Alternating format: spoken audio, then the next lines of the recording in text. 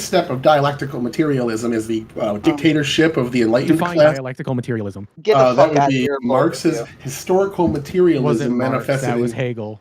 Was it Hegel? I thought no, it was in Marx. I thought that was in Marx. I don't fucking remember. Hegelian dialectics created dialectical materialism. It was adopted by Marx. Oh.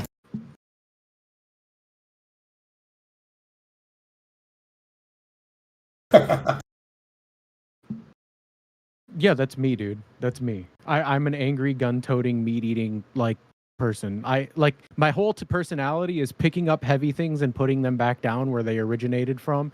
I own 14 guns at this point in an anti-material rifle, and I love to barbecue. That's my whole personality. We'll get along great. I like New York State's gun registry laws. Screw New York. Screw you. No, New York's a piece of shit for gun registry laws. No, I live in Michigan, dude, and our shit's too restrictive here. I can't even build a Roni kit out of my Glock because it would be considered an SBR in my state. That's bullshit. Yeah. I'm just saying, you told me I'm to the right of you, but there's a lot of left-wing proposals. I'm all for Medicare for all, as long as it's a single-payer buy-in option and not mandatory, or a government takeover of private industry. All sorts of things, man. You start going issue to issue, you're going to see them to the left more often than not. Socialized healthcare is not a left-wing thing, though, Tyler. Oh, absolutely is. Free market. A 100% free market healthcare would be the far right ideal. Private, 100% with no government subsidization. Very sure, little regulation. But by based, what kind of can you got on it? Okay. I'm not too well versed in suppressors. I did. There was. Oh, okay. Yeah, of course. Water bottle, duct tape, and a shirt, baby. Let's go. I was talking the other day about my buddy. He recently got a 3D printer, and he 3D printed himself a full kit for a 300 Blackout AR-15 that we assembled and took to the range on the 4th of July. I'm going to be honest, I was confident I was going to die when I picked it up.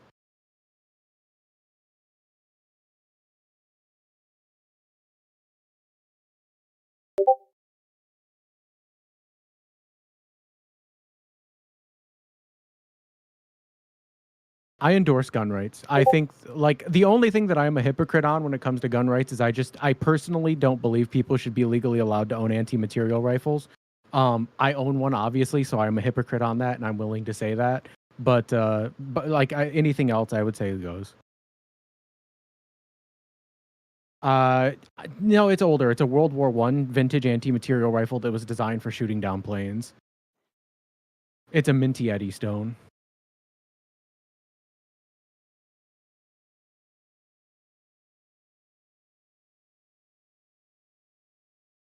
I don't own a firearm. Buy one. I believe that human beings are inherently good. Even if it doesn't make you safer, it makes you feel safer. I don't know. I don't like the branding of not being left-wing because I don't agree with the current Democratic Party's platform. I think gender theory Party has nothing to do with left-wing. Well, yeah, gender theory to me is the dumbest shit ever. And if that is the gate that I have to walk through in order to be left-wing, then yeah, I'll take right-wing any day. I mean, not necessarily. I don't agree with a lot of gender theory because I was forced to take it in college, and the actual ideology itself and the implementation of it under leftist principles are fundamentally different. What gender theory proposes in terms of social and societal norms, the expectations of those norms and how they affect gender roles is fundamentally different than what the modern day leftist will have you believe gender theory is. So that's something that's kind of a little bit of a problem. It's a disconnect between the actual ideology itself and its implementation. Would you consider yourself a Kennedy Democrat more than anything else? I guess you could say that. I am like Tyler. I am Keynesianist. I do believe in Keynesian economics and capital reformation. But I stop very shy of the ideas of socialism, and even in many cases, the ideas of syndicalism or the transitionary economic periods that exist between capitalism and socialism. But when it comes to more typically social stuff, I wouldn't say that I'm what most people would call a modern day like social Marxist either. I do believe in a lot of like fundamental things that align with the right. I am anti-immigration largely. I believe in gender theory to some extent, but I believe in the ideology itself, not in the implementation. And I often usually associate very commonly with like the principles of like regulatory capitalism, but like not over regulatory capitalism in the way that we see it now. See, I wouldn't even say non-immigration is a thing of the right. Like in the past, Correct. that was something socialists advocated for, as well as It is paleocon to interesting the how right. that has switched. That's a Yeah. very interesting point. Yeah. So I wouldn't Absolutely even say correct. they're left and right. I'd say they're faction-based. Like if you look enough, you'll find a faction on the right that believes 80% of what moderate left-wingers in the country believe, and vice versa. I think it's the amalgamation of beliefs that puts you into, like again, technocracy. It's not just the literal definition of technocracy. It's an ideology labeled technocracy that has a bunch of tenets involved in it, and that's where I say I line up the most. And I would say the New Democrats from the 90s also lined up there the most as well. That's kind of where I associate myself. So unless Bill and Hillary Clinton aren't left-wing, I don't think I am either. Or I think I am too.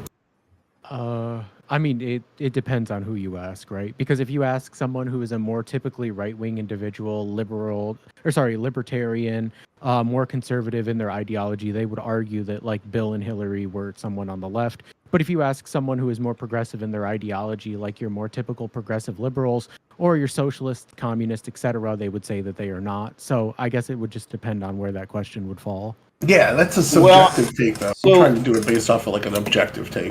So the problem is I can't identify any liberal policies that Clinton actually stood for, and to me, Clinton was always just kind of a scammer, and his wife as well, and never really stood for anything except whatever got him elected. And he was obviously a womanizer. You have all the stuff that went on down in Arkansas with Jennifer Flowers and all of that. And I remember actually when I was in I was either just out of high school or first year of college. And I remember Clinton was, the state troopers were all a flutter because they were going to have to testify against this guy who was going to be running for president. And nobody wanted to do that. So I don't know that I think Clinton's an opportunist. And I don't think I honestly can't identify a political ideology in the Clintons. I would see, I don't disagree with your notion there. I would just say that I believe that this is intrinsic of all politicians. I believe all politicians are scammers and acting in their best interests, not the interest of the people, I think Bernie demographics, Sanders and really races. believes his rhetoric, and even though he doesn't actually live up to it in practice, he gets close to what his theoretical is, right? And Possibly, but okay. I think you're onto something here with this, right? Absolutely. I think that Bernie Sanders believes the things that he says, but I believe that this is true of a lot of politicians as well. I just think that the difference in believing the things or the ideologies that you espouse and the practical application or the benefits to the constituents are something different entirely. Holy fuck. yeah. Are y'all watching that panel? What's going on? I tuned in for a little bit. I heard everyone yelling, and I was like, nope, and left. Are you talking about erudites and Destiny Child? Yeah, well, I mean, what's crazy to me is I mean, Erudite, she's actually being principled. She's standing by what she always says. We can debate whether or not she did forget. Destiny, unironically, is the only one being Destiny and Soy Pillow, the only ones being honest, and then Connor's fucking just oh my god, I hate that Nazi piece of shit so goddamn. See, Connor's one of those, right? Like he's honestly a Nazi. Like he can claim all day long to be a conservative. He can say he's a fiscally conservative, socially or whatever, socially liberal, leftist. He's not. He has no political ideology except to get paid. Exactly. Well, yeah. Well, no. I think it's more nefarious than that. I want to go on record saying this. Like, okay, I grew up in Texas. All right, hang on. I got to press record. Stand by. Good. You should. Yeah. I'll go on camera.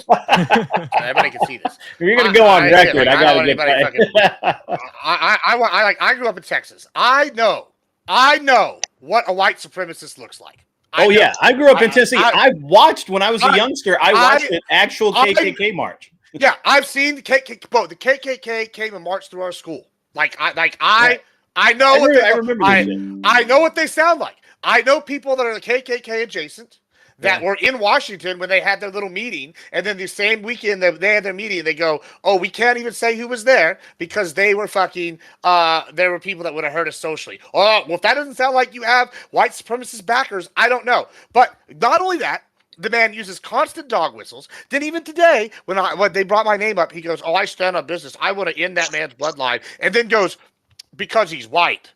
And I'm like, well, you know I'm not white, bitch. We have talked, you and me specifically have talked about how my dad is an illegal alien. I am Hispanic. Like, that is racist. That is what you are doing. You are weaponizing racism. That is what white supremacists do. Like, he is a active white supremacist, and I think it's more nefarious, right? Destiny's Kid went and said something about Hitler, right? And Tyler and I were talking about this, and Tyler's like, oh, it's Kid being edgy. No, I think it's actually much more nefarious. Connor, I think maybe even Destiny's somewhat, like, he's never been real race conscious. If you ever watched this shit, that's a criticism they always had, that he was always ready. But it's crazy that these two, Destiny and him, are both, as child, are both, somewhat sympathetic to fucking these racist things. And then Connor is using Nazi rhetoric, a white supremacist language that I've heard my entire life, things like calling people subhuman when they're intellectually whatever, trying to talk about eugenics, but do it in a sophisticated way. And this is going to sound bad for my conservatives, but I don't mean all of y'all are like this. But he's advocating for a white Christian nationalist authoritarian government. That is what he has advocated at times. That, in the sense that he's actually trying to implement racist policies that eliminate other ethnic groups and other races of people's benefits. Right? He's actively advocated for these things on multiple panels. He tells people, "I'm racist. Haha, I'm more racist than you," and then makes jokes. I want people to understand, when they tell you they're racist, they are probably actually racist, and then being edgy to cover it up is just the safe way to do it and get away with it, right? It's all just jokes. He. It's just like whenever you try to flirt with a girl and everything you say is a joke unless they're down. It's it's the same thing. I've done that. I'm like, yeah, I'd love you taking back to my place. Da da da da. Just kidding. Unless it's the same thing. And y'all, people need to realize that. I fucking hate that dude, and he is a racist piece of shit. I don't care what anybody says. I mean, I see it. I don't know. I don't. So every interaction I've had with Connor, which is 2, right? I find him to be completely malleable. And again, I just put him in the. He'll say anything for money. That's the end of the day. At the end of the day, that's the deal. I don't really care about anything else. So, basically, fuck that guy. Fuck that guy. Fuck that guy. I mean, my sort of perception of Connor is that he's always been a sort of radical contrarian. Depending on the level of pushback that he gets on his ideology, he will amp up the rhetoric to be what he perceives as equivalent to that. And that's why I think that when you see him talk with these more typically far left wing people, that's when you pull this sort of more alt-right or further right-wing Connor points out, versus when he's talking with people who are liberals and libertarians, he usually doesn't go as off the rails on his rhetoric. It's the opposite. It's the opposite. Whenever when he talks to any right-leaning people, we had a panel I set up with Lethe, and it was a bunch of us. I don't even know, some of the people that are going to be here were on this. It was a conservatives panel, and we got what's his name? I don't know what his name is now. The Vince Wilson show. We got him to openly, maybe I was conservative. I'm not anymore. We got it. He goes, okay, I'm wrong. We got everybody on the panel, every single one.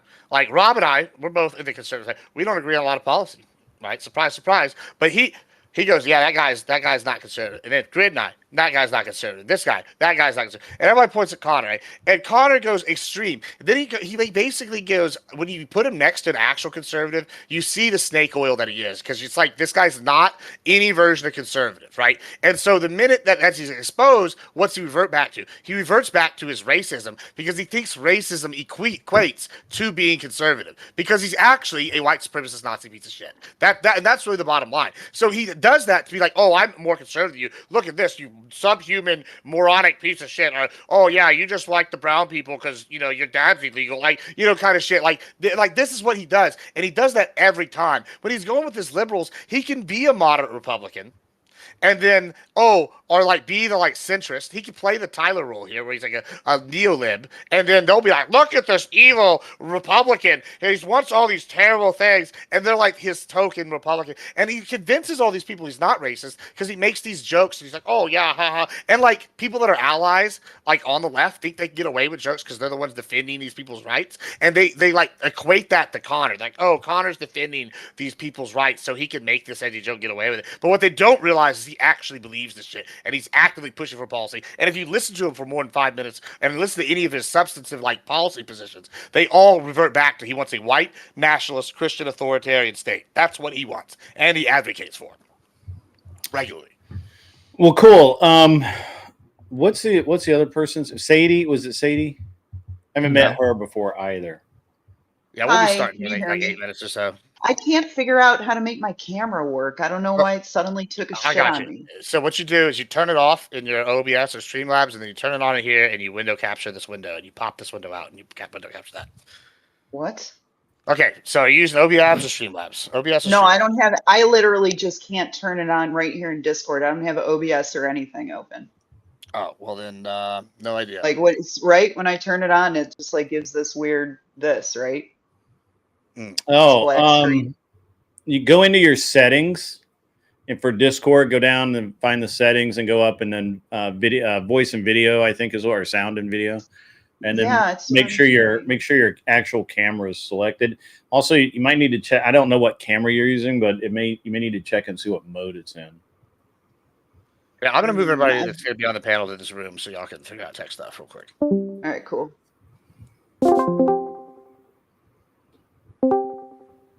And it just started, so I was I'm gonna go ahead rude. and restart. Well, it's because y'all wanted. I know y'all want to get y'all's tech set up beforehand. Thank you. I appreciate it. I'm gonna like exit out completely and jump back in the waiting room. Gibbs, give me a second. Let me restart. That's fine. Dang it, Gibbs, that was rude. Yeah, it's okay. It wasn't anything personal.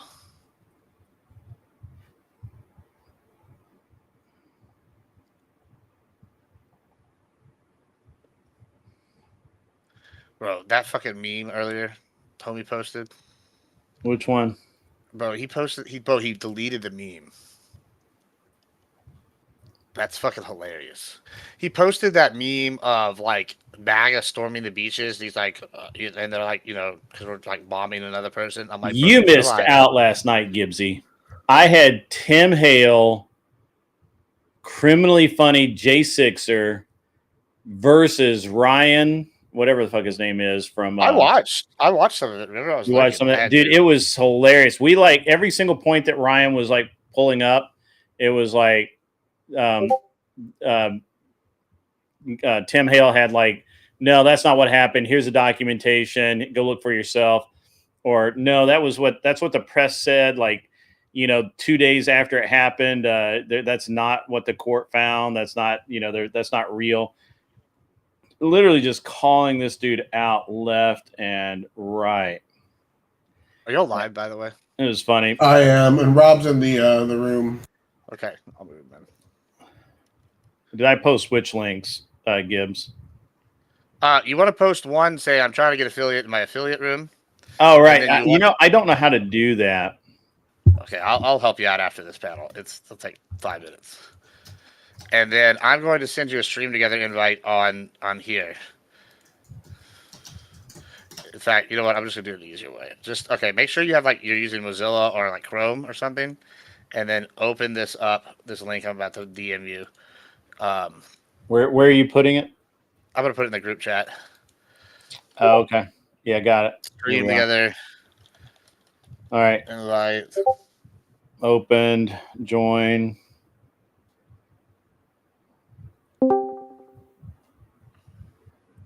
I think I don't have an app. I need to do a bunch of work on my Twitch.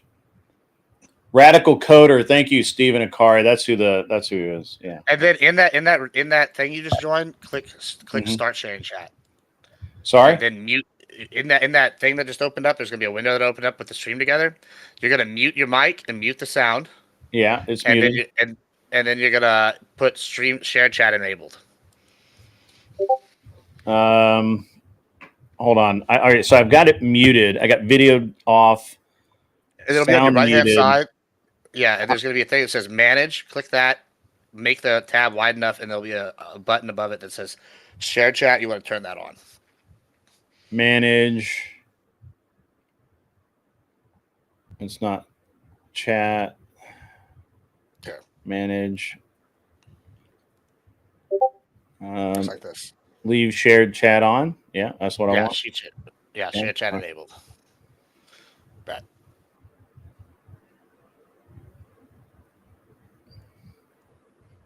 Yeah, there you go. Yeah, just say something whenever you're live too, in like the Discord. Even if I'm busy, I'll open up your stream and mute it so that you get the viewer, and that should bump you up Man, a I bit. appreciate that. Yeah. Well, I'll show you all the cool things we got set up by Discord for like helping people get that fast later. It'll take like 5 minutes. Hey, it's Rob Knorr. What's up, man? We can't hear you, Rob. There you go. Not much. I always have trouble using StreamYard through Discord.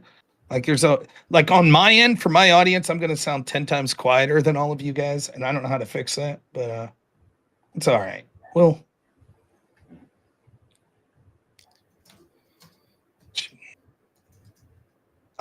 can my audience, can you guys hear me? Do I sound all right?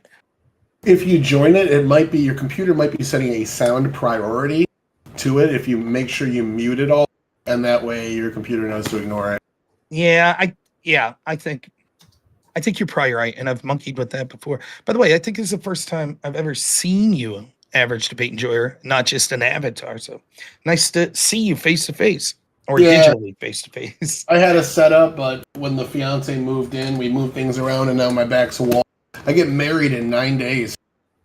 And you're pissing your time away with us? I only stream once a week now. Top It's marks. mostly when Gibbs asked me to. Until the wedding's over, yeah, I'm busy with that shit. Let me adjust everything. Yep. Reset didn't work, you guys.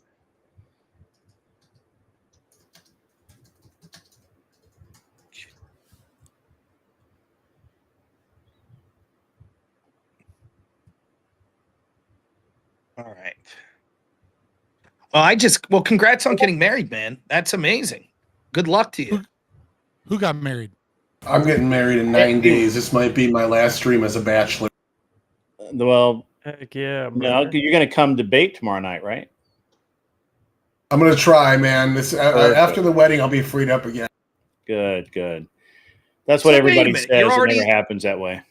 You're already letting your wife tell you can't do debate streams? Yeah. I mean, come on. Like, already? That's all right. Listen to your wife. Debate streams are stupid. You're better ahead. Plus, she just moved in. I wanted her to feel welcome and everything like that, so I don't want to just sit on my computer make and her stare at debate. it for.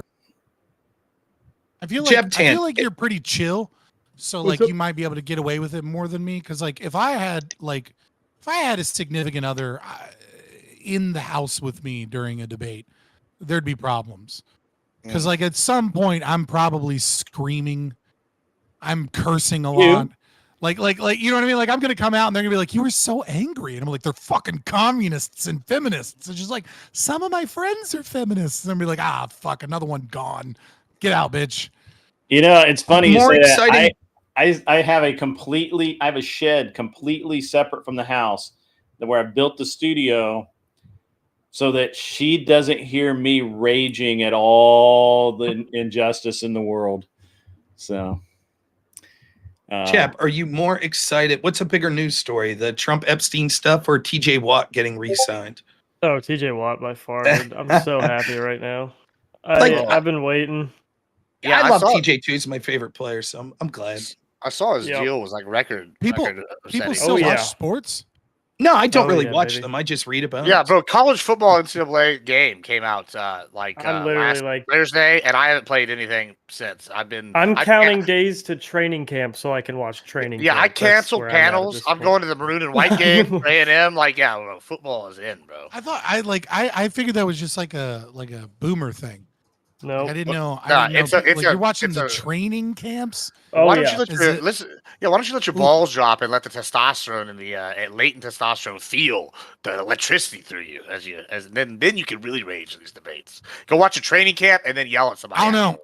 I don't know. Sports is just kind I've of gay. never man. really Always has been enjoyed kinda watching gay. men in tights It's my run favorite around. part about him. I'll tell you Yeah. what. If I did a debate after I played NCAA for like 5 hours, I would fucking murder everybody. I would just be screaming the entire time. Like I literally like broke 3 controllers this week already. Like it's it's a problem. Like I bought extra ones when the game came out because I knew. But let's get started. I think that's a good segue. It looks like it's MAGA Civil War Day. There's a lot of things to talk about. I know that some people are pretty pro we things that are down? happening. Some are never Trumpers again. It's going to be good stuff. We got a lot of topics to cover today. I'll let everybody get a brief intro, then we'll introduce the first topic, and I guess we'll talk about and all the Trump news. Tyler, go ahead and tell us off who you are, where you find you. Average debate enjoyer, Twitch, YouTube, Twitter, Fansly, and I am the former Democrat, pick me, left wing, but likes Trump guy. Here to kind of give you the moderate take. Everything I say is right, and I'm getting married soon, so if anyone disagrees with me, just completely disregard what they have to say. Fantastic. Thank you so much. Fabian. Yeah, Fabian Liberty. My friends call me Scott. My real friends call me Scott or other names. You can find me Fabian Liberty, predominantly on YouTube and I guess Twitter, Zitter, X, whatever the fuck you want to call it. All right. Grid. Yeah, I'm Grid One Motorsports. I represent the angry, gun-toting, meat-eating fucking people, and I'm here to help you all be better. At the end of the day, we're going to have a great time here. You can find me on YouTube, Twitch, whatever, and Unreasonable Man, and I'm easy to find. And I do I do some debates. I need to get more debates in, and then, but mostly I talk shit on the internet for money. Fantastic. Check out his show on Friday. Scott runs the gauntlet. Yeah, it's good. It's good time. Yeah. Jeb. Yep, Jeb10 RIP on Twitter. I don't really stream, but I like to argue with people, and so Gibbs has me on. Fantastic. Rob. Rob Noor, populist conservative. My channel is Normal America with Rob Noor. Stream almost every weeknight at 10 p.m. Eastern. Always a pleasure. I don't know how well I know Sadie. Maybe we've interacted with everyone else. It's always a pleasure to interact with them, including you, Gibbs. Always enjoy the invite here. So happy to be here tonight. Glad to have you. And Sadie, you don't know, is actually Pentuple with a wig. So go ahead, Sadie. Tell us who you are. Yes, I'm Sadie. I'm Pentuple TV's alt accounts. He's in Germany spending time with his fiance. I help manage the channel here at MAGA headquarters. I can't wait to tell all of you why you're wrong and absolutely should continue to be behind this president 100%. I apologize for my webcam. I don't know what's going on, but if you want to see what I look like, head over to Pentuple's channel. It's working there. All right, fantastic. Thank you so much. All right, so let's start with an easy warm-up one. Looks like the tariffs have been doing pretty good. The economy's moving. What do we think about Trump's tariff and economic policy so far? Are we big fans? Let's start with you, Tyler. I know you got opinions. Economy has been, man, it's not looking amazing, but it's not looking bad. We saw in the last 5 months of CPI reports that the inflation has been slowing. Even in this month where people say it's up, it's still better than almost any month that the Biden administration saw for 4 years straight. Year over year, you see a lot of these comparisons. When someone throws year over year at you, that means they're taking 7 months of Biden inflation and adding it into Trump's total to say, look how bad Trump's doing. I'm looking at the monthly count, and it's ticking up 0.2 a month, whereas wages are ticking up significantly faster. In my debate with Non-Fon the other day, I misquoted that they're not as going in 5 times as fast. They're only going 3 times as fast, but generally, all the strong economy points that people were saying about the Biden administration are looking better under Trump. As well, he's got tariffs weighing down, prices going down, adding to inflation, even if it's slight. And he's still having a solid economy. But polling-wise, he's still down by -12, down by -20 on inflation. So he's really got to turn that around. You can save the damn world. If you have a bad economy, you're still going to be a negative approval rating president. So I'd say it's kind of hurting me. You're still going to be a negative approval rating president. So I'd say it's kind of hurting me. You're still going to be anyone that understands economics, so only libertarians, will understand that, like, just because, like an economic intervention cannot be measured via empirical evidence based upon like looking at it 1 month or in the last few months, et cetera, right? So you can, for example, there are plenty of studies out there that prove, Paul Krugman proved that, increasing the minimum wage actually has zero effect on unemployment statistics. It's like, well, that's just obviously not true. It's also obviously not true that tariffs are going to help the economy. Tariffs are always bad for the economy. They're always bad for everyone in the economy. They're bad for the producer. They're bad for the consumer. They're bad for other countries. They're bad for your country. That being said, it's still a mystery what Trump's tariff plans are. And so we don't know if it seems like he's negotiating a lot, right? It seems like he's using tariffs as a scare tactic, spouting out a bunch of lies and bullshit, because that's what Trump does. He lies and bullshits constantly about what other countries' tariffs are, trade deficits, while not actually understanding trade deficits at all. And so, I think, if he can get rid of these tariffs and he can move forward in the next year or two, reducing a lot of other countries' VAT taxes and tariffs and things against us, then that would be good. If he sticks to this concept that we need tariffs, then Trump will go down probably as the worst president in U.S. history for the economy and for taxes. Right, because he will have increased taxes more than any other president in like the last 60 years, and he will have had a detrimental impact on the economy more than any president in the last 60 years. So hopefully it's the former and not the latter. It's still kind of more of a wait and see approach. But S&P and NASDAQ closed at record numbers today, boys. Aren't we so glad that rich boomers that own houses and massive amounts of stock portfolios are doing great? Aren't you doing great too? Aren't you happy with this economy? Meanwhile, you can't afford fucking anything. If you're asking me rhetorically, I am very happy. Grid, go ahead. Yeah, actually, I had a great day today. So the tariffs, as far as I'm concerned, I like that. I like that Japan's moving steel production over here. I like that. I like that other companies are moving production back into the United States. I don't have any. I guess sure, long term, I think they do hurt. Short term, as being used as tools for leverage and to pry people in the directions that they probably should have gone, 30 years ago. I'm okay with it. And to be honest with you, my biggest concern right now with the way the tariffs are going is not so much my material cost or anything like that. My biggest concern is that everybody's so focused on tariffs.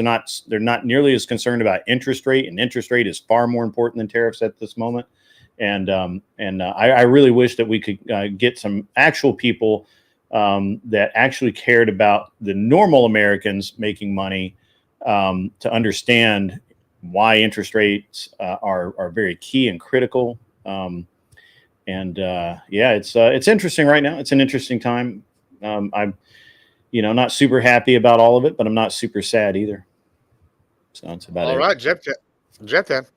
Yeah, I mean, the tariffs are dog shit. You can look at the rate of increase, but the rate of increase is happening after a giant chunk got taken out of the economy. So you can literally follow the line that the economy could have followed, and then the line it is following, it does look similar. The issue is the starting point was so much lower because we essentially shot our runner in the foot before he started the race, and he's recovered and he's running just as fast now.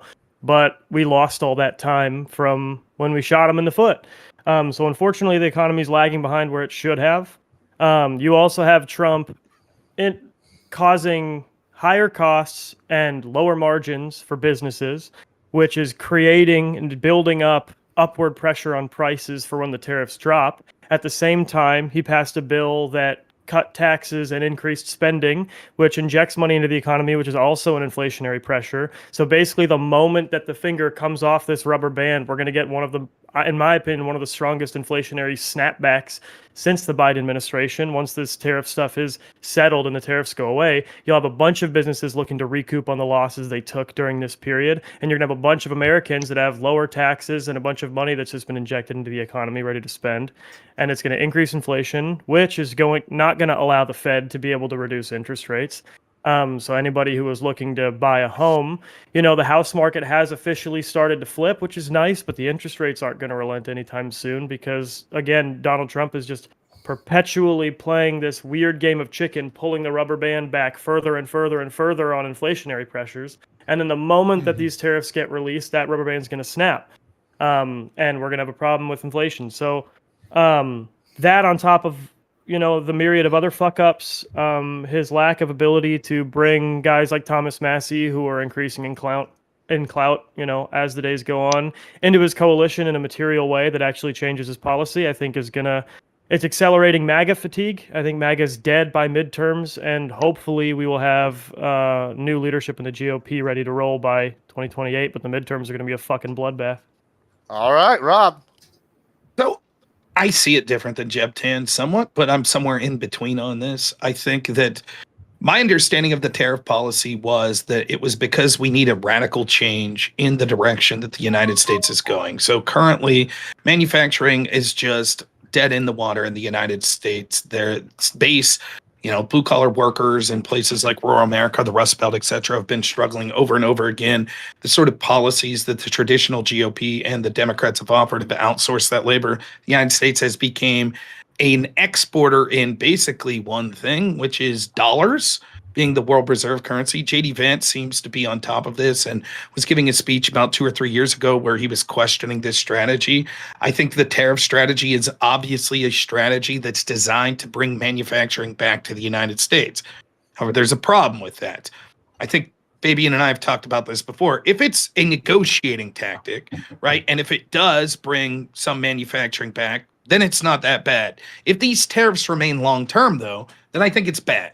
I think that you're going to start to see that it has a net negative effect.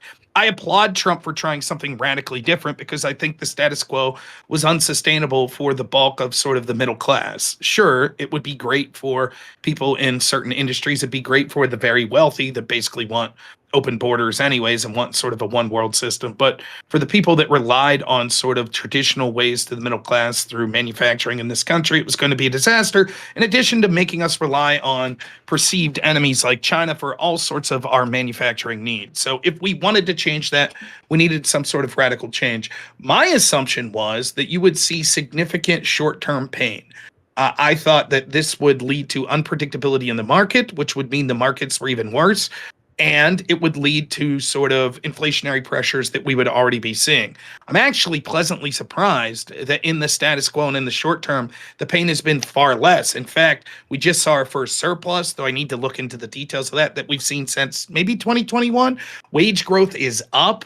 Under the entire Biden administration, it looks like wage growth was pretty stagnant.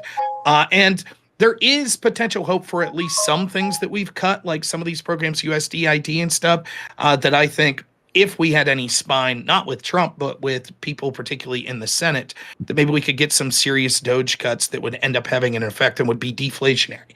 However, I do agree with Jeb Tan that I think ultimately the bubble hasn't burst yet unless Trump has some sort of plan to pull back from these tariffs because he's starting to get trade deals that are preferential to the United States. I think that you will start to see more inflationary pressures.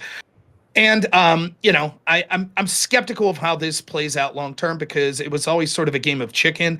I think if Republicans lose the midterms, if Trump loses the midterms, then that's going to make his plan dead in the water. And any potential of let's hold out long enough until we see the benefits from this negotiating strategy will be shot. And I'm sure we'll get to the topic later, but I think there'll be no one but Trump to blame if they lose the midterms like that as well. So that's my gut feeling on it.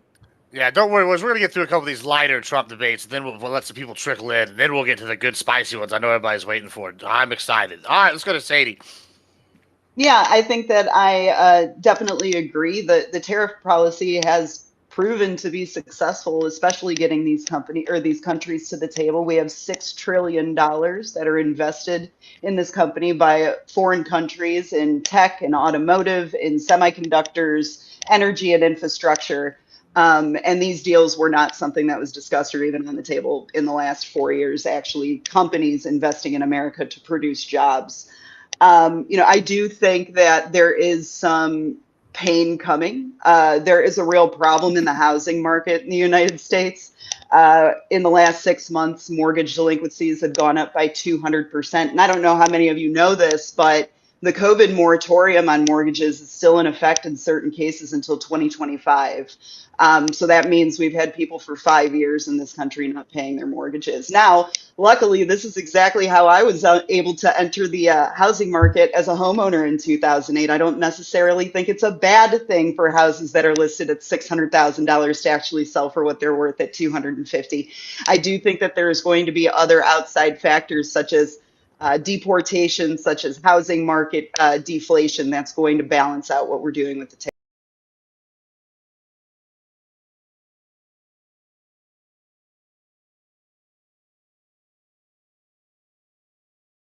Important if we're going to talk about the inflation.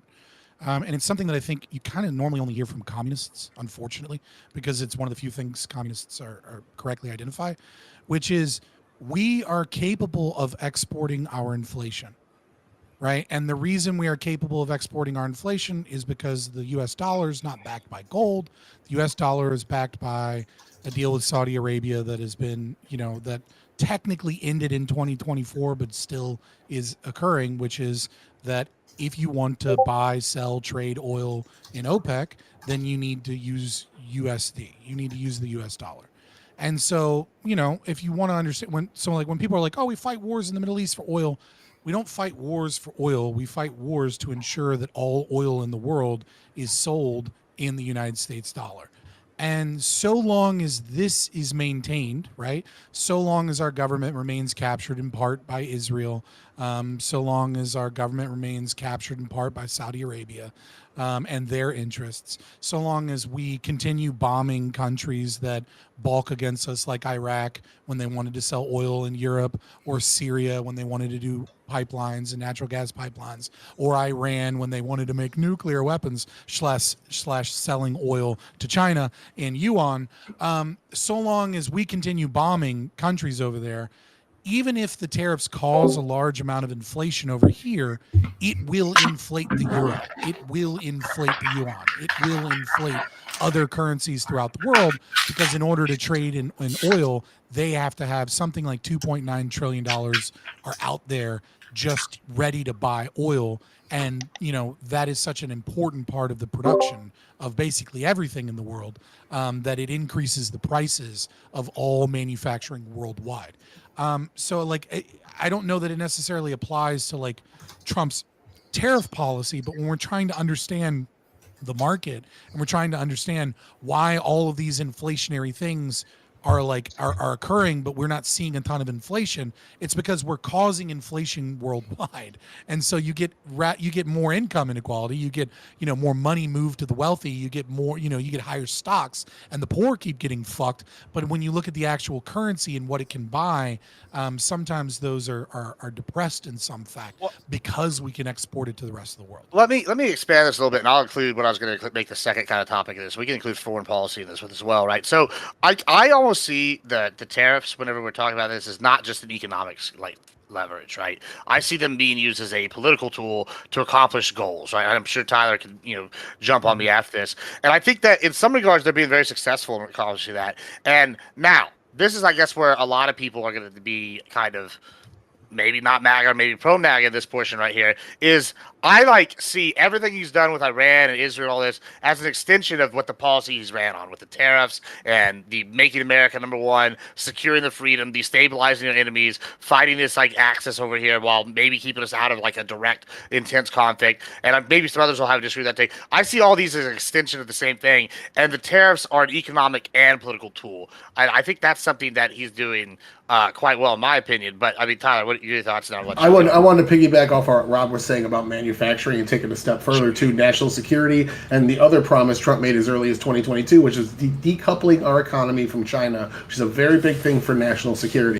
So what we saw from several of the tariffs, the emergency tariffs on Mexico and China involving fentanyl, the demands there were a united front against China because of the overflooding of steel, a continuation from Trump administration number one, where he put the metal tariffs in because of the steel. USMCA was put in place to stop this Chinese steel from flooding the neighboring markets above us and below us, and then flooding our country, boxing our steel industry out and making it eventually collapse under its own weight. So when China found a go-around for that, which was actually building their plants in these nations, we had to amend USMCA, and the emergency tariffs for fentanyl got these two nations on board We saw a 100% tariff from China against Canada because Canada got on board with the United States. Same thing with Vietnam, a couple of nations in the EU. Trump is pressuring them to stop doing business with China, and for the Vietnam specifically, he's pressuring them to stop moving Chinese goods through Vietnam, making it more expensive for them to export. So Vietnam right now is facing a 20% tariff because they said no to that specific concession. So he is tailoring many of these tariffs. Same thing with the EU in energy. The reason we couldn't fully sanction Russia is because the EU is highly dependent on their energy exports from Russia. Well, with drill baby drill and our energy spiking through the roof in the United States, dropping in price, spiking through the roof in terms of supply, we're now able to supplant Russia as the exporter of natural gas to the EU, making them have no gas right now from Russia, and they are sanctioning and tariffing the shit out of Russia in terms of energy. So our foreign conflicts, agree with them or not, these tariffs are tailored specifically to help our allies and hurt the enemies in these conflicts. The favored nations policy with the tariff specifically on the UK, the UK gets an exemption from several of the metal tariffs because they're a favored nation, where the metal tariffs against China specifically are breaking their industries. So I see these as more of geopolitical tools to get somebody to the table for something more than just economic growth, because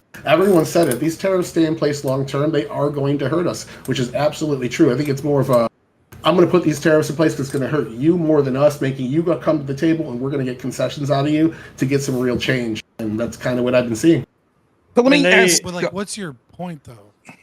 That, I mean, you could talk about how they're not economically good all you want, but the point of them as early as 2022 wasn't about just the economic gain from them. It was about the national security gain. It was about the long-term trade game. Looking at polling, a majority of the nation thinks that we're going to be better off after the deals, the 80+ deals that Trump's working on, result from these reciprocal tariffs. Yeah, I don't give a fuck about polling. Like, Americans are retarded by and large, right? But like, my problem here is like we can look at historically what sanctions and tariffs have brought, right? So like talking about Russia, for example, the Obama administration sanctions on Russia more negatively impact Ukraine than they did Russia, right? So it's like, I get what you're saying, that it is like this tool that we can utilize to like, to go against our enemies, or, help our allies, et cetera. And that sounds nice. And I don't doubt that might be what the administration, wants. My issue is that tariffs are like throwing a wrench into an incredibly complicated economy. So like there's very, very little guarantee that any of these extremely economically disruptive tactics actually work out in our favor in that way. Like, yeah, sure, we might be getting some benefits that we can call to, but we're not going to know what the damages of these things are for like 10 years. And that's why I think it's far more important that we're very, very calculated in that we utilize tariffs as a tool, as a threat, knowing that it is always destructive, not pretending like it's helpful ever, and then saying we're intentionally causing harm so that we can get you to stop causing us harm. Like, Trump said that in his State of the Union. Trump said the exact same thing to you. Yeah, except Trump has contradicted himself like 20 times. Saying Trump stated something is just dumb, because he stated the exact opposite on Joe Rogan. You know what I mean? Like who cares? But the issue is, sorry. Okay. Go ahead, Jeb. Okay. One of the issues is too, you keep saying like the tariffs will hurt us eventually. No, they already have, right? The rate growth is happening after a giant chunk was taken out of the economy by the tariffs. And the tariffs, again, are winding back an inflationary rubber band that is going to snap when they're done. We know it's going to happen because you have a bunch of companies right now whose costs have increased because they're paying these tariffs, and their revenues have decreased because they have to put down their base prices in order to get people to still purchase their products.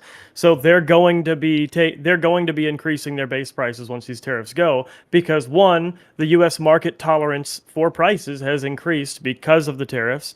And so the businesses know if they lose a 30% tariff, they can reduce their price by 15%, and then the other 15% is all off the top, just like they did after COVID. You're correct. And they should do that, because otherwise wages won't grow. You're correct. Grow. So you are correct, but the problem there is, if like you have a city that 10% of the people are criminals, do you not put those 10% of criminals in jail because that's 10% less economic growth? In this instance, it's China violating 30+ trade deals, stealing $500 billion worth of United States technology, bullying there's predatory pricing that if you did that in the United States, it'd be illegal. But why not? And I would agree with you if the tariffs were as targeted at the beginning as they are now, and they should be even more targeted now, because if we unified Singapore. He tariffed Singapore. There goes your Yeah. whole fucking argument. if we unified Singapore's with never done anything to us. exactly, Those if we different unified tariffs mean with different if we unified with friendly Eastern nations and Western nations like Europe, and we unified together to try to put pressure on China all together as a group, the tariffs could have been smaller, they could have lasted less time, and they would have been more effective. But instead, he decided to throw a punch at everybody. But the biggest punch he swung at China. So then we can say, well, he's going after China. But it's like, then why did he jab everybody else on the face on the way when they would have been backing him if he were to just play Trump hardball, Trump administration won hardball, and just said, listen, I'm not going to dedicate as much money to NATO. I'm not going to help you guys in all these conflicts or all of this stuff if you guys don't back me in this fight against China. We all need to be hitting China with some tariffs simultaneously so that they start actually abiding by the trade deals that they've signed and the trade organizations that they're party to. But he didn't do that. And so I'm great. That's wonderful. So you mentioned Singapore, and why did Trump tariff Singapore?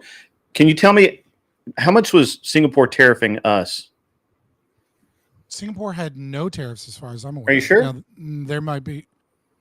And we only I mean, tariffed do you them have evidence to the 10%. contrary? We did like 10%, right? Do you have evidence to the contrary? No, that I'm Singapore asking was you tariffing us? because I don't know. That's why I'm saying. Are you sure? Because Singapore is almost the every country he most- tariffed was because they had a No, tariff he against did us. it. He did it on a trade. He did it on a trade deficit basis in material goods. He did not in any way, shape, or form match tariffs. He didn't even. He pretended to, but he did it based off of trade deficits. Now they have had other addendums, right, that Sure. have been increase or decrease, but the base tariff rate and things of that nature. So also, now again, I've looked into this before, but again.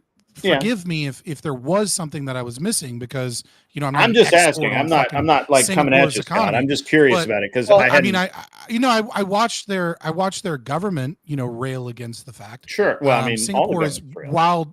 Well, no, I watched them specifically discuss that they don't tariff any countries, and I do know that Singapore is one of the most free market economies in the world. Right? They have very draconian cultural laws. They have like weird racial laws. They have laws about like how demographic groups aren't allowed to be in certain neighborhoods because the percentage of this demographic group is too high. Like they have a lot of like socialist things about the way they manage their they're culture. a weird country. But in terms of their economy, they're very, very free market. And when I looked into it, I didn't find any tariffs. And they don't even have a VAT tax that like taxes imports at like a higher level or something. It's right. Some countries use their VAT tax to trick us into acting like they don't have a tariff, but they do have a tariff. Okay, But so- Singapore, as far as I'm aware, Well, of, let me- doesn't. let The me- well, confusion just- here. I just want to point out the confusion here Right. is we were talking reciprocal tariffs. What they did that Singapore was the baseline tariff. It's a different tariff, different policy, different long-term strategy. The baseline tariff is a 10% flat tariff against every nation that we do trade with for a different reason. It was to be a long-term fix of comparative advantage to make it so that U.S. industries have a little bit of a boost to get their manufacturing back on track. It's different than the reciprocal tariff. So straight up tariffs, even though the country doesn't tariff us at all, because Trump wants to bring in tax revenue and says tariffs are beautiful. Yes. Because he wants to increase taxes on the world. That's the baseline tariff is more the manufacturing one, where the reciprocal tariff is the decoupling from China one. Well, just to play the political thing again. So I don't know if how much y'all follow the Rwanda Congo kind of stuff going on, but basically as of June 27th, he stopped what was leading into probably the Second Great African War, right? Or World War Africa 2 would be whatever. And they've signed an agreement, and the Congo, who was Russia backed, they've signed an agreement with us, and Rwanda, who's us backed, and now they're going to start investing billions of dollars invested in rare earth minerals, and we're going to be taking them away from Russia and China. This kind of fits the theme of what Tyler's saying. Do y'all disagree with things like this? Because they're both saying that the tariffs are what part of the reason what caused this. I feel like that's kind of evidence that he's using for economic and political tools, and he's using it successfully. Do y'all do those? Well, I think that's certainly true. Just there's a lot been said. I just want to say, like, Sure. I could talk about what Scott said at first there, or I don't know if I qualify as a friend. He said friends call him Scott, Fabian Scott, or what? I'm just fucking with you. But the Fuck first off, it's part Scott. about You know my name. being able to export inflation, that's true.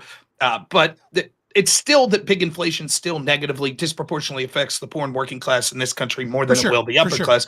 But I'm talking about it is the like looking at the stock market and things like that. correct. And so like this was one of the arguments post, which I think you have to put some blame on Trump and Republicans as well, but also clearly on the Biden administration during the pandemic when we saw the massive amounts of inflation that turns out when you shut down the economy, right, you're going to see a bunch of inflation and then you print a bunch of money. Guess what happens? Well, everyone was saying, well, actually, the United States had a slower rate of inflation than the rest of the world. No shit. That's because all of the inflation that occurs in the rest of the world, because the U.S. is the world reserve currency, the other countries are going to eat a portion of that, plus then have their own inflation from what they've gathered from their terrible lockdown policies, Like etc. Japan. So, yeah, so I just Like wanted Japan to add had that. bad inflation and they didn't lock down at all. Right. But they're eating the U.S. inflation as well as, any other policies they may have. Specifically on this, yes, I think that Trump is, here's the thing, right? Like him or hate him, I applaud Trump for trying something because I think the status quo wasn't tenable for huge swaths of this country that I happen to deeply care about, which is like the Rust Belt, right? So I think that an attempt was made, the status quo would have changed nothing, and we would have continued to see the wealth divide continue, the middle class continue to be eroded for this and a litany of other reasons. So, okay, I applaud some big attempt. But here's the thing with Trump. Trump's the type of, I remember reading this story once where someone was, and I believe this, some of the shit I don't believe here about Trump, where someone was like suggesting like a tariff number or a tax rate or something like that. And it was like 1.3% or some shit like that. And Trump's like, why don't we just make it 2.5? That's a round number. Right. And it's like, wait, dude, it's not about just nice round numbers. It's like we had a formula that we came up with a specific number. Trump's that type of dude, man. So I think when it comes to reciprocal tariffs, yeah, okay, I don't have to wait into that. When it comes to this sort of flat tariff, Trump's the type of dude that I think's just like this. Trade deficit, that's not sustainable. Fuck it, 10% tariff to everyone. Then we'll leave them come crawling to us. And in a way, it could be effective in this sense. I believe that the United States is waning as the global hegemon. I don't think that there's another country that's set to surpass us. But the distance between the United States and number two or another collective is shortening and will continue to shorten as time goes down. And so if you're going to make a bold move, sooner is better. And so if the idea here is we're just going to say 10% tariff to everyone and then tell everyone, hey, Singapore, you come to us. You give us a deal that's more favorable. Like, he's not looking for a deal that's even. He's looking for a deal that's favorable to the United States. That's what he's looking for. True. And if that's the sort of shit you're we into, already have now's like the best. we already have the most favorable possible deal you can have with Singapore, other than them literally paying us to import stuff to them. Like they don't tax us in any unique way over any other country. They have the same they do product-based duties. They don't do country-based duties. But that's what I'm saying. That's what Trump's looking for. Trump's looking for people to import shit. Trump's looking for people to import shit they don't need. Sorry, go ahead. So just to clarify so that nobody accuses me of being dishonest here. So they don't have any tariffs, but they do have import duties on alcohol and tobacco for like cultural reasons. Yeah, Okay, and so it's they high. do have It's a high. import duties. But also those same taxes are also applied to domestic products, right? Well, and so every other it's country to match. as well, so. Right. So it's not like they're tariffing us specifically, but there is a tax that is paid when it goes there. Yeah. But it's a tax And that would be paid there. and that answered my question. So I guess at that point we have to kind of default to what Tyler said, and that is just every country that does business with the United States is hit with a 10% tariff. Now, what that does is literally he now has a bargaining chip with every nation in the world. Right. He can say, hey, do you want to do, all right, we need better. We need this. We want a base over here. We want to quarter troops here. We want you to sell us this ahead of this country over here. And if you do that, we'll knock that 10% down to 5%. Okay. This is just add that just a little to, and this sort of responds to Jebtan. Jebtan, it might be shit like this. Yeah, what's more favorable than completely even and 0%? Well, more favorable would be something like this. Hey, Singapore, we noticed that you're buying a bunch of cars from your neighbor there. And they're like, yeah. And we're like, why don't you buy like 10% of that from us? And they're like, but we don't need it. Yeah, but why don't you anyways? Or we're going to give you a tariff. Now, I'm not saying I'm necessarily a fan of this strategy. I'm just saying there's something better than even. Trump wants an uneven deal for the United States. And he's bargaining right now. Every country in the world relies on us. Well, not everyone, but the majority of them do. And so we're in a better bargaining position right now than we will be anytime in the foreseeable future. So let's roll the dice. This is where I pull the Scott move and just call you all socialists, because why does he get to do that with our business's money? Like, he is saying, all right, every business in America, you pay 10% for those more businesses. No, it's not. It's not. It's not socialism. It's hey, all of you guys. That's capitalism, baby. Stop. Let me finish. That's not. This capitalism, is social. It is not capitalism to look at every business in the United States and say, without Congress being involved at all, so your representative democracy is not contributing to this at all. I decide. Every single business in the United States, you guys have now decided to pay 10% more for every raw material you import, so that I can have my name on a couple of trade deals with other countries. Well, so that may or may not benefit that industry at all, right? I'm going to jump in here. Let me jump in here. There's a major issue that I think you answered in your first statement. If we're going after China, why didn't we just have all these people come together and go after China with us? Well, Singapore has a significant relationship with China. No matter what you do, they're a sitting duck for China. That's what these countries are. They have deals with China. They have intimate relationships with China. And if you think you're dealing with a country that cares about fair shipping and trading practices, you're wrong. We need blanket tariffs, because if you want hazardous materials sent over to this country in the form of rice, marked as rice on the box, that's what you're going to get from China if you do targeted tariffs. So this is a war that we're engaged into, even though it doesn't look like one. What? We are literally tariffing China right now. Right, that's what we're doing. We're ending us with rice. We're ending the IP. We're ending the IP stealing. We're ending the Chinese spy balloons flying over the country. That's what we're doing. We're not ending any of it. We're not ending any of it. As it stands, we are just continuously tapering down our tariffs for small concessions, and maybe it'll end with some small win. But no, we're not revolutionizing the way of Chinese business, international business, with just our 35% tariff. It's not happening. There's more. If There's I- the 35% just for reciprocal. All right, no, all right, go ahead, Rob. I'm gonna let you last word. Then we're gonna move this on a little bit to the next thing, because I think we've covered this quite a bit. I was just gonna say, I think I'm somewhere in between on this issue. I think if it ends up just being a bargaining chip, I'm more for it. If it leads to long-term tariffs, I'm more on Jebtan and Scott's side. I'm open to be proven wrong. However, what I'll say here, Jebtan, is it's persuasive that you're like, this is more intervention in the market. I get that. I do. But there's so much fucking intervention into the market in this country from the perspective of a blue-collar worker that's had their shit what is this, ruined. Two wrongs make a right now? What? Hear me out. From the okay, it'd be like this, right? Like the old Ron Paul Just add mantra, more socialism, like, that'll fix it. let me finish. The old Ron Paul mantra, where it's like, I'm against all this pork and pills, right? But then if he takes the principled stance of, I will never push for any pork, his constituents get fucked. Right. And so it's like, look, if my constituents have to pay for all of this other shit that's happening in this country, then at the very least, this country could be doing for them what they're doing for all of these other people. Similarly, what we're saying, I guess, would be the advocate position. I would be for almost a complete free market situation. We're nowhere near that. And so then what we're told is, well, this one thing that could potentially help the Rust Belt, the manufacturing sector. No, fuck you guys. That's socialism. Anyways, back to the corporate socialism, back to the outsources of labor, back to the infinite other policies that the United States has that puts their thumb on the free market that resulted in the fucking over of the Rust Belt. Let me ask you this. Do socialist policies have unintended consequences? Sure.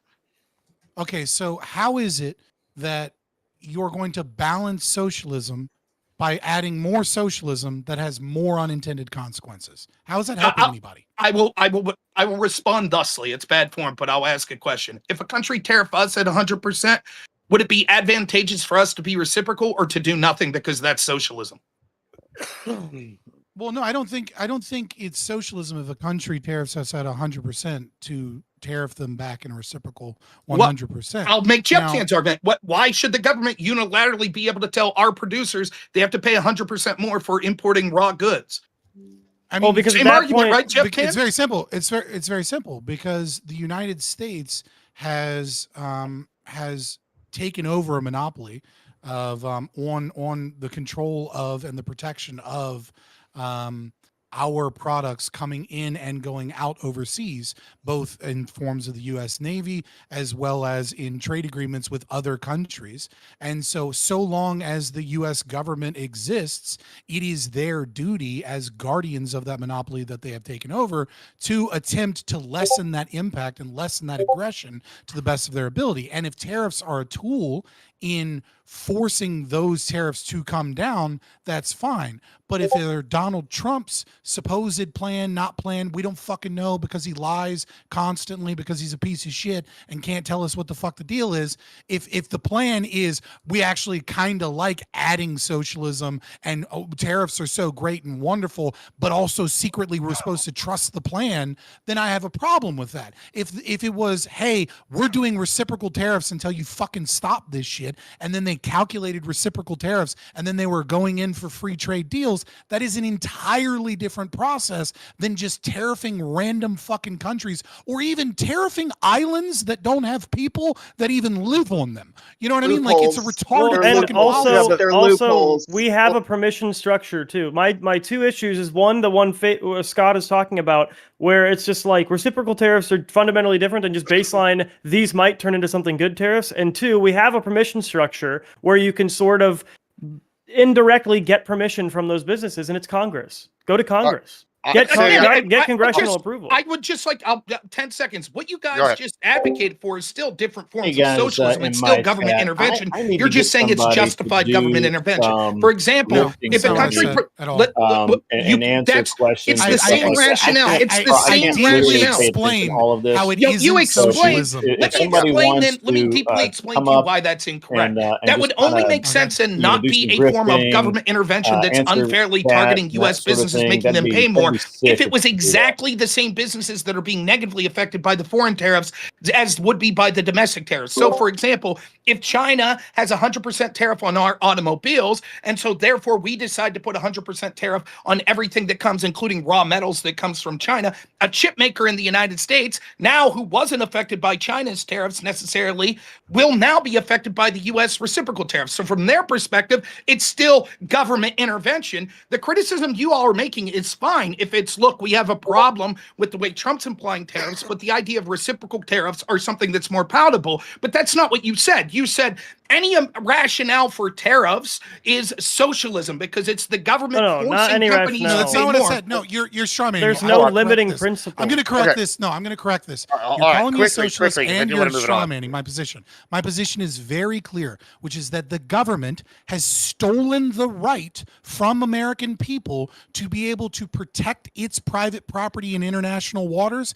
and to be able to do business at the state level in which the state is our representative. So long as that government still exists and they're not going to turn into anarchy, then it is their duty as a guardian of the protection of our assets overseas and our import-export tariffs and all of those trade policies to ensure that as little aggression occurs as is possible, and reciprocal tariffs that are designed when one side is fighting a trade war and we're not, to force people to the table for a free trade deal is very different than Trump saying tariffs are good and we should have a flat tariff anyways. Wasn't the economy so good at the turn of the century when we had all these tariffs? Tariffs are wonderful. Tariffs are great. We need tariffs, which goes against every fucking rational argument that's been put out by economists since that fucking time. So I want to move this on a little bit. I've been debating because I have about three topics left, and one of being the MC thing, and I think all these tie together. So we're just for the sake of whatever, we're moving on.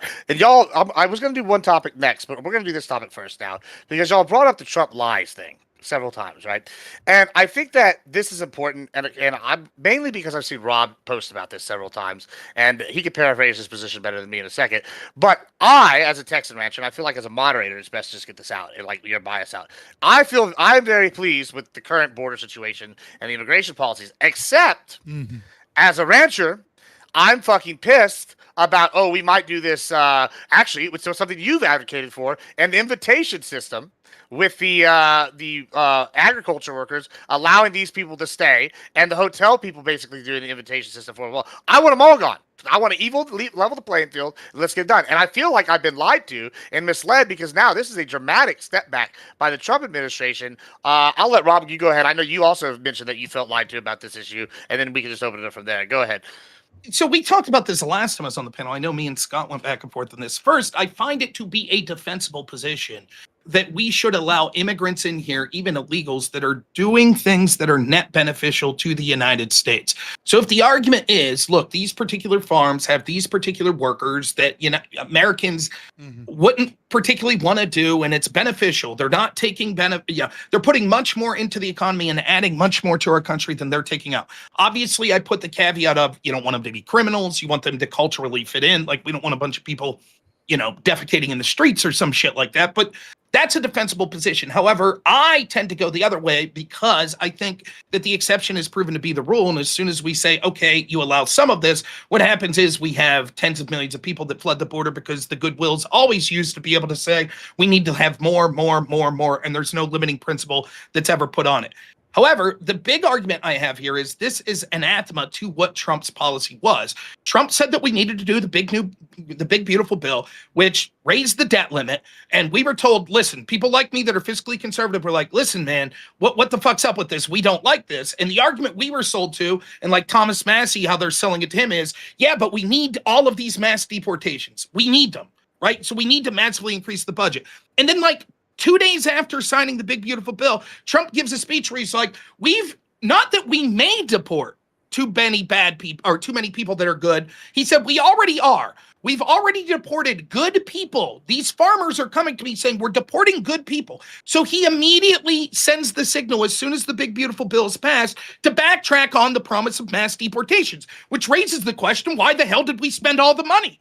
Right? We should have just said, cut our losses and said, Trump should have came out beforehand and said, look, we're not going to need as much money as we thought because it turns out that we're not going to have these mass deportations. So I look at this as a slap in the face and I look at it as a political catastrophe because even if Trump's inevitable position would have been to allow these people to stay, he could have used it as a bargaining chip. He could have said, look, Democrats, you want some of these illegals to be able to stay? Fine. We'll talk about it, but you're going to give me Doge cuts. You're going to give me, more funding for the wall in this sense, that sense. So for me, it's terrible. It's a slap in the face, and I would like to see these people deported for various reasons. Let me get Sadie. I know you're probably the strongest Trump supporter here on this panel. What do you have to say to those criticisms that both Rob and I have leveled here? What are your thoughts? I think to say that you were lied to is far-fetched. I mean, Trump has always had immigration policies such as you're going to come here and get a degree in the United States, you're going to have a green card stapled to your diploma. He has talked about amnesty before. We're talking in the farming industry, at least. Specifically, he was talking about people that allegedly have been here 25 years or more working on the same farm. So I looked up, like, just by estimates, how many people that have been on farms 10 years or more working illegally in this country. How many people are we talking about? And the high-end estimate was 200,000. If you want to go even higher than that, say 500,000, that's fine. I won't argue on that, but we're talking about 30 million illegals in this country. Also, as somebody that's worked in the entertainment tourism industry for most of my life, I lived in Orlando from 2004 to 2016, working in the tourism industry as a freelancer. As a freelancer, I had to work for 14 different employers because of the nature of the tourist industry, the busy times, the slow times, and that was under Obama, just to make around $48,000 to $56,000 a year. So I do know that these jobs do exist, and they are not really suitable for full-time work. You have to be a special kind of person to want to work for 14 people to sustain yourself in an environment like that. And I'm not going to argue it. I understand it. Okay, but Hold on. I really want, because I wanted to jump down Gibbs's throat like the first 5 words he said, because he said, I'm actually happy with the border situation right now. And then I realized you were talking about the deportations, and I was like, okay, I get it. Because obviously none of us are going to sit here and pretend like we didn't get boldface lied to, and Trump said the very first thing he was going to do when he got elected and we got majorities was pass a fucking border bill that was better than the Democrat one, right? We're all not going to pretend he didn't say that. And where's that? Well, I want to. Wasn't that included in the border bill? Big bill, No. beautiful bill. No, Yeah, isn't there a beautiful ton- bill is. We is funded barely- it was a funding bill for ICE, but it didn't include anything about like thresholds for the border Well, or asylum reform or all the just- things we just- said we wanted to do with our just- better border bill. The zero just a- of it was in there. Just to play devil's advocate here on this part, right? Like I think Biden gave funding to ICE, dude. I mean, what are we talking about? Just part of the issue though is that like it's just getting out of the way. I think with like Texas secured the border down here, like they did it on their own. It's done. Like the Trump doesn't need to do anything, right? Except maybe like send more people to man it, right? And like that. So whenever I was sitting here, I go, I don't need a border bill. Whenever I just need the administration to stop tearing down the walls that we're fucking building. We right? don't Like, need more immigration judges so we can detain and So, hold less I mean, of these sure, that's- people I on mean, sure, taxpayer that would help. dimes. That would help, but like, I mean, that's just like when I'm sitting here policy-based issues, I'm looking at results, right? And when I'm sitting here, I see the border security was a big thing I voted for, and we're gonna get to this. I know when we get the Epstein thing, like I voted on policy, and I agree. There's no big border bill that like you're talking about. However, I immediately see results living here in South Texas of the border this is the security exact opposite. implementing versus like the deportations. I'm not seeing that being done in mass. The right? results are all No, this money hold we're on, having to this is- fucking throw at ICE because we don't have any fucking immigration judges to deal with these cases, so we just have to detain people. Detain and deport, detain and So deport. hold We on, can't. the border. So hold on. This is the exact opposite. This is not policy. This is culture. Okay, we have a more secure border because we have less people attempting to cross the border. And we have less people attempting to cross the border because, at least in symbolic form, America does not look welcoming to illegal immigrants in this moment. Now, part of that is the left pushing hysteria, which, you know, I'm kind of, in many ways, I think they're less hysterical than they ought to be when it comes to immigration and deportations, because I think it's a fundamental violation of human rights. But I'm going to be different on this than most of the conservatives when we're talking about immigration. What I see cowardice. That's what I see. I see Trump came in and pretended like he was going to be this big, Billy badass that was going to get us this big border bill and was going to, fix the situation. Now, personally, I don't agree on anyone being deported unless they are committing property crimes of some degree.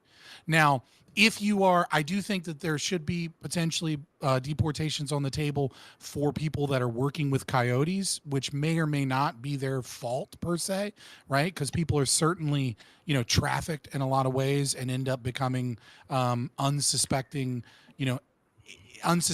or unwittingly aiding gangs, and they're kind of like stuck there because they've been trafficked and they'll threaten them.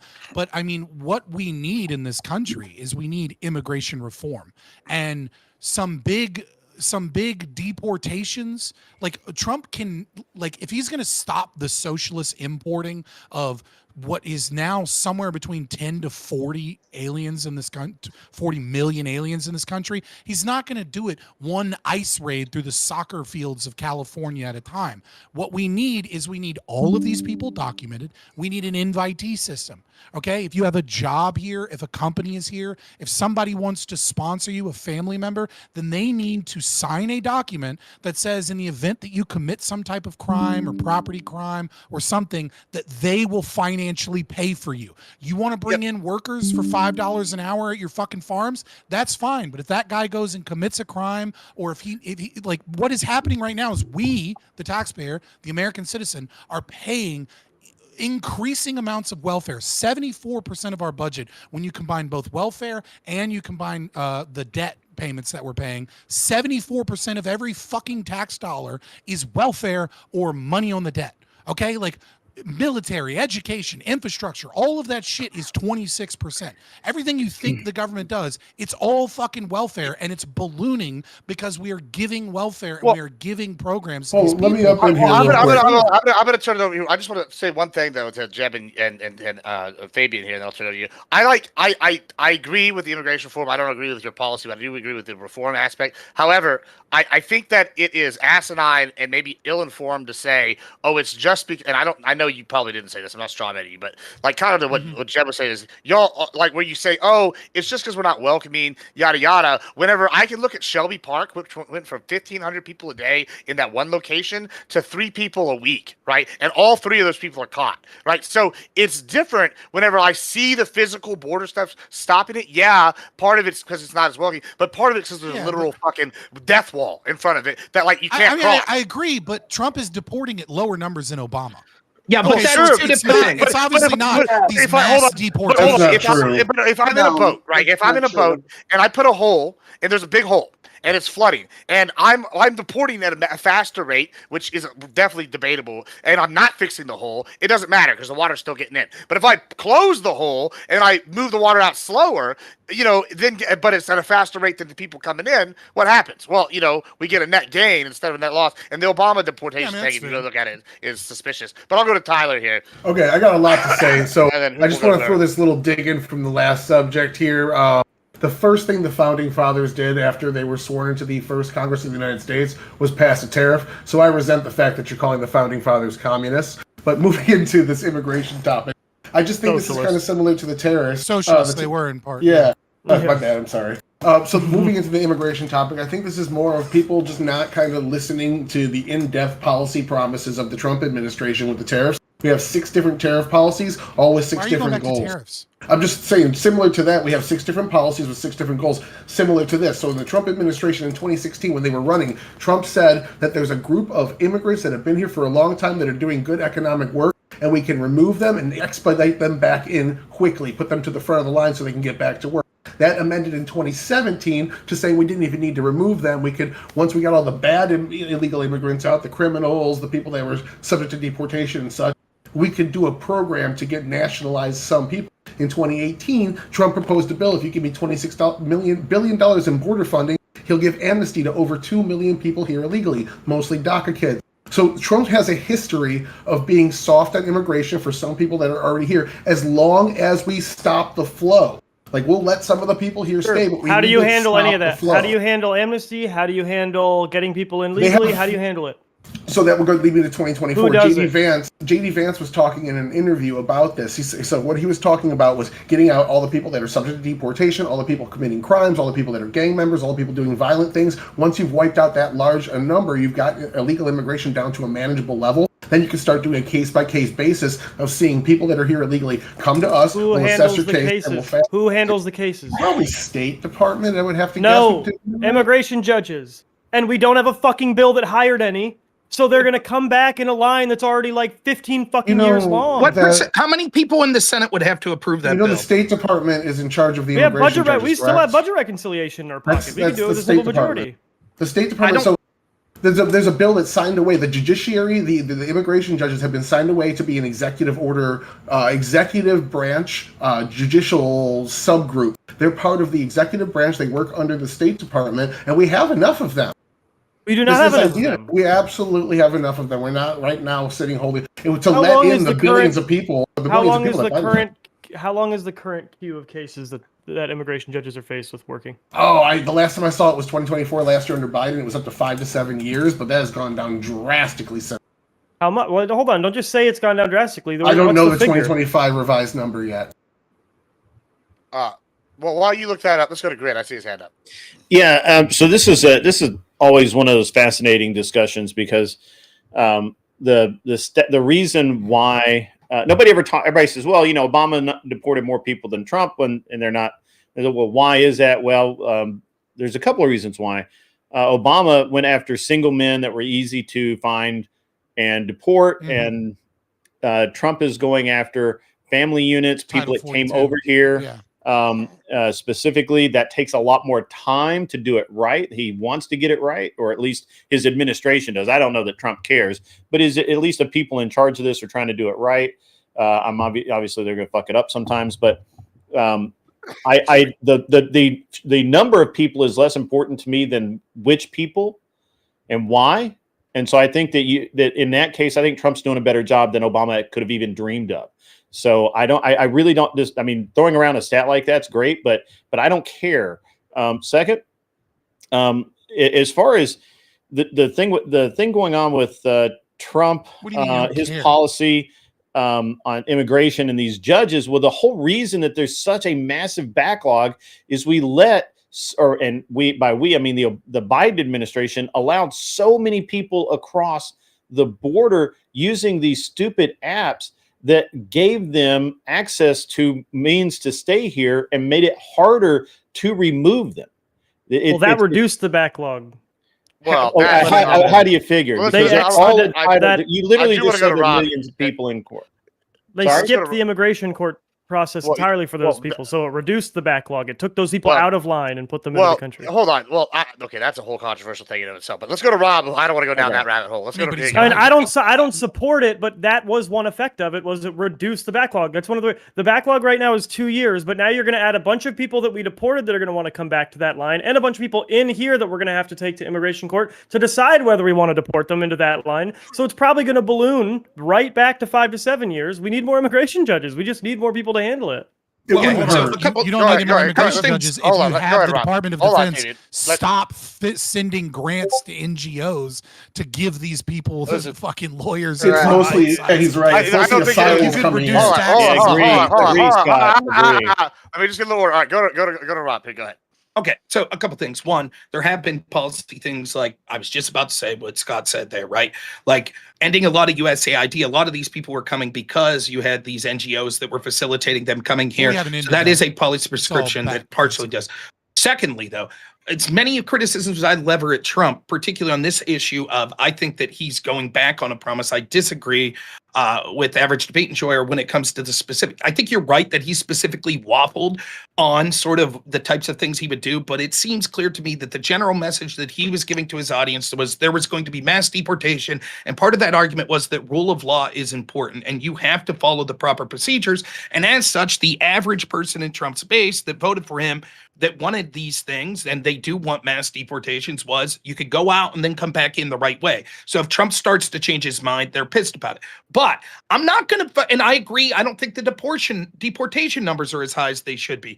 But come on, I'm not going to sit here and fucking criticize Trump. Forget about the deportations. If we're just talking about the border, we went from one of the most porous borders ever to, in the span of like a fucking month, one of the most secure ever. So I'm not going to criticize. You're right, Jeb. It would be better if there were specific policies on this, because the next guy could come back and roll back all the executive orders, etc., as Biden did. But come on, let's give a little fucking leeway and credit here. And the other thing I'll say, Jeb, is I think you're just, I will fully admit, one of the problems with our system is we have these fucking bazillion page reconciliation bills and omnibus bills and all this shit. I'm not going to sit here and bullshit you that I read the entire big, beautiful bill. I already stated that I have problems with it. But a cursory look shows that they actually passed in that bill $3.33 billion to hire 800 more judges. Now, were you just unaware of this when you're saying that, oh, we need new judges and Trump hasn't passed policy? Or are you saying that that's not enough for you? No, what I'm saying is when he waits until he has this giant bill that adds to the problem as it solves it, instead of passing a border bill first to reduce the backlog so you're not driving with the e-brake on. Yes, it adds as it solves it. If you are increasing ICE's ability to deport people you know are going to try to come back, and or take people to immigration court that you know we're going to have to see an immigration judge, and only then do you finally hire more immigration judges while there's a 2-year backlog, you are adding to the problem proportionately to the amount of the problem you are solving. Whereas if he came in and did what he said he was going to do, hired 500 to 800 immigration judges from the outset, eliminated the backlog, he wouldn't have been driving with the fucking. Could he have done that on day one? This whole time, hold on. Cycle of immigrants. Could he have done that day one? Could he have hired 800? Oh, certainly. The 20% Democrats of the backlog. How's that mechanism work exactly? What? He had an entire Democrat. He had an entire Democrat Party that overextended themselves on the issue of border security. They had no ability to resist as long as they didn't go completely fucking buck wild with it. He already had Fetterman in the Senate, basically ready to agree to anything the Republicans did. He needed 9 votes from a party that had massively overextended themselves on the issue of border security.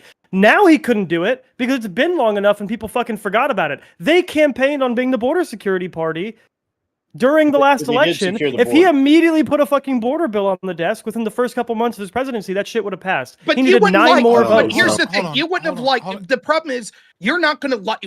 He wouldn't put the bill that you want, so you would have still said it was a failure. For example, if the big beautiful bill would have been set forth on day 1 and passed in day 15, you'd still be saying that added to the problem as it tried to solve the problem. What you want is amnesty. You want to allow some of these people here. Look at the language that you're using here. You're saying, for example, when we kick these people out, they'll want to come back in, which will require more judges. Well, no, it won't. We'll say there are no judges available. See your ass later. Come back when there's come back in 5 years.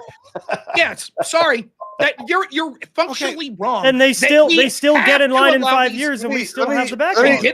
Let me go to Sadie. Hold on, let me go to Sadie here real quick because I know she's probably been trying to get in, but I can't see her. Go ahead, Sadie. No, I wasn't really trying to get in on any of this. I just will say that. Well, hold on. I mean, the reason that the Obama administration had such high deportation numbers is because they counted turnaways at the borders as full deportations as well. True. So hold on. There's also some other controversial shit too, but that well, I mean, we don't have the revised numbers, so like I'm okay with saying, you know, from what we know in like his first 100 days, his numbers were lower. But yeah, in the current push, you may absolutely be right, especially if you can look at deportations in that regard. ICE deportations. Look at the obvious visual deportation stuff that's happening in California. That's anecdotal. That's not. I'm saying, numbers. Hold on a second. Look at the actual numbers. I'm just saying, we're seeing this. People are like, oh, it's these isolated things. Well, the state of Tennessee is working with ICE. The state of Texas is working with ICE. The state of New York, under Eric Adams, New York City is working with ICE. So we're not seeing these visual representations that people want to see. So it is equated with nothing's happening. And you're right. When the numbers come out, I think that people are going to be surprised. Yeah, I don't disagree that maybe currently that is occurring. What we do have numbers on shows that Obama was deporting more. But again, we don't have numbers on the last few months, and that has been where the larger push has been. So like we'll see. Maybe you're right. Maybe it was an unfair jab. But I will say this, the problem that I see with this entire immigration scenario, piggybacking off of what both Trump and piggybacking on what both Trump and Rob are saying, is like it's very 2 steps forward, 1 step back. There's no real reform here. There's no real everlasting change in how we handle immigration. And he could have done something in his first 100 days, right? When he had that mandate, he could have done something to fundamentally change the way immigration and citizenship and DACA and all of these things are handled. Instead, he's going with a Band-Aid approach. And he's a lame duck president who can't stop taking L's. And so we'll see what fucking happens when the midterms come. But let's just even assume that he gets a Republican wave somehow in the midterms, which it's still possible, right? Even then, he's still only got 3 years left. I have a note about the immigration bill. Getting rid of a chunk of people. Really important point of fact. The big beautiful bill does not it. hire 800 immigration judges. What it actually does is it hires 100 and then caps the number of immigration judges they're allowed to have at 800. So it ensures that we will never hire more than 100 more immigration judges, at least until 2028. So it actually restricts our ability to expand it. Worse. It restricts our ability to continue expanding immigration judges. Well, we brought up midterms. I think this is a good segue into one more thing before we let me get in there real quick. All right, go ahead. I linked this to the chat. So I'm looking at the new cases of going into this year, 2025. We have 431,000 new cases compared to the 735,000 that have been closed. Right now, we're closing cases at 20-year record rates. We're seeing drastically more at this rate. In 3 years, we'll be down to only 1 million on the backlog. And most of this backlog, 2.2 out of the 3.4 million, are asylees coming in, not people being deported. What I'm seeing is the wait time to deport somebody is like 3 months between hearings, and they're saying that's a bit high, but it's the people coming in that have the 5-year waiver. Well, yeah, that's a problem. If we want to replace the labor that we're losing, which Trump says he does want to do, you can shake your head all you want. This is what Trump said his design is to maintain the labor force. You're saying that's the only way. What we saw is through Trump's executive orders, which you don't need an actual border policy unless you want to put this in effect full time. Unless you want to maybe not have a Democrat president immediately fucking reverse it the moment they're in office. That's what. The standard. Well, then they get negative 25 in the polls for their border handling and lose the next election. They can still do it. You pass legislation for a fucking reason. There's a reason. There's a party obstructing. Stop. Cop out alert. Cop out alert. I'm telling you, it has been done. Should we just never pass legislation again and just do executive orders? No. They'll lose an election if they turn it down. There's legislation that will not get passed. They will not pass legislation. They needed 9 votes from a party that dedicated the party themselves that to the calls cause. themselves the resistance is just going to give Trump what he wants on the border? All right, I think 9 of them were in support of it. Yes, they wanted border bills passed. That's not true. That's not true. What Trump would have had to give was concessions that would have been antithetical to what his base wanted. He would have had to give things like the Dreamers. He would have had to give amnesty. That happens to be what you and Scott want, but that's not what his base wants. So the argument, it would have been I don't want amnesty. When did I ever say I wanted amnesty? I just want to ask you, if Trump would have went day one and said, hey, we want to hire 4,000 more immigration judges so we could deport more people, do you think 9 Democrats would have said, sounds good to us? Just curious. 4,000, but 500, sure. You think that Democrats would have voted to increase the amount of immigration judges to deport people? That's what you think. 2 names that would have voted. Fetterman There's no chance anybody would have voted. Right? You gotta pay. You obviously would have to dress it up. You'd obviously have to say, "Yeah, we're gonna have a robust pathway to citizenship. We're gonna double the amount of immigration judges. That's right. And we're going to amnesty."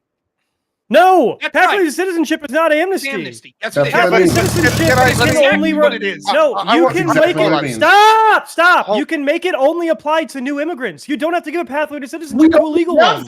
We have our immigration system that already works that way. That's in a 5-year backlog. Hold on. That's not a robust pathway to citizenship. If all you have to do is open up the amount of people that come in. This is such okay. Hold on. This is fucking coke. When Lindsey Graham was pitching the same thing in 2017, you all loved it because Trump loved it. Now that he doesn't, you don't. It's fucking. No. Hold on. Hold on. I want to examine that real quick, Jeb Tan, real quick, and then I do want to move a segue. So I'm gonna let you respond to this, and then we're gonna segue to the next thing because I got one more thing before we get to the exciting one. And all right, so when you're saying this, right, I think that Rob kind of hit the nail on the head, right? Like, do you remember that last border bill that everybody was arguing for on the Dems? They loved it, and I was like, well, there's the border bill before.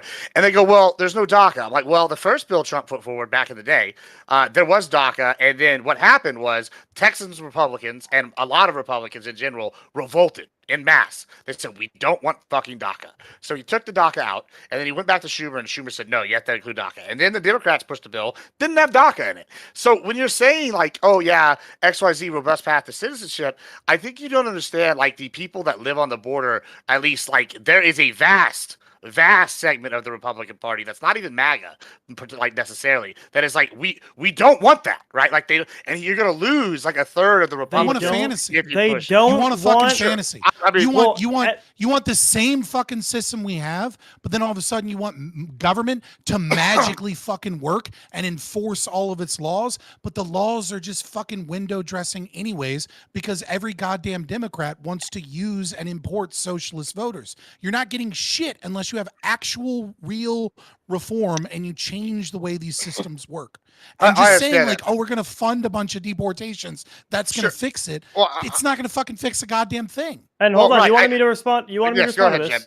Yeah, you guys have said you are too mesmerized by Rob's cadence. He brought up 2 things that you're. Hold on, you brought up 2 things that he brought up that I didn't say one time: amnesty and DACA.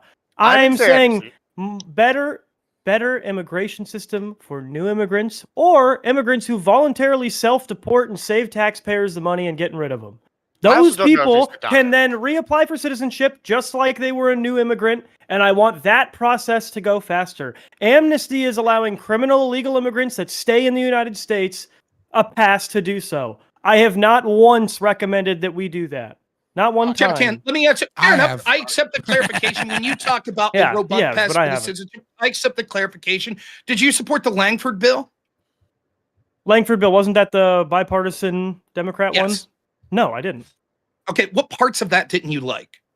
I didn't like that it didn't touch the asylum system. I think we actually have to have reform in the asylum system in legislation, not just the executive or made in Mexico, because that obviously got ended. And I want us to actually be able to tell people to wait at this closest safe point of entry instead of coming straight to the United States. It was credible because I fear think what versus that bill reasonable. shows is that that's the sort of compromise you would need to get any Democrats on board. They're not going to come on board. We've seen this. This is a football that's passed back and forth, right? There is no will for bipartisan. The only bipartisan concession has been that donors for the Republican class like cheap labor, and the Democrats like to displace the current people who are here for malleable voters that they'll be able to have for generations.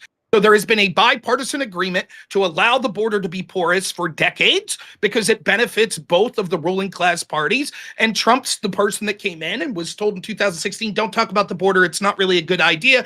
And the people are thirsty to deport people to have rule of law. The idea that Trump could have done better than massively securing the border that he did through executive fiat, which I agree is not the best, but he did secure the border pretty damn quick. I think he deserves some credit. And that there would have been some magical bill that wouldn't have been revolted on by his base that would have brought on enough Democrats to get to the 60 votes that you would need in the Senate. I resent the idea that he gives a fuck.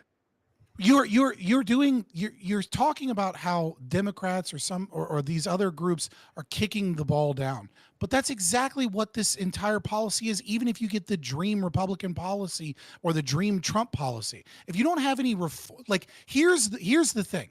So long as we will continuously shift between Republicans and Democrats, and the Republicans keep getting more and more Democrat as we go, and they are promising a better life for people, and they are promising welfare, and they are promising them that the taxpayer will pay for schools and will pay for roads, and you can get Social Security benefits through your children, and you can get welfare through your children, and you can get hotel. As long as you're getting all these fucking freebies in a country that's economically better, it doesn't matter how many fucking people you deport, because the next person that comes into office brings them all fucking back. So unless we have some actual reform, then even if we got the dream policy, which we're not getting, Rob, and you know that, right? Like you're railing against Trump for it because he's bowing to fucking corporations and big agriculture and the hotel and the oh my God, I can't think of the term for hotel. It's like conservice or something. Hospitality. Yeah.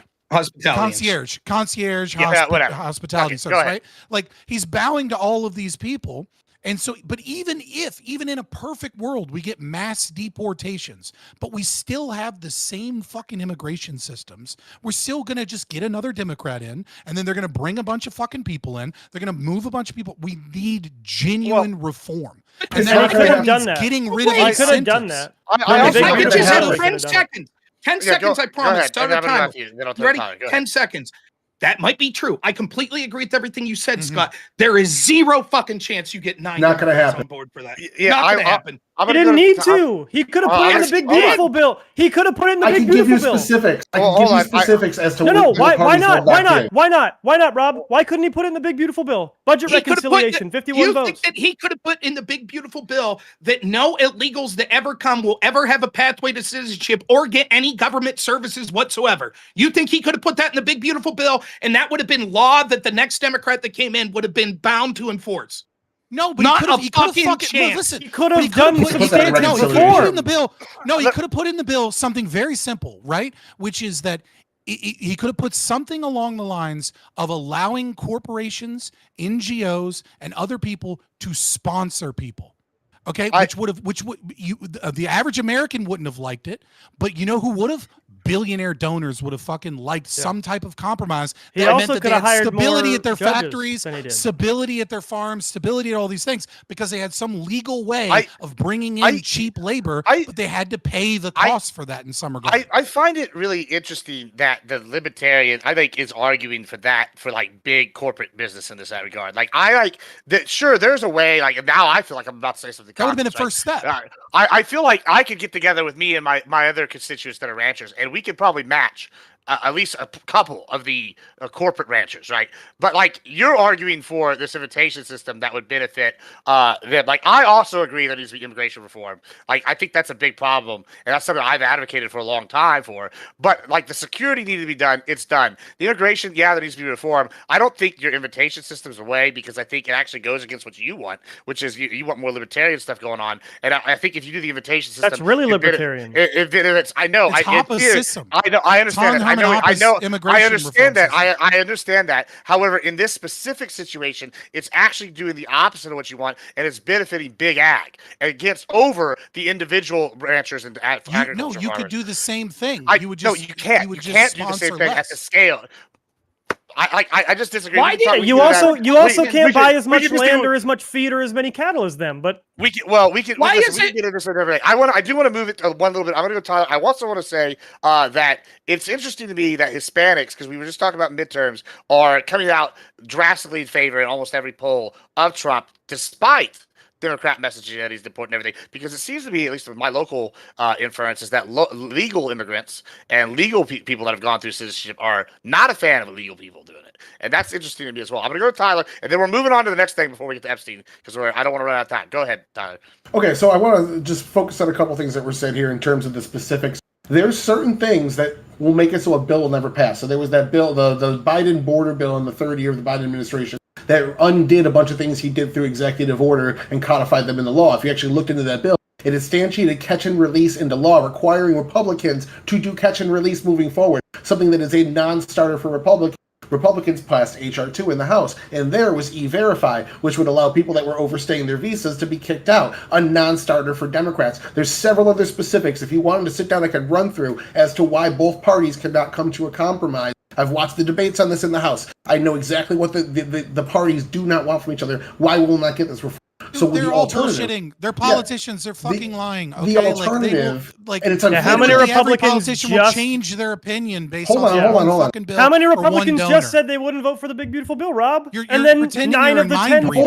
Hold on. So the only thing left to do there is every 4 years or 8 years when we get a new president, they come in, they completely do the border policy how they want it through executive actions, orders, and restructuring DHS rules, and they show the American voter, this is what my border looks like. Trump's got a 60% approval rating right now for border security, 60% approval rating for everything besides deportations as far as it comes to the border. That's a little low. What the fuck do we give about poll numbers? Why is bringing up because poll people numbers in an election, and this is how you win. All we can do right now is keep having the back and forth. Do we care about the American economy and the American people, or do we care about winning elections? Like you sound like a fucking politician. Makes the economy better. I don't know. Like we're spending $60 billion more than they're putting into taxes every year. Let's move to something that I think is going to affect poll numbers, because it does. We spend more than we get. I think we've covered immigration enough. I think this goes to my next thing, because I wanted to bring that one up because I felt lied to in one issue, right? And I'm trying to build the thing before we get to the Epstein thing. Let's talk about what I think is going to be the biggest. I think this is maybe going to be the biggest political scandal of the last decade, or maybe even longer. Is the auto pin thing, right? And I know some of the people here. I know. See, I'm already getting the reaction I thought I was going to get from some people. I've talked to some people. People think it's a takeaway or it's a misdirection to get away from the Epstein thing. And I want to talk about this a little before we get to the Epstein thing, because I think it is a big deal. We now have admissions that some of these people didn't that were basically Biden didn't know what was going on, and up to 1 million potential documents have been signed by AutoPin, with Biden never having even seen anything, and he basically just gave the power to some random staffer to do this. I think it's going to be massive. Tyler, you think it's going to be a big deal? You go ahead. Why don't you lead us off of that, and we can see who disagrees. Okay, so some people here think it's a takeaway from. I did not. I thought this was a nothing burger until this week when that New York Times report came out trying to run defense for the Biden administration. What they said in this was that the Biden administration gave a gentleman in the administration named Zients the authority to dictate a class. And if they're using a class to come up with these the pardons specifically, and Biden didn't actually sign off individually, case by case, on each pardon, it's a big no-no based on how the pardon power is structured. It's the same thing we saw with Biden's parole authority getting held off when he was under office, and Trump's USED authority getting cut off by a judge. You cannot do sweeping when case by case is the legal method.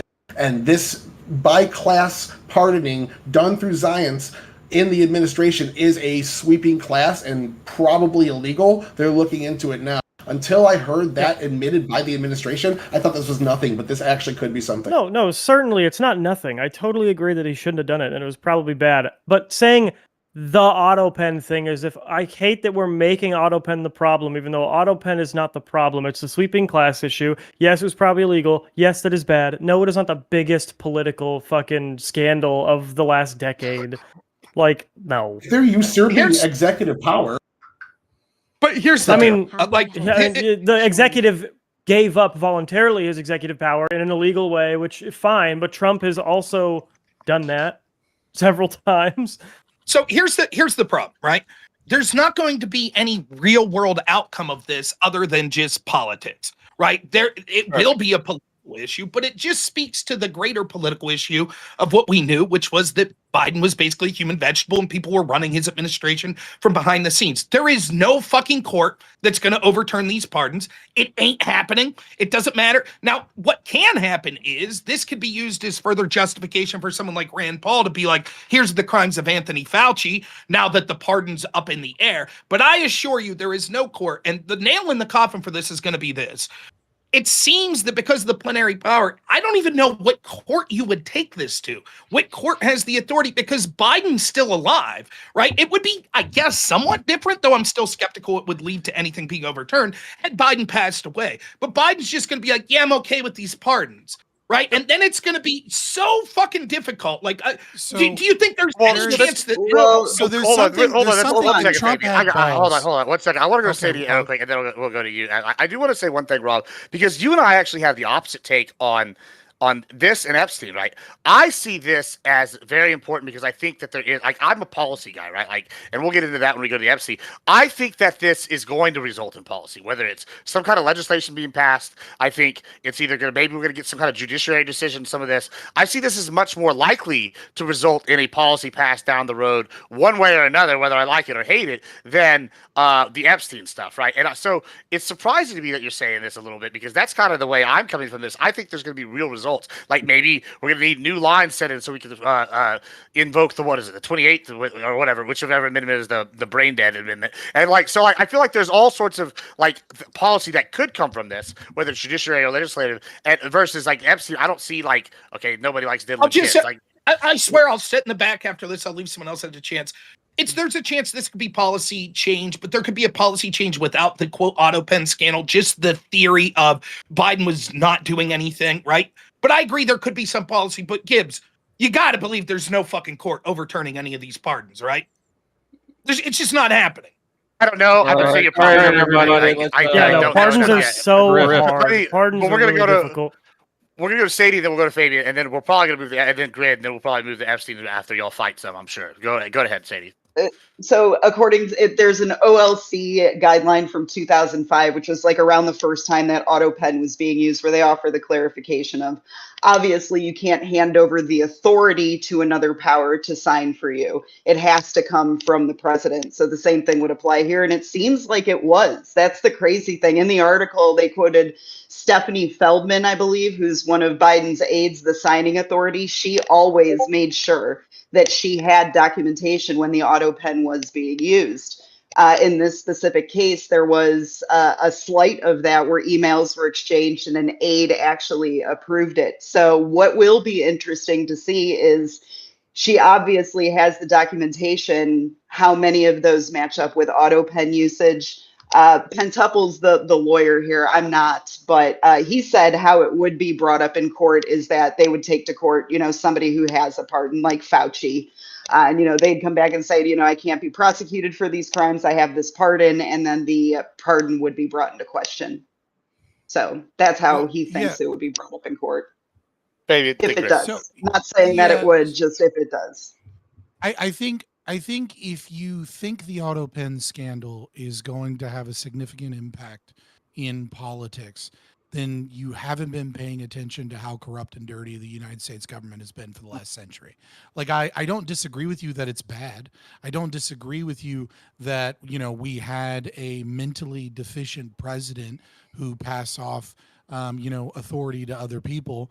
Almost certainly, because how could he not? Because he needed to be doped up on a bunch of drugs just to get through a fucking speech from time to time. And even then he'd wander off stage. What I will say is I think this showcases just another example of how Trump is all bark, no bite. He's just a pussy when it comes to politics, because if he had any balls, he would bring up people that had been pardoned in investigations of people who hadn't been pardoned. And when they say, oh, actually, I don't want to say anything, he'd be, well, yeah, well, cool. You have a pardon. So you no longer have the right to saying things that aren't self-incriminating because you've already been pardoned of those things. So you either talk or we hold you in contempt of court. So we can force Hunter Biden to discuss his business dealings with Burisma and Black and Vetch and the Chinese. We could force Fauci to discuss Metabiota and Ghislaine Maxwell and his connections with her, and the fact that he worked with John Kerry's son and others in order to make billions of dollars off of taxpayers and off of other dealings with other countries to try and set up the very labs that caused the coronavirus. We could do all of those things, but Jeff Zients, right, who was heavily involved in pharmaceutical businesses and in heavily involved in funding those things, gets AutoPen power. And of course, he makes sure that Fauci's one of those people that gets pardoned. And then, Donald Trump, being the pussy that he is, because he's a grade B fucking beta, isn't going to do a goddamn thing about it and isn't going to use his presidential power, because at the end of the day, he's still just another fucking billionaire that is working with all of his friends and selling this lie to the American people that he's this base MAGA conservative, America first guy, but he's not going to do anything about it, and nobody's going to do anything about it. Think of the hilariousness, because nobody's going to care. Think of the hilarious of this is. They bring Hunter Biden in to testify. He pleads the fifth. They say, you can't plead the fifth. You can't self-incriminate. Yeah. He says, yes, but you all are going to challenge the pardons. So it could still potentially be self-incriminating because you're going to challenge them. Therefore, I'm allowed to plead the fifth. It would be an interesting argument for him to make. I still don't think the pardons will eventually be overturned, but I think it'd be a shrewd, sort of legal argument to make. Aren't you going to challenge that pardon? So therefore, on the slight chance that you get that pardon overturned, you can't force me to self-incriminate. Maybe. I mean, yeah. I don't know. That is a level of I don't know if you could make that argument. But then the pardons would end up at SCOTUS at that point. Yeah, that's true. I don't think you'd want to do that because it forces the issue on the off chance. Because then it forces the pardon issue. So I don't know. But again, Trump. It's a debate, bro. To it would be fun to hear. No balls. You know what I mean? It just is what it is. Let's go to Greg. Go ahead. Yeah, I mean the AutoPen thing, and you and I talked about this before. I just don't. While it's not a complete nothing burger, I just don't see where, unless you literally have 3 or 4 people come up and say, yeah, he absolutely had, was out, drugged up, and these people without his knowledge signed these things that may or may not have been willing to sign. Unless you find 5 or 6 people are going to say that, and you've got video evidence and some other things, it's a nothing burger. It can't go anywhere. You can't do anything, because the reality is that the president does authorize people to use the AutoPen on his behalf when he's out of the country or wherever the fuck. And so anything that you wanted to challenge under an AutoPen would be like, well, the president was indisposed. He was he was at the doctor that day or whatever. And so these things had to be signed. This person has the right to use that, blah, blah, blah. So the question actually would become one of, was Biden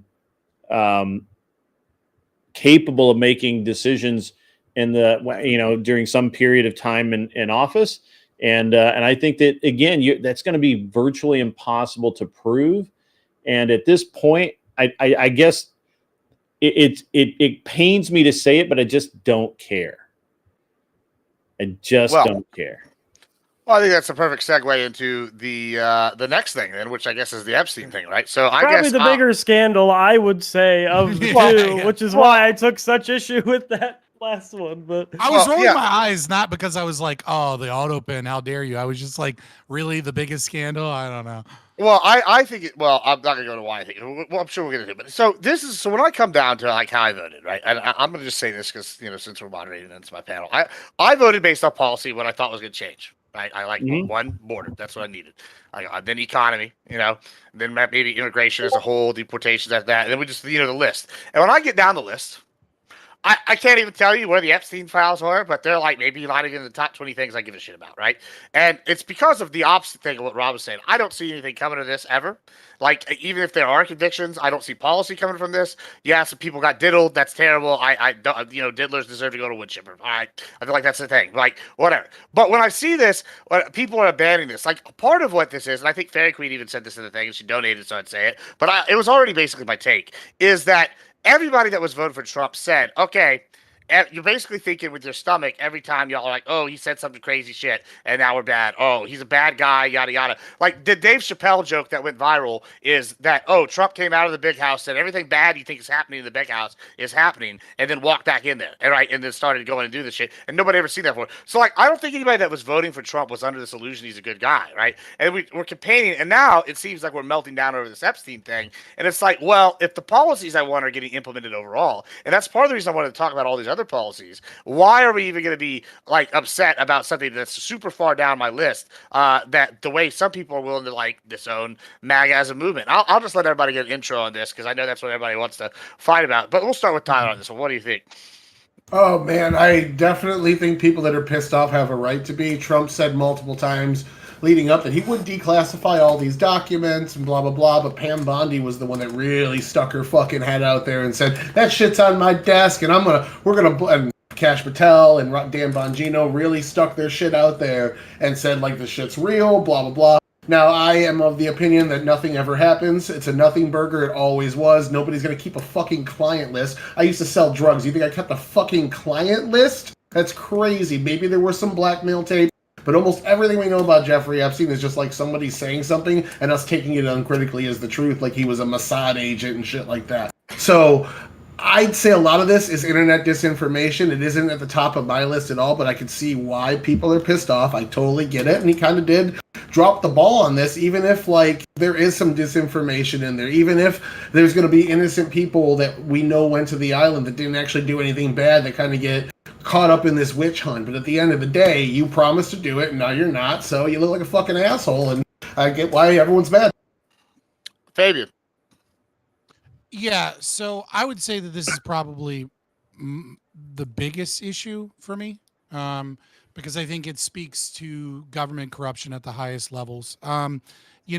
Anybody that says that like Epstein is a nothing burger I don't know if they're just ignorant of the facts that we have thus far, or maybe some of it is misinformation. The CIA does love to put out misinformation intentionally so that they can tie that misinformation to people so that people won't pay attention to all of the other true information out there. That does happen sometimes. But, I don't know if Epstein was a Mossad agent. I just know that Ghislaine Maxwell and Epstein were both deeply connected with Mossad agents. I know that he had a lot of billionaires on an island. He doesn't have an accounting degree and he doesn't have a finance experience. And yet he is the world's premier person for helping people manage their finances, except he didn't really manage that many assets. I do know that the FBI, all of their reports are contradictory. Every single one of them has massive contradictions from the number of victims, the people involved, the process that occurred. Every single one of these people, that Pam Bondi, but especially Cash Patel, Dan Bongino, and President Trump, were campaigning and speaking heavily about how there was a pedophile ring of people that were, deeply connected with the highest levels of government, and we're going to release the tapes and we're going to do something about it when we get in power. And now they're saying, oh, there is nothing.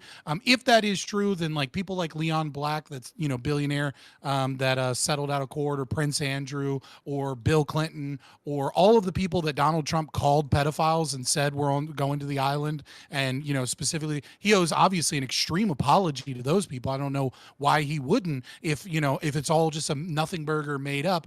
I think it speaks. I think it's so visceral and it's so important because it speaks to the very thing that got Donald Trump elected, which is authenticity, right? Like, I think the major thing that got Donald Trump elected in both terms was that people felt like he wasn't one of them. And it turns out he's one of them.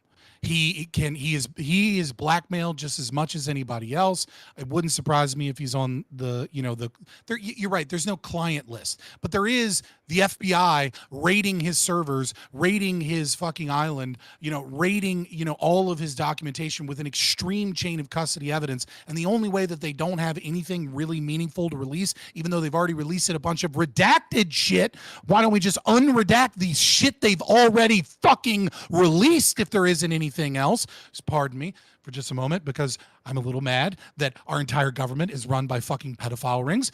Anyways, if you want to understand this and you want to just understand something else of how this works and how long this has been going on, then just go to Google right now and search Finders FBI Vault, and you will find thousands of pages of the CIA and the FBI engaged in blackmailing people through pedophilic sex trafficking of children, and you can find the goddamn documents of them doing this in the fucking 1990s. The playbook hasn't changed. The only thing is that we had someone that promised that they were going to do something about it, and now he's trying to gaslight the American public as if this isn't a big fucking deal, when this is the biggest fucking deal. Because if you are supposedly a Democrat or Republican that believes in democracy, okay, well, your president has fucking owners. He is owned. Your government is owned by people with more money and influence than you, and if we don't do a goddamn thing about this, then all you need to understand is your vote doesn't fucking matter, because your politicians have already been bought and paid for. This is the biggest fucking deal, and I will not be gaslit into backing down. Fuck Trump, fuck Pam Bondi, fuck Kash Patel, fuck Dan Bongino, and fuck every goddamn conservative pundit grifter that pretended like they gave a fuck 6 months ago, and now all of a sudden they're trying to act like it's way down on my list of things. It's not even that big of a deal. It's a nothing burger. Fuck all of you. Just to be clear, I've always said it was a nothing burger, and I didn't give a shit about it. But go ahead, Grit. Yeah, I'm kind of in that same boat with Gibbs. I've always wondered why we cared so much about something that we apparently didn't have evidence for, and even the evidence we did have, we couldn't convict anybody for. So it's like I was always very curious about it. It's kind of one of those like psyop kind of things, and I try not to buy into those. But one of the interesting things, the most interesting thing to me, I mean, I actually agree with a lot that. Sorry about that, guys. I actually agree with a lot of things that Fabian said. Where are the terabytes of data? How come the NSA they deleted themselves? How come the NSA can is literally reading every text message that I send, and yet they don't have one cell phone video from somebody that went to the island that sent it to their buddy back in Vegas? There's like nothing. Like this is the biggest black hole of information that the public has seen. And so I am at the point where I just don't care. I don't care. I don't want to hear about it anymore. I want to move on, and we'll find the next thing. And maybe maybe the next one we can salvage some evidence, or somebody will fuck up and leave a hard drive somewhere that we can get to.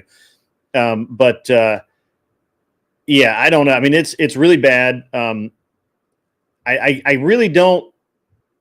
I don't remember Trump campaigning on releasing the Epstein files. My only criticism there or observation would be is Biden had 4 fucking years to do it, and to be honest with you, he should. I wouldn't trust anything they came out with now. There's been 7 years of custody that shit could get fucked with, deleted, changed, faked, deep faked, shot on the studios on the moon. I honestly wouldn't believe anything they put out. And by they, I mean the government I wouldn't believe a damn thing that they put out at this point. So to me, I just don't. I give 0 fucks, and you're not going to be able to get me to give a fuck about it. You're not going to be able to get me to condemn anybody, because they're already condemned. Okay, and that's the end of that. Jeb. Yeah, I mean, it's a big deal no matter what way you swing it. One, I don't like the verbiage of "we don't have any evidence for." Epstein was a convicted child rapist. He got a sweetheart deal, but he was convicted for procuring a minor for the purposes of prostitution. Epstein was a convicted child rapist. So we have evidence that he did that and that he engaged in child trafficking. Like that is something he was tried and convicted for. Well, he's dead. So now, in 2008 he got tried and convicted for this. I believe it was 2004. I think their trial was in 2008. 2008, right? But anyway, opening. The reason it's a big deal no matter what. Here's the deal: is there probably isn't a client list. He probably didn't have the little black book of my child touching buddies separate from his book of flight logs and event manifests and things like that, because this is literally how organized crime has always worked. They affiliate themselves with a wide variety of rich people or just a wide variety of people to obscure the people who are engaging in the stuff that they're trying to obscure. It's like money laundering, but with people and connections. The problem is Donald Trump said there was. Pam Bondi said there was. J.D. Vance said there was. They said these lists existed. So they either didn't care enough to fucking check, or they knew they were lying to you, and then they chose to lie again. And Trump is probably afraid because now they probably have read through most of it and they see his name all over it. They see a bunch of innocent people's names all over it, which Biden did say. At least Biden full-throated said, we're not unredacting this stuff because it's going to put a lot of innocent people at risk of, serious reputational harm for their connection, even though they probably didn't do anything illegal. Trump didn't say that. Trump said, well, they have a client list that I'm going to release that's going to just get the bad people and you're going to know who's been trafficking kids, and we're going to get them all. And now, the reason why you should care, Grid, is Trump is looking at you guys, the ones who support him either way, and he's saying, you fucking idiots. You're so stupid. You believed me? No, there was no list. It never existed. Obama made it up. He's literally, taking all of the good faith he has left, which is not much, and he's spitting directly in your guys' faces. This doesn't hurt people like me who've been out on him before. I already knew he was a liar. I've already been willing to do it. It's only people like true believers that he's saying are retards. Because he's like, you guys are the only ones who fucking believed me that I was gonna release it. And now not only am I not gonna release it, I'm gonna say it never existed, even though my AG said it was on her desk. Because I just don't care. Because that's what Trump is saying. He's looking you in the eyes and he's saying, I know you're not gonna do anything. I know you're not gonna vote for anybody else. So I don't care. Fuck you. The way that Fabian, probably the Trump people watching this were like, Fabian, that soy fucking loser, saying fuck all of them. He's so angry. Trump literally looked you in the eyes and said the same thing. He was like, fuck you. You're an idiot. You guys are idiots. You will do nothing. I think he's wrong. I think by 2028, MAGA is going to have hit its expiration date, and we're going to have new leadership coming in the GOP. I'm really hopeful for that. And luckily, the Democrats are doing the worst possible shit, and they're still trying to galvanize a base based on hating the other fucking side. And so that opens up an opportunity for Massey or someone with a little bit more sort of mass appeal than him to provide a golden bridge for the MAGA people. But you guys got to start looking for it, because he's begging you guys to find him out at this point. He just does not care. Anyone who thinks he's going to try to run for a third term at this point is insane to me, because he is clearly just throwing both middle fingers up to the Democrats and his own base and saying, fuck all of you. I do not care. I'm here because I wanted the win. I have the win. So now I'm just kind of doing my thing. Yeah, before we go to Rob, I do want to say at 2028 there's going to be a change. It's going to be Abbott 2028, and then y'all can really see the culture war start. But go ahead, Rob, go ahead. I've probably covered this for fucking 12 hours over the past week, so there's so much to say. I'm going to try to limit this. I think that the people so far that have talked have done a good job of showing why there is a there, particularly when it comes to connections to our U.S. intel agencies and powerful people, both in politics and outside of politics in the United States, around the world. But let's skip that for a second. Forget about that portion of it. There's two things that I want to focus on here so I don't take up all the time. The first thing is this. Imagine that I voted for Ron Paul and he wins presidency. And the reason I voted for him was I wanted to audit the Fed. And Ron Paul said it every fucking day. Audit the Fed, audit the Fed, audit the Fed, right? And then Ron Paul wins and he gets in office and I'm in the press corps and I go, Mr. President, are you going to audit the Fed? And he's like, fuck you. Why are you still on about that shit? The Fed doesn't exist. Obama made it up. Right. What Fed? What the fuck are you talking about? I voted for Donald Trump for one reason, and that's because I believe there is such systemic corruption in our system through our institutions. You could think I'm a fucking crazy conspiracy theorist. You could think that I'm a blowhard, but that's my belief. And Donald Trump was the only person who had a chance to win that seemed like he could potentially be an outsider to that and possibly do something. Even if I never thought it was because he was this overly moral person, I thought it was because he was someone that was outside of it, that wouldn't be bossed around, and was petty and narcissistic and would go after the enemies that came after him. I was let down in the first term. That's why my first choice for the Republican primary was not him. It was Vivek, who's probably a fucking liar, but nonetheless, at least he was saying things I wanted to hear. And then it was Ron DeSantis, and Trump was a third. I had people tell me over and over, no, what's different this time about Trump is he has seen the attacks against him. Now he's had 4 years. He knows how deep this corruption goes. So when he gets back in there, you're going to see it's going to be fire and brimstone, and he's going to weed out all of these corrupt people in our institutions. I can't think of a story that is more low-hanging fruit, that discusses the corruption of our institutions more than our government, our intel agencies working together with a person who is trafficking children, the most heinous of crimes to the most powerful of people. When I talk to my neighbors and I talk about government corruption and I start saying shit like this, well, listen, there was this laptop that Hunter Biden had, and these 47 intel officials signed off on. Here's what happened. His father issued this quid pro quo when Poroshenko was president of Ukraine, and there was this prosecutor named Viktor Shokin. Now, Hunter was working with this company called Burisma, and this dude Zolchevsky was considered to be, they're like, yeah, whatever, dude, I got work tomorrow. What the fuck are you talking about? And I sound like an unhinged lunatic, which I basically am. But when I say, hey, you hear about that Jeff Epstein guy that was molesting children and trafficking to a bunch of powerful people, they're like, oh, fuck yeah, we understand that. That's simple to understand. Was our government connected to that? Now, it could be that it's all bullshit. I disagree. It could be. But then I think Jeb Tan's right. We had Dan Bongino with the fucking podcast at the top of Rumble that was making his fucking living talking about Epstein at least 3 times a week. Now they're going to tell us, trust us, bro. Dan Bongino from 2023 would be saying Dan Bongino from 2025 is a piece of shit that's covering up for these abuses. That's where we're at. And they're going to piss on our leg and tell us, why the fuck are you still concerned about this? Now, I believe Bongino's probably just listening to the boss. Nonetheless, if he has any integrity, fucking resign. That's what you should do, or explain how wrong you were and apologize to people for fucking leading them to this conclusion that ended up not being true, right? It's one or the other. So that's where I'm standing on this. This is the biggest representation. I'm not here to talk about, oh, Donald Trump was this moral guy. I gave it less than a fucking 5% chance that Trump would do anything this term to drain the swamp. But now it's been made official. 6 months in, been made fucking official with a nice big rubber stamp for Trump. And that leads me to criticism too. No matter what you think about this, they could right this ship tomorrow. In fact, as we're speaking, Pam Bondi came out and said she will be tomorrow releasing grand jury shit from the Epstein stuff. Let's say that they do it and it rights the ship and people are like, Donald Trump treated us like fucking bitches.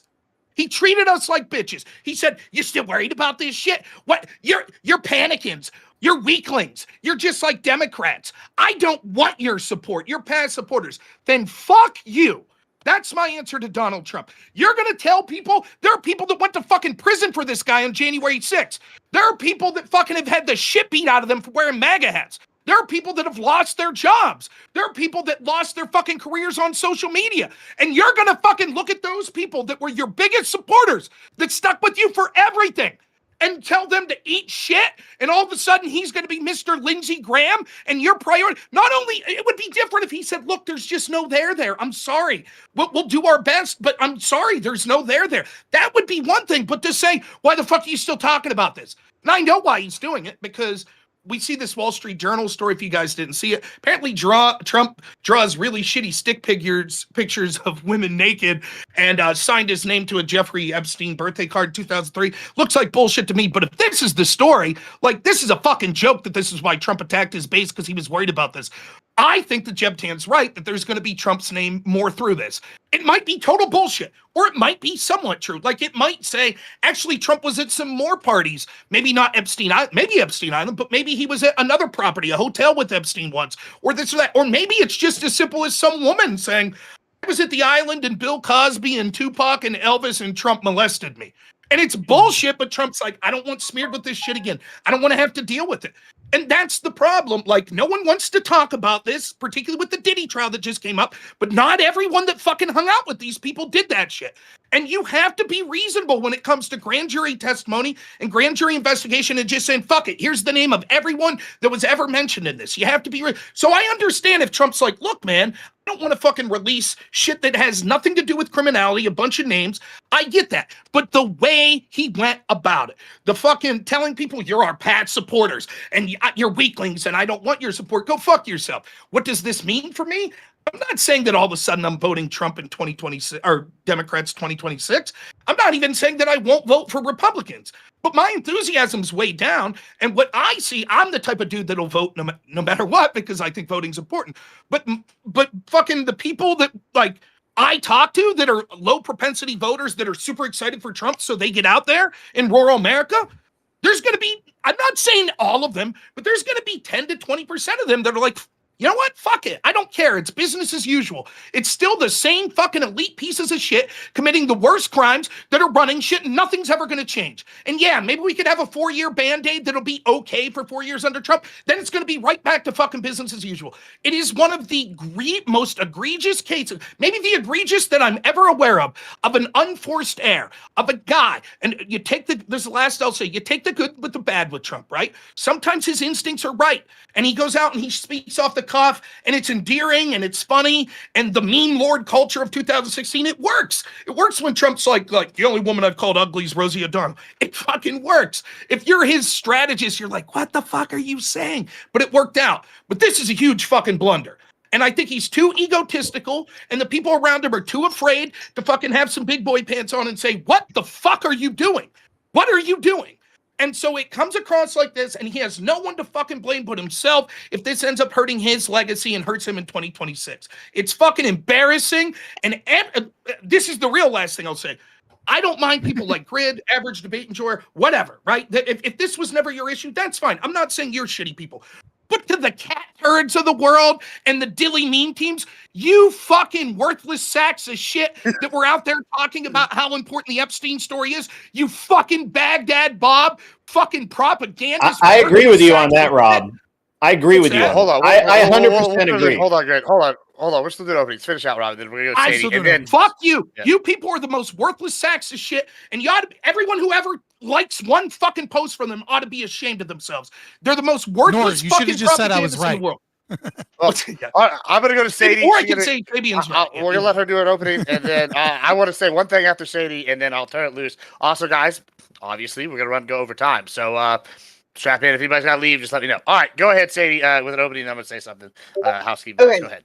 All right. So the Trump comments, he was asked and it was answered 4 times during the campaign. They were all in interviews. This is not something that he brought up during his rallies or anything like that. MAGA HQ, we watched as many rallies as we possibly could.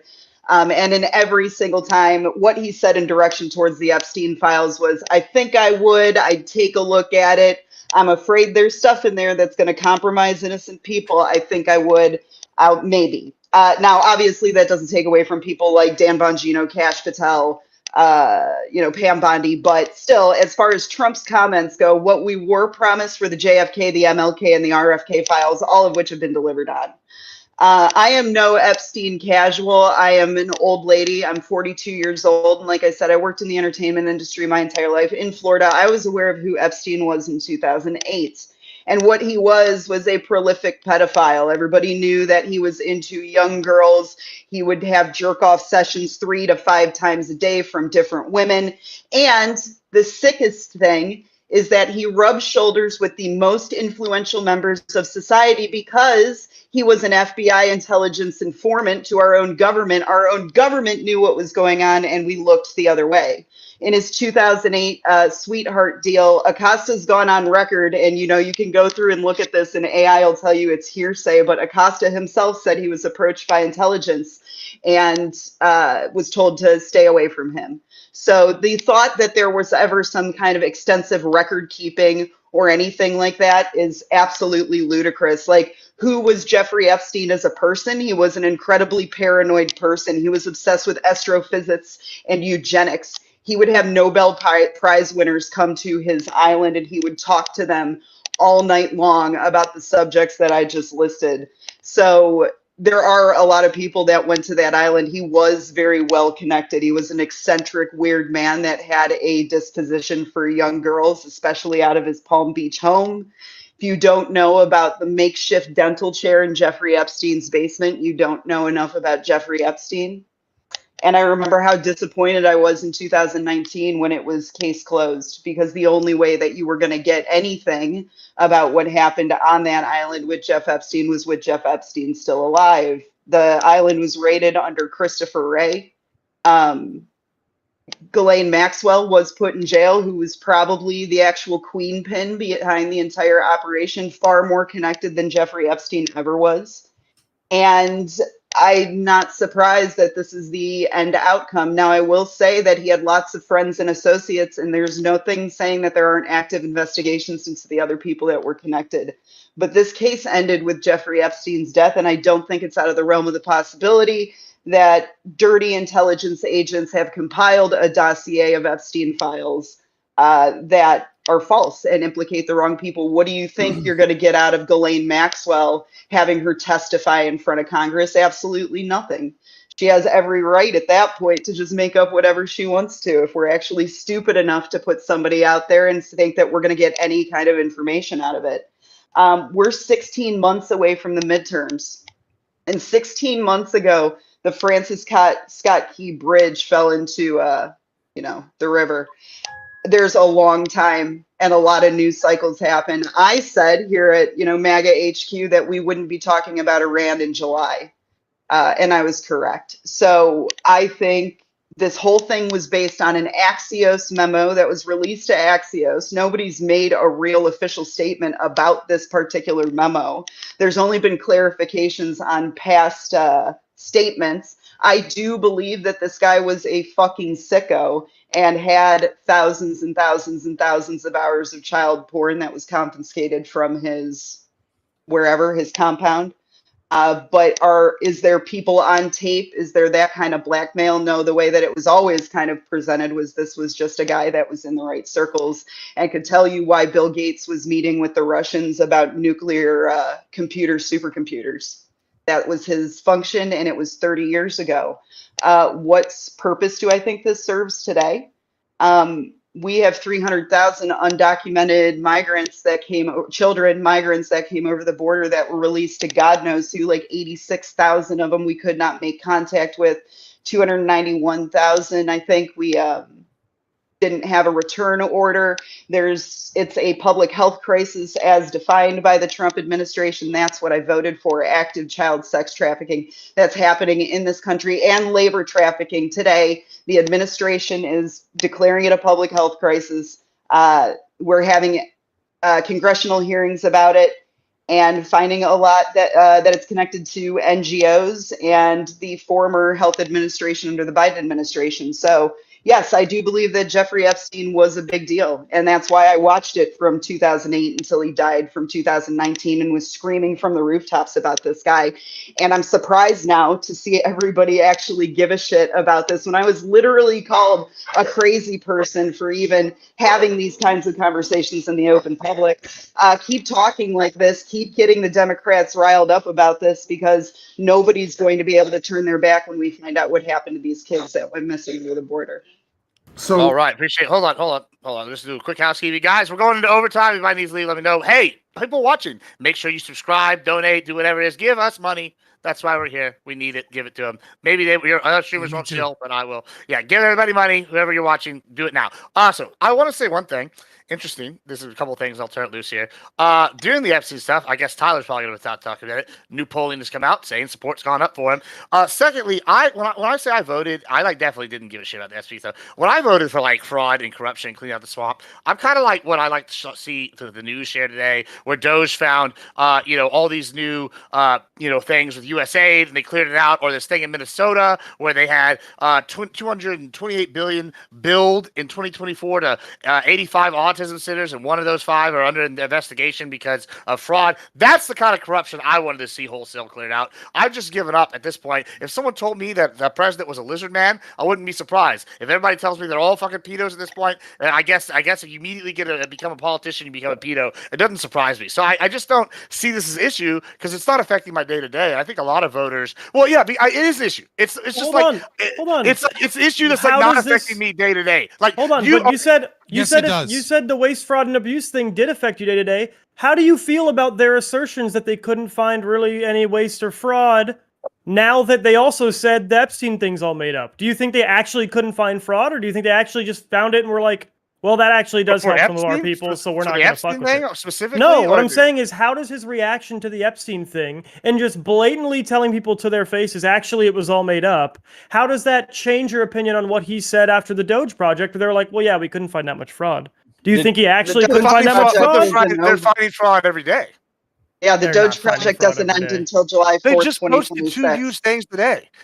From 1.2 million in 2017 in fucking Minnesota to 228 build, and there's 1 in 5 autism clinics in Minnesota. This is Minnesota alone. There's another one today where they found millions. What's the total? What's the total bill on fraud? I mean, I don't know what the total bill is. Well, hold on. Doge doesn't investigate fraud. Right? Yeah, but that's what again, it's another thing where they said that's what they were coming to clear out. No. The term is waste, fraud, and abuse, right? It is they talk about these collectively. Now, what you do at Doge, right? And I'm not trying to fucking talk about how great anything, like I'm not trying to defend, I'm just trying to be honest here, right?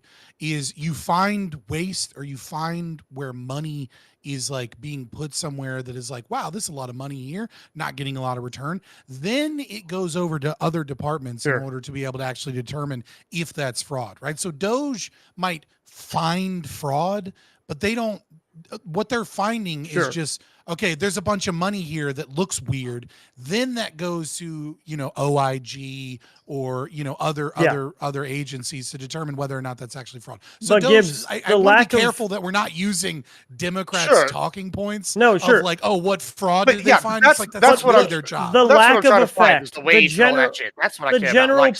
general tiny fucking effect Doge has had. Do you now think there's a little bit higher chance that tiny effect isn't just because they're having trouble finding it or it takes a long time? Do you think now maybe there is just some fraud that they support just as much as the last fucking guys supported? There's waste that they support just as much as the last guys fucking supported?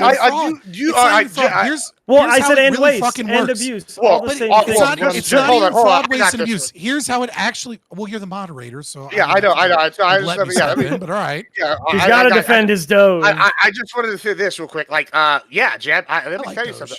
I don't know if you know this or have watched enough of my shit. Clearly, you haven't. But my position is, I'm okay with corruption if it's out in the open. We all know the fucking game.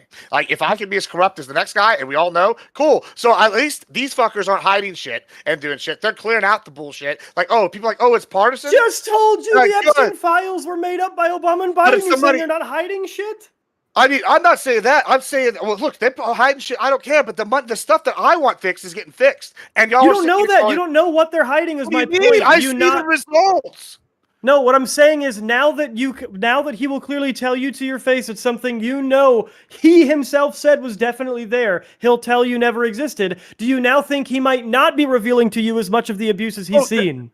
Because there might be some that he just that he doesn't give a fuck about. I'm sure there is, but at least we're getting some reassessment. Just in San Antonio, there was a facility that had over $200 billion spent that had never housed somebody in 6 years, and that is clearly fraud. If you're paying a doctor to sit on his ass and flip stroke his dick, I'm sorry, that's fraud. I don't want that. Yes, okay. This is an argument. It's a tiny little effect, and he's probably lying about how much he found, and he's not acting on everything he could. I get that. If you're saying against a Democrat, I'd vote for him because they wouldn't even try. Sure, I'm granted, but we're all Republicans here, so let's talk about standards going into the future. Okay, most of us are Republicans here. Let's talk about standards going into the future, right?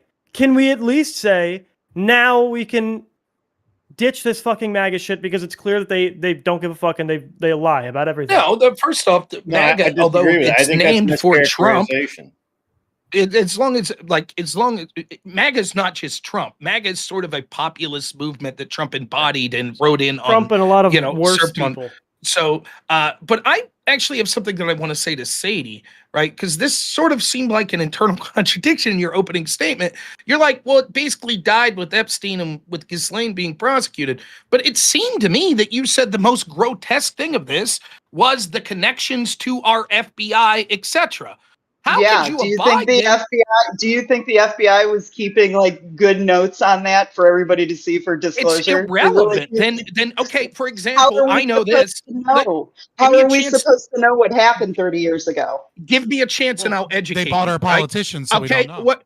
So give me a chance and I'll educate you. Here's how we could know. We know that the FBI agent that was the lead investigator in 2008, Acosta, said that he was told by the CIA that basically that Epstein was working with them. We know that there was an Office of Personal Relations investigation into Acosta circa 2021, 2022.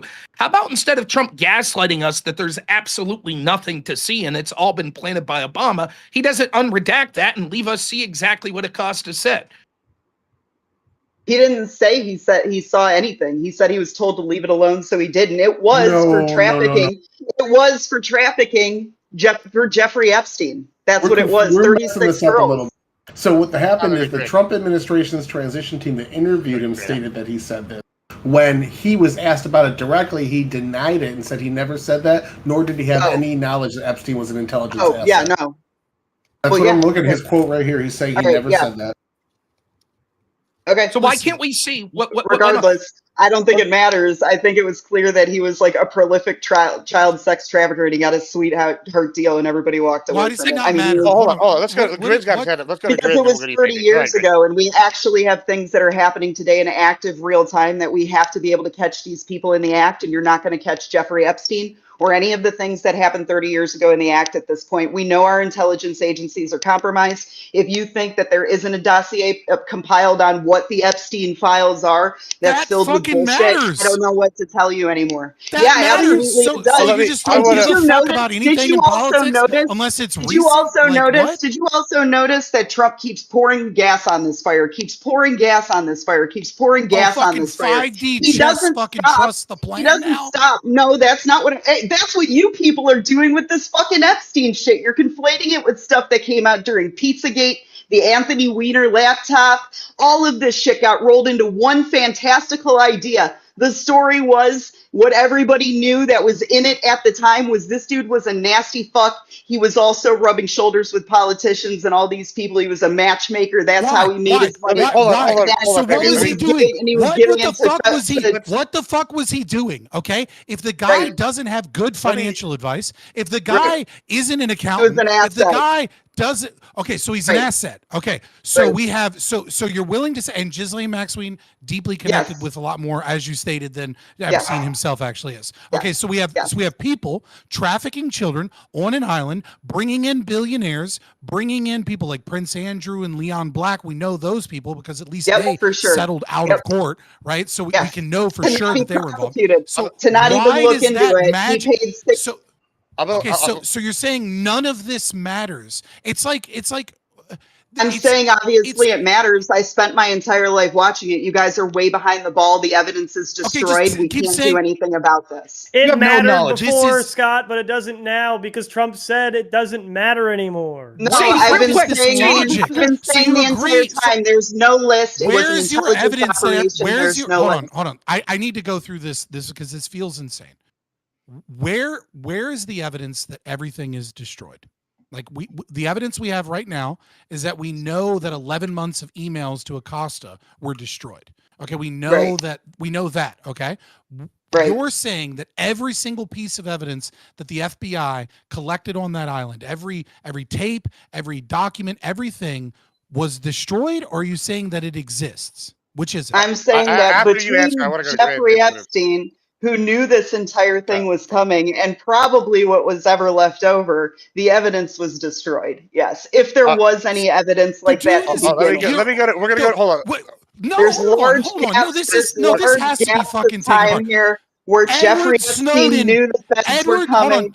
All this shit. Edward Snowden proved almost 2 decades ago that the government had the capacity to track people's emails and all of their outgoing and ingoing communications so long as it went through a Google server that was housed in Europe or through the Five Eyes program. Okay, he showcased how whole businesses were being targeted and all of their information was being housed by the NSA in Brazil so that we could do corporate fucking espionage against Brazilian companies on behalf of the CIA. All of this was proved, and he showed documents that they were only increasing their capacity. Not a fucking person went to jail. The only thing that happened was that the guy who lied to Congress works for CNN now. Okay, so in what fucking world is someone an intelligence asset and there's no fucking data available and it's all gone? Like what are you talking about? Every day, all the time, in every way.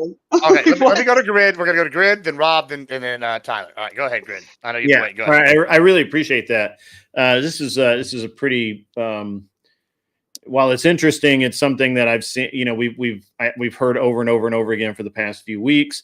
So I guess, Rob, I agree with you. You know, that I think that.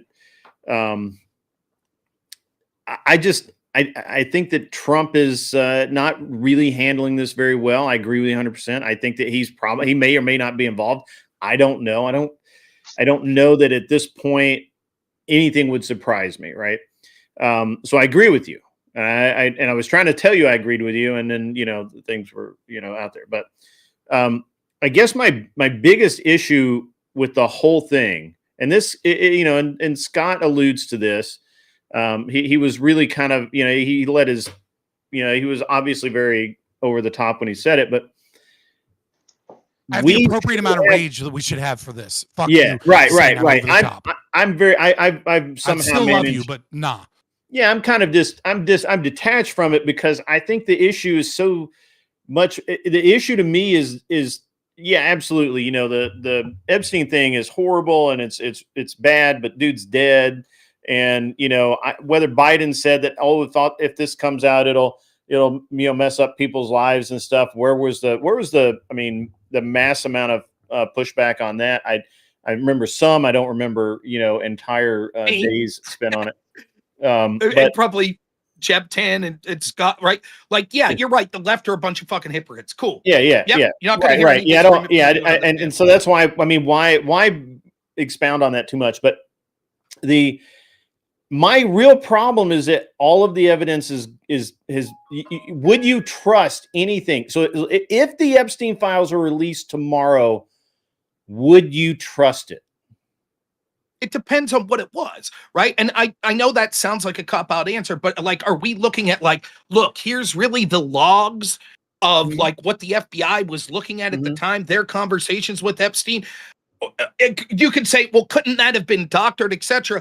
I will say to you what I was about to say to Sadie. One of the exciting things that if it wasn't for this debacle that I would have been is that there might actually be a review of Crossfire Hurricane and sort of what Comey cooked up with Brennan. I'll turn it to you and Sadie. Sadie and Grid, you're both telling me that investigation, Trump's just pissing away political capital and time because clearly we'll never be able to trust anything that comes out of any review of any FBI action because if there was wrongdoing by the FBI, they would have deleted it. Rob, that's being completely obtuse about what the situation was. I've been very polite. You can trust it as long as it's against the Democrats. Go ahead. Here's the thing. I didn't say that we can't trust anything. I'm saying that this has been bounced around for 7+ years. It has been hidden. It has been wrecked on. It literally, I wouldn't trust anything they put out about it. And actually, I wasn't really aiming this at Rob so much as like Jeb. Jeb, you had a lot of things to say about this.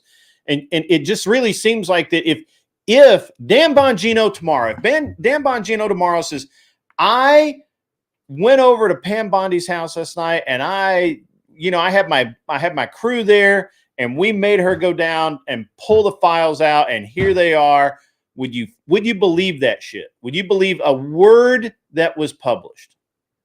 I mean, yeah. Again, if I saw legal documents and they had a chain of custody and it was verified by sources that have been working longer than just in the Trump administration, yeah, I'd trust it. But obviously, there need to be. I don't trust it until someone goes to jail. Mitigating factors. I'm actually with Fabian here. I don't trust it prefer until it goes through court, and even then, you know, like I don't know. we have ways of determining whether something has been altered and things like that. Like we were already able to determine that the footage. I wish I was as naive altered. as you. So, I mean, it's not about naivety. I'm not saying that I would 100% believe it carte blanche. I'm saying I would give it a critical look, but I know if I'm not giving a straight yes or no because there are so many different factors that are going to impact whether I trust what I'm seeing. There's nothing that All they you're say about right now is I know they're lying to me, so it doesn't matter. All right, we're going to Exactly, Rob. yeah. We're going to Rob. We're going to Rob. But look, I got to hop off. All right. Adios. Hey, good meeting you, Jeb. Peace, Jeb. Yeah, Nice to good meet talk. you. Good talking to all you We should guys. do more of these. Go Steelers. Yeah. All right. Yeah. Yes, sir. All right, go ahead, Rob. Then we'll go to Tyler. Go ahead. Yeah, it just seems to me so black pill because I don't know if you two are trying to say this, but this is what it sounds like. This is how it's coming across to me. You know, our system's so damn corrupt that there's no point doing any investigation of the people that are running our system. Well, no, because let me finish and get my point out, please. Right?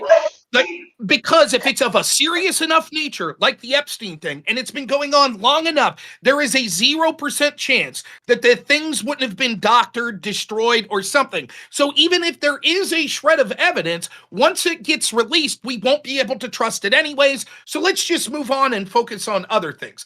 That would destroy the entire concept of Doge, right? Why even look into fraud? You don't think that these people would have cooked the book? That's a straw man of my position, Rob.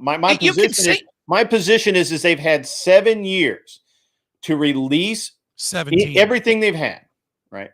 Huh? 7.5? Really? Yeah, It's 2008. Well, I mean, Yeah. like it starts in. Well, I mean, the first 96. court is It really starts in 2008. Yeah, but I mean, it goes back deeper and longer than that. The Sure, investigations, right. But we've specifically known with about this as specific far victims. Yeah, we've known about, or this has been in the news constantly. This specific issue, I wouldn't trust anything because it's been sat on so long. It's just like Hillary emails, right? Like if the Russians sent over the Hillary emails that they downloaded off their server back in 2018, would anyone fucking believe that shit? No, you wouldn't believe it because why? Okay, Why would you? What I'm going to do, I don't think you're saying anything different than me. I think you're saying there is a reason that this particular thing, we can't trust anything. I need you to give me the specifics on this. So, for example, you said, Sadie, please, right? Yeah. So, for example, you say here 7 years. So then if we're looking at other sorts of issues we shouldn't investigate, 7 years is the cutoff? No. I think that, well, here's my, no. I think that the way the investigation was handled, the amount of stonewalling, the amount of misinformation that's been given out about it, the way, Epstein's apparent suicide. Now it's not a suicide. Now maybe we're not even convinced he's dead now. I've heard, people say that they've seen him in exactly. Disneyland. Everybody's going full QAnon on this thing. And so I'm not black-pilled about this. I just think that in this specific group or occurrence, there's the information, the chance that the information is tainted is so high. It's been stepped on so many times. The Biden administration. So what? Don't investigate. You would have suggested I think there's actually that's exactly what I'm hoping for. What I'm hoping for is an investigation that proves that it's been stepped on, that proves that people changed, altered it, that nothing matches up like it's supposed to. So it seems that Trump was saying Trump is a liar and a piece of shit. You're a fucking idiot. Yeah, if Trump's lying, then absolutely. I'm hoping for an investigation. Well, it can't not be lying because he said contradictory things. Right. And Trump said people like you are past supporters who he doesn't want his support from. That's what he said. No, he didn't. No, he didn't. What he said was, hold on a second. Please, Rob, please. What he said is that there's a whole bunch of shit in there that's filled with hoaxes and everything else. Pam Bondi needs to go through it. And whatever she can confirm is legitimate, she should release. That was a statement he gave yesterday. That's been cut up and passed all over the internet. Did he or did he not? Did he or did he not accuse Bill Clinton, Prince Andrew, both of going to the island and allude to the fact that they are pedophiles multiple times? Did he or did he not do that? Absolutely. Yeah, he did. And so apparently, should he apologize? Should he apologize? Should he come out and should he come out? That's So not to should he say come there's out and not apologize? active investigations Sorry. into Jeffrey Epstein's buddies and the things you guys are actually talking about, which are connected to Pizzagate, the Anthony Weiner laptop, Huma Abedin, all of that shit that actually points to the trafficking of children to elites. John Again, I Podesta just want to email. say, Listen. That's I why I think brought up. That's why I That's brought what we up. should be talking about. That's why I Epstein brought up. is That's a why I brought boogeyman up that's finders. created. Listen. I agree That's with why I you, brought up. Fabian. Go ahead, I Fabian, agree and with then we're gonna you. get Tyler in here Hold because on. we're waiting. Go ahead, Fabian. Tyler's God getting in damn here. it. God damn it. Go Okay, ahead. so should he or should he not openly apologize to Prince Andrew and openly apologize to Bill Clinton if there's no evidence whatsoever that those people engaged in pedophilic activity on the island? It would I show don't that know he's if he should. I think he I'm should. I sorry? mean, I think Hold that on. he should. I'm asking Sadie a question. Okay, I'm sorry. Can I get My- Sadie's I'm- answer, I'm please? saying I don't know if he should, because for what it's worth, anything that they have found could be an open investigation. We're even mentioning that the things that they're finding under on. investigation This is- compromise what's actually happening. We're Okay, talking about the then why highest did he levels of lie to the government American and public? elites. Why is he lying still then? If it's an open investigation, He's why does he telling you not to say stop fucking looking at it, is what he's saying. Right. That's what he that's a said. serious Stop looking fucking at it. problem when he said that when he says the when Maybe Pam now's Bondi not the says time. the We had documents are 3.5 on my fucking years desk. left. Maybe now's not the time. No, that's such a Maybe bullshit in cope. 6 No. months. Okay, this is what keeps happening over and over No. please, Sadie, no, you've been speaking this entire time. Please This allow is me to finish insane. the point. This is fucking No, this is what insane. happens This every is single time insane. with the Trump administration. You guys get on this soapbox. 6 months later, it's vindicated. This is an ongoing investigation. Who's you guys? It was Who's a you fake. guys? It's a, who? I mean, you will be if it's your first time, I guess. I don't know. What do you mean? What are you talking? This No, might be your if first that time. is no. Where you're Listen. finding out that Listen. Just like with the fucking no. You're trying to fucking filibuster on this. I ask you one No, I'm question and not. you give me a whole bunch of shit. You listen to me. Listen. It is if that is the case, then that is what Trump should say. It's really fucking simple. Maybe he can't say it. Maybe saying it alone implicates investigation. Maybe now's not the time. Yeah, maybe now's not the time. Maybe when we're not 16 months away from the level of cope midterm. I've ever heard. Hey, that's fine. I don't know In how you can. 3.5 years, I don't know how you maybe can you'll be be able so. to come back and say, Let me get control here. We're gonna go. I'm not about to throw in the towel in the first 6 months of a 3.5 year term when we're talking You don't care about. if people lie to you and call you an idiot. So you're a liar and an idiot. Hold on. All right, let me just get it here. We're gonna go to Tyler. End on calling me a liar and an idiot. No, I'm gonna let No, I'm saying you don't care if someone calls you that, so why I should call Let me you. just get a Obviously, you hold don't on. care. Hold on. Trump calls you a liar and an idiot. I don't give a fuck about Trump. Sadie's let Sadie respond. Go ahead, respond, and then after she responds, Tyler's going because he has not been getting. No, I don't get emotional over posts on Truth Social. I do believe that Trump is in control. I do believe that there's things that I don't know about that I can't comment on. Wild, I know that not everything can be considered in this public sphere when we're talking about fucking intelligence operations. I know you guys know everything, though. You know everything that there is to know about this shit. These were people at high levels that were implicated. How long? Hey, in 3.5 years, Trump has ballooned our deficit. Trump has ballooned our deficit. I'll do it. Worse than almost any other president in history. Okay, all right, How long all do I right. have to trust the plan? All right, we're going to Tyler. We're going to Tyler. Go ahead, Tyler, and then we can go to Tyler again. Tyler, go ahead. Okay, so man, there's a lot said since the last time I talked here. So I'm going to go with what I was going to start with. I made about a decade ago a comparison. There's systemic racism is the leftist thing to systemic pedophilia, that our government is run by these cabals of pedophiles that are just covering up all the crime. And despite that, we have no whistleblowers, no actual concrete proof of this. We have no eyewitness testimony, none of that, no convictions, none of that. We have eyewitness testimony. We have convictions. We have documents. What we have for Epstein is we have two people. One helped write a book. Just go look up Finders. I looked up Finders. It's not the same. It has nothing to do with Epstein. You're saying because crimes happened in the past, that proves crimes are happening now. That's not what I said. That's what you're alluding to.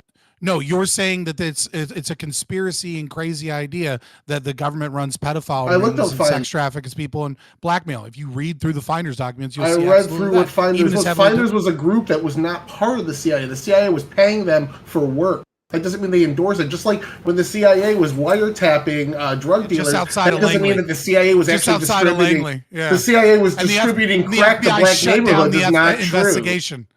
It's taking a fragment of truth and running with it to the point where the evidence does not substantiate the claim. There's no proof at all that Epstein worked with our FBI. Acosta denies There's no the list. There's no list, so we don't have to investigate. There's no proof that he worked with the FBI.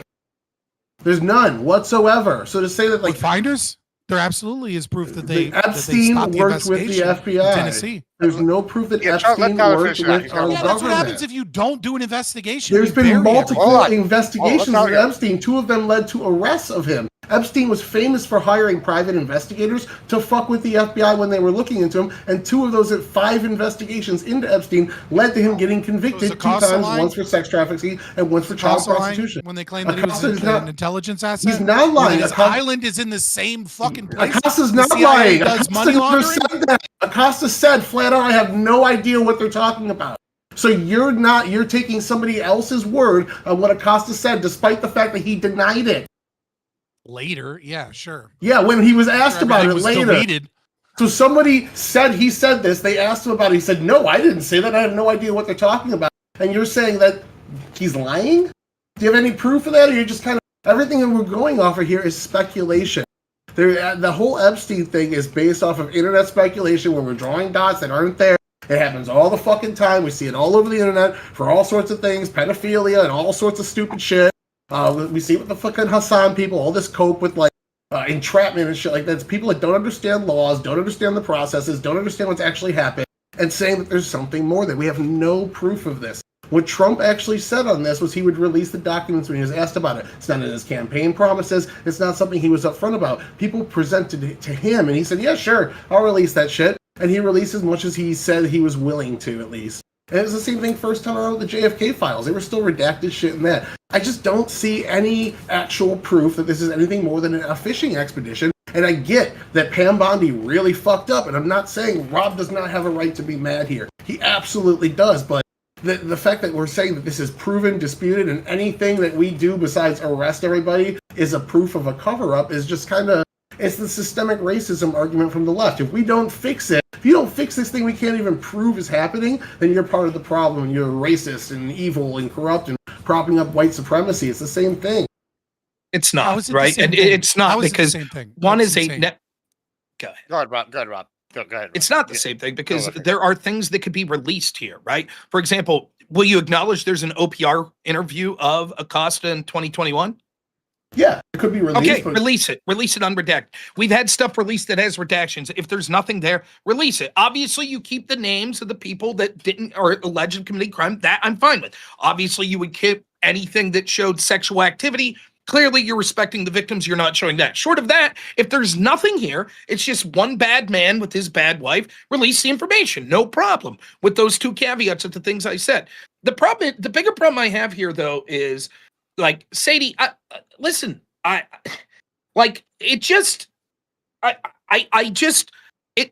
don't know that there's anything Trump could do that you would ever credit. This is QAnon level shit. It's the same. I was agree. Talking to people. QAnon level shit. You are a QAnon person? No, I agree that this entire Epstein thing and how it's been spun by whatever part of the right this is now is QAnon level shit. No, yes, it's the exact opposite. It's the exact opposite, right? There were people I was talking to like you in 2020 when I was flipping out about Trump endorsing lockdowns. And I said, this is a huge fucking mistake. It's going to cost him the election. Let me finish. Fucking mistake. Right. And let me finish. And you know what people were telling me? Trust the plan, Rob. Trust the plan. You don't know what's going on behind the scenes. He's setting the trap. That's what's happening here. Trust us. Trust us. We'll know by the end of his term. Trump's going to win 48 out of 50 states. What you just said to Fabian at the very end there, when he was like, how long do we trust the plan? You said for 3.5 more years. We have 3.5 years to see how this thing pans out. Okay, so Like, we so the literally day don't fucking know what is happening. There was a memo that was released through Axios that no official channel has made any statement about yet. We have What Pam memo Bondi are you Claire, talking about? the Axios memo, the I memo that don't know the what they tell me what investigation this was memo over. said. You just say This was the Axios. memo that just came out that said that there was nothing left in the Jeffrey Epstein investigation. The case is closed. I know what I This was was a memo told was released through Axios. okay. So then I know what happened was post. Apparently, it was Axios that said something to that effect that Trump and Bondi were asked about this, and Trump was livid and said, "I can't believe people are still interested in this story." Now, let's say your version's true. That in reality, Trump's like, "Holy fuck!" The same people that came after me, like he's saying, the same people that did the Russia dossier, the same people, the laptop from hell, all of this shit, the same people. They also were doctoring evidence to implicate me or other people that maybe support me and to cover up crimes that Jeffrey Epstein committed that maybe involved my opponents. So instead of saying that, if that was the case, this is what Trump would have said. Yeah, we're looking into this. Things aren't as they seem, and we're diligently looking into it. But you're right, it's a big deal. But instead, he came out like 4 times. You said previously, no. He didn't say past supporters. He said that only about the people that I forget exactly how you put it.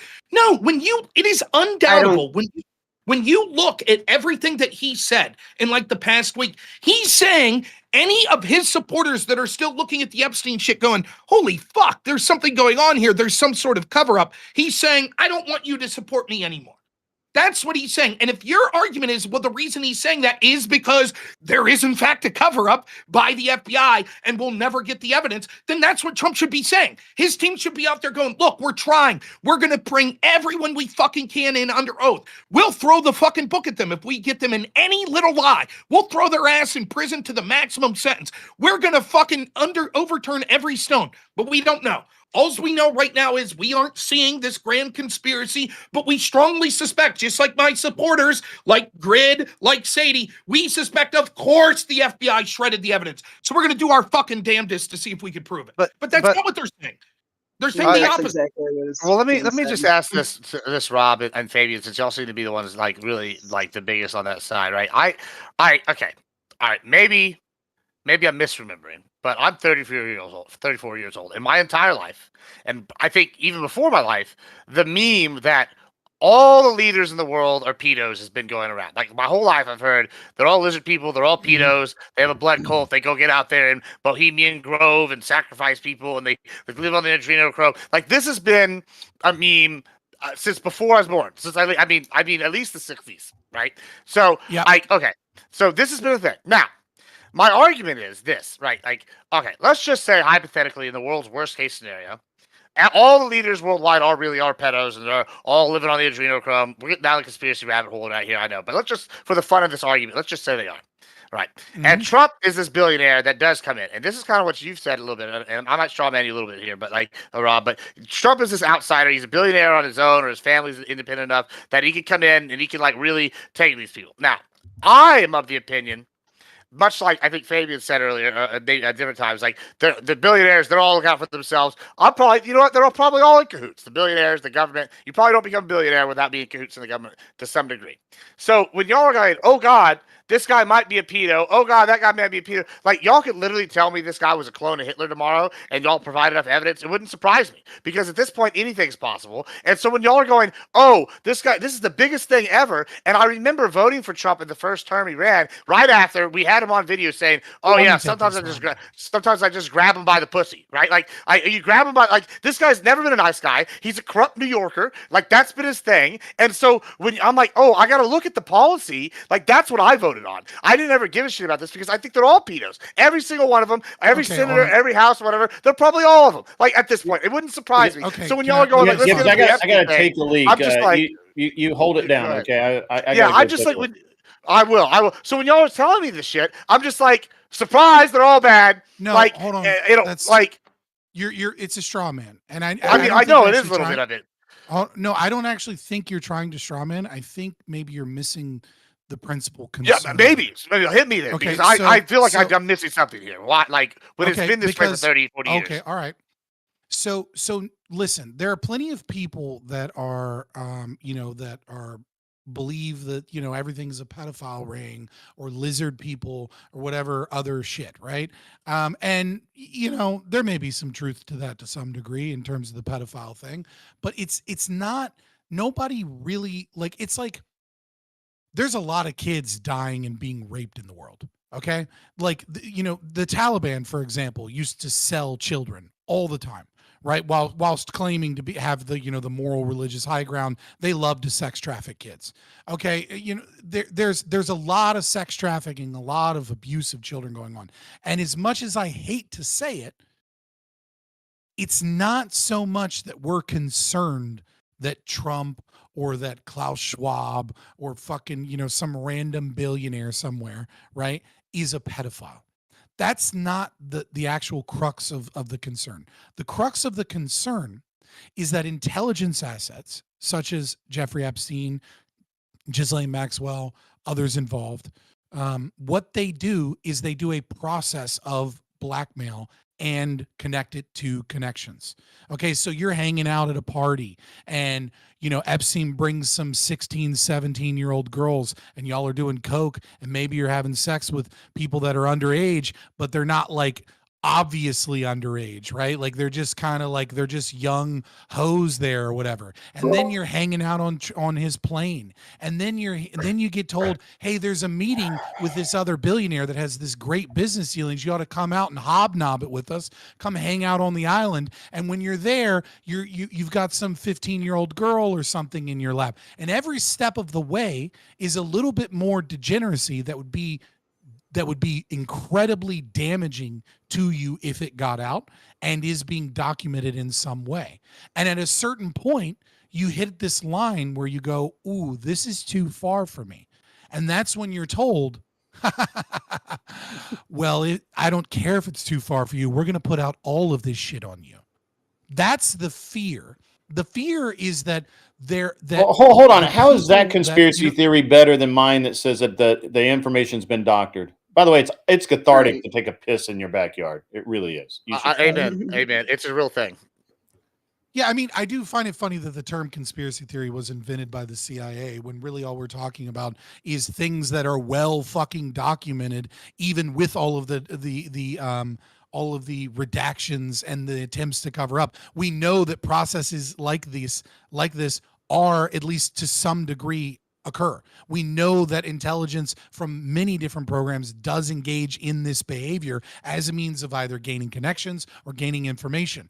We know that people have settled out of court for engaging in behavior like this, and we know that it doesn't make any fucking sense for anyone to be on Jeffrey Epstein's island unless they're connecting and hobnobbing with other rich people, and we know that there's all this crazy shit that's going on there, and we know the MO. It's not that crazy. No one told you, not Rob nor not myself, Grid, told you that your conspiracy theory that the evidence would have been doctored to some degree or like was this bad conspiracy theory. What we're saying is trust the plan ain't fucking cutting it. What we're saying is you're either going to fucking try to... I wasn't on that. I'm not in that. Again, let me defend my position there because I'm not going to freak out with 3.5 years left in the term. And I named another operation that is being endorsed by the federal government. That's the 300,000 undocumented kids. Hold on. That's the 300,000 undocumented kids that have come over the border since 2019 to 2023. And the HHS has declared it a public health emergency, and we're actually doing something about it. That is an actual operation that is actually going to do something. This Epstein shit is boogeyman nonsense that's being tossed around to get the Democrats all riled up, because when this shit comes out about what happened to these kids, it's going to be fucking ugly. They're actually doing something about this. So that's proving my point. Hold on, you're proving my point, right? You're proving my point that the general concern is not necessarily about just how much sex trafficking occurs in the world. Obviously, that sucks. Obviously, we should do something to stop that. But we're not talking about Epstein because we're so focused on trafficking by any group, right? Obviously cartels traffic children. Obviously the HHS under the Biden administration helped ease this by making sure that, that instead of, doing investigations, they needed to just push the paperwork along. I think it was like 45 days or something. So they would just give them, the documentation that they're going to sex trafficking houses, but they didn't care because they needed to get the documents. Obviously, that's bad. We should investigate it. The primary concern in the difference is that you have well-connected billionaires that are engaged, that are connected with intelligence assets, and there is a serious cause for concern that people with that much influence and power and money are being trapped in such a degree so that they have to do the bidding of different intelligence When it agencies. comes to the we have less control of our government. Let's go to Rob here. I know he's been waiting, and then we'll go to Grid, and then you say it. Go ahead. 3 things. Tyler, did you need to check out Tyler? Was that what you were saying in the chat? Oh, no, yeah, I'm just checked out of this convo. Just it's not my thing. So listen to this part, Tyler, because it's directed to you. Fabian saying something like, all these dudes are doing coke and partying. And Tyler, at the most inopportune time, you get a big grin and put your thumbs up as Fabian's literally saying the words, and sleeping with underage children. So just to clarify, you weren't putting thumbs up to that part of it, right? It was just the coke and the partying, right? I heard him. I'm not a stickler like you guys. Oh, okay, there's grass in that field. Play ball. Wow. Oh my God, bro. There's a Democrat for you. you. Not exactly.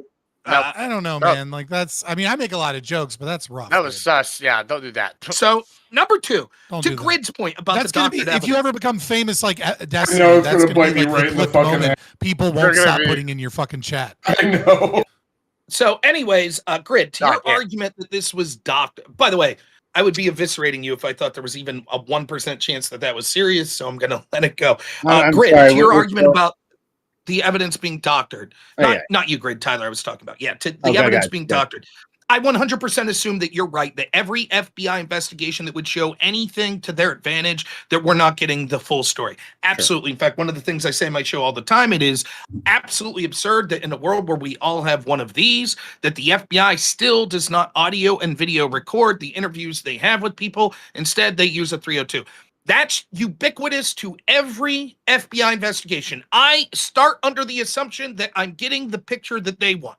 The criticism that I have isn't you saying, oh, well, I assume that I can't trust things. Yes, that may be true. It's in the world of, but Trump's telling us to not even look into it. He's telling us. Yeah, but I don't share that view. Like, I don't care. Trump not wanting us to look into it is irrelevant to me. Like, I don't feel one way or the other about it. I think it's kind of shitty, but at the same time, whatever. He's going to say what he's going to say. I'm not a mind numb robot.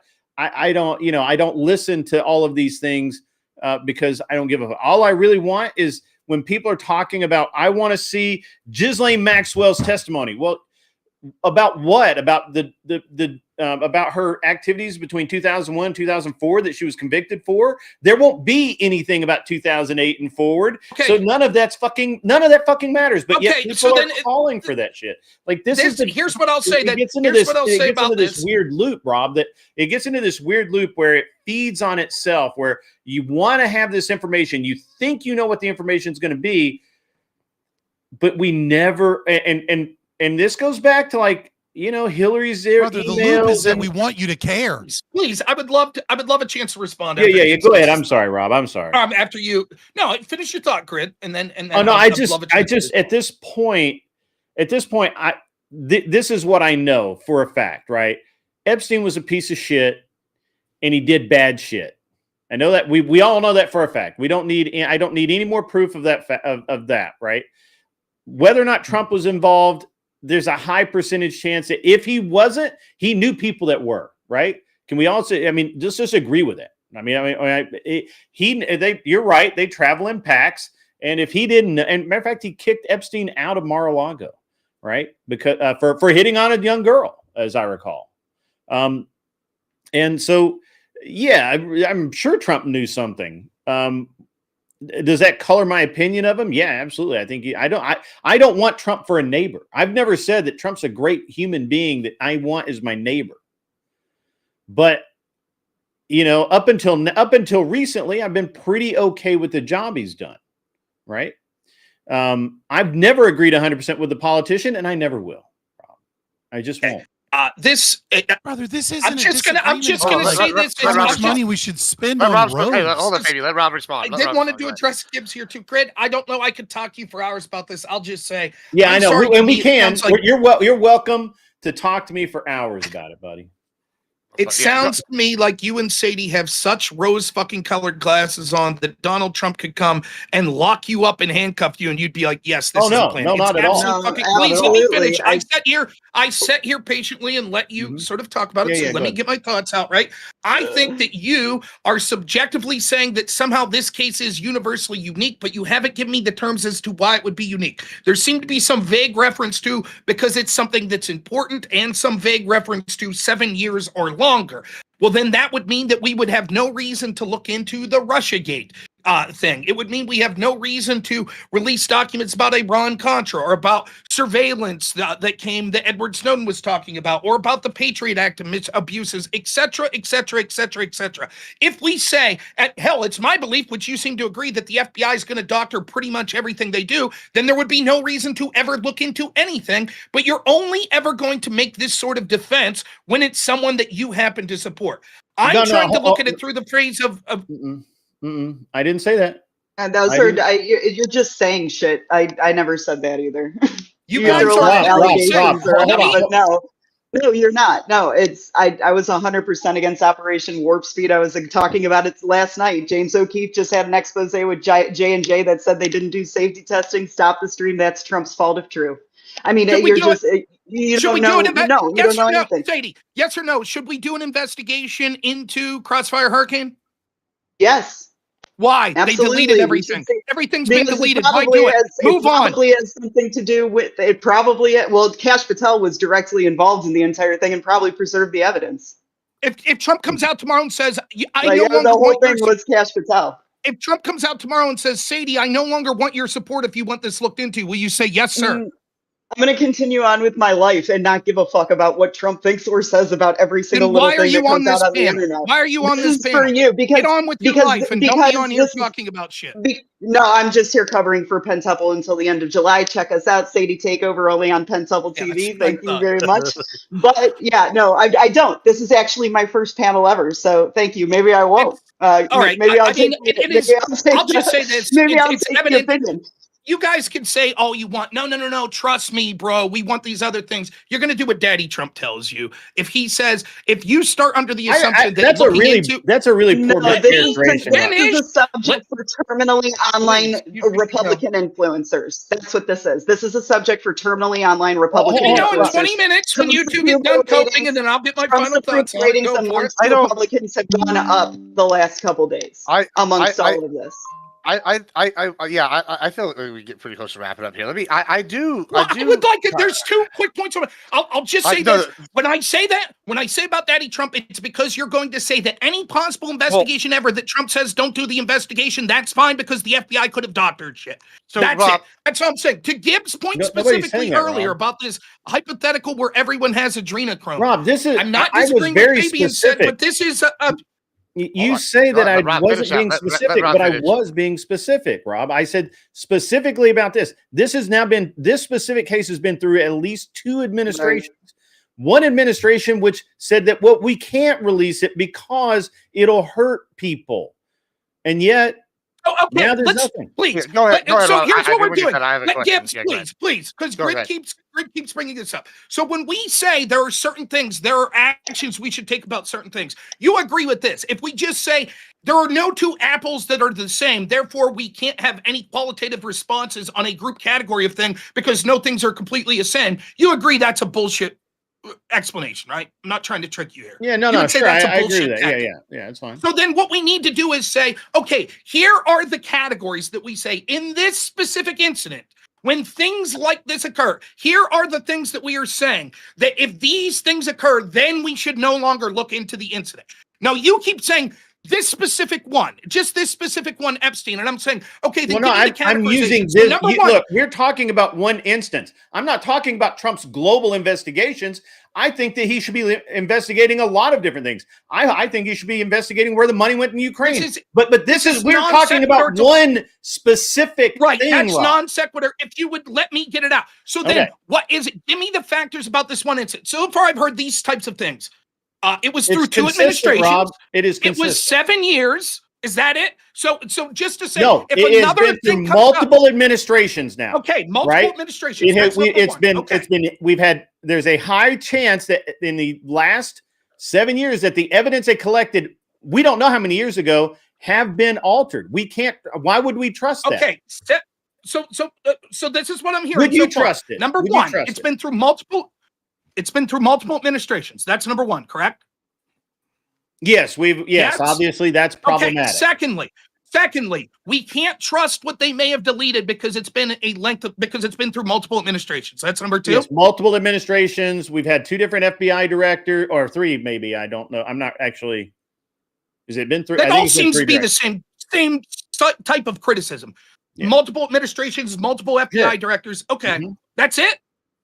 It's already been any used other propaganda. Let me finish. Let me finish. Well, you want to? Let me give you a third. This is Grid. I'm talking to Grid. Yeah. Please let Rob respond to me because. Yeah. So I just want to be clear. Is that it? Have we exhausted the list of the necessary conditions of when we should not look into something? That if it's something that's I'm not saying we shouldn't look into it. I literally said there should be an investigation. I literally said that. It was very clear. You might. Cut that when you cut down your stream. Cut that. What's that? What? Just mark it so you can cut it out. He did a gang sign on stream, like as his good. Me? Oh, yeah, Tyler. Yeah. Oh, okay, whatever. Just move it up. I was going to say I was like, what the fuck? I don't know what happened here. Oh, nonetheless. Yeah, anyway, okay. Go ahead. So I'll just.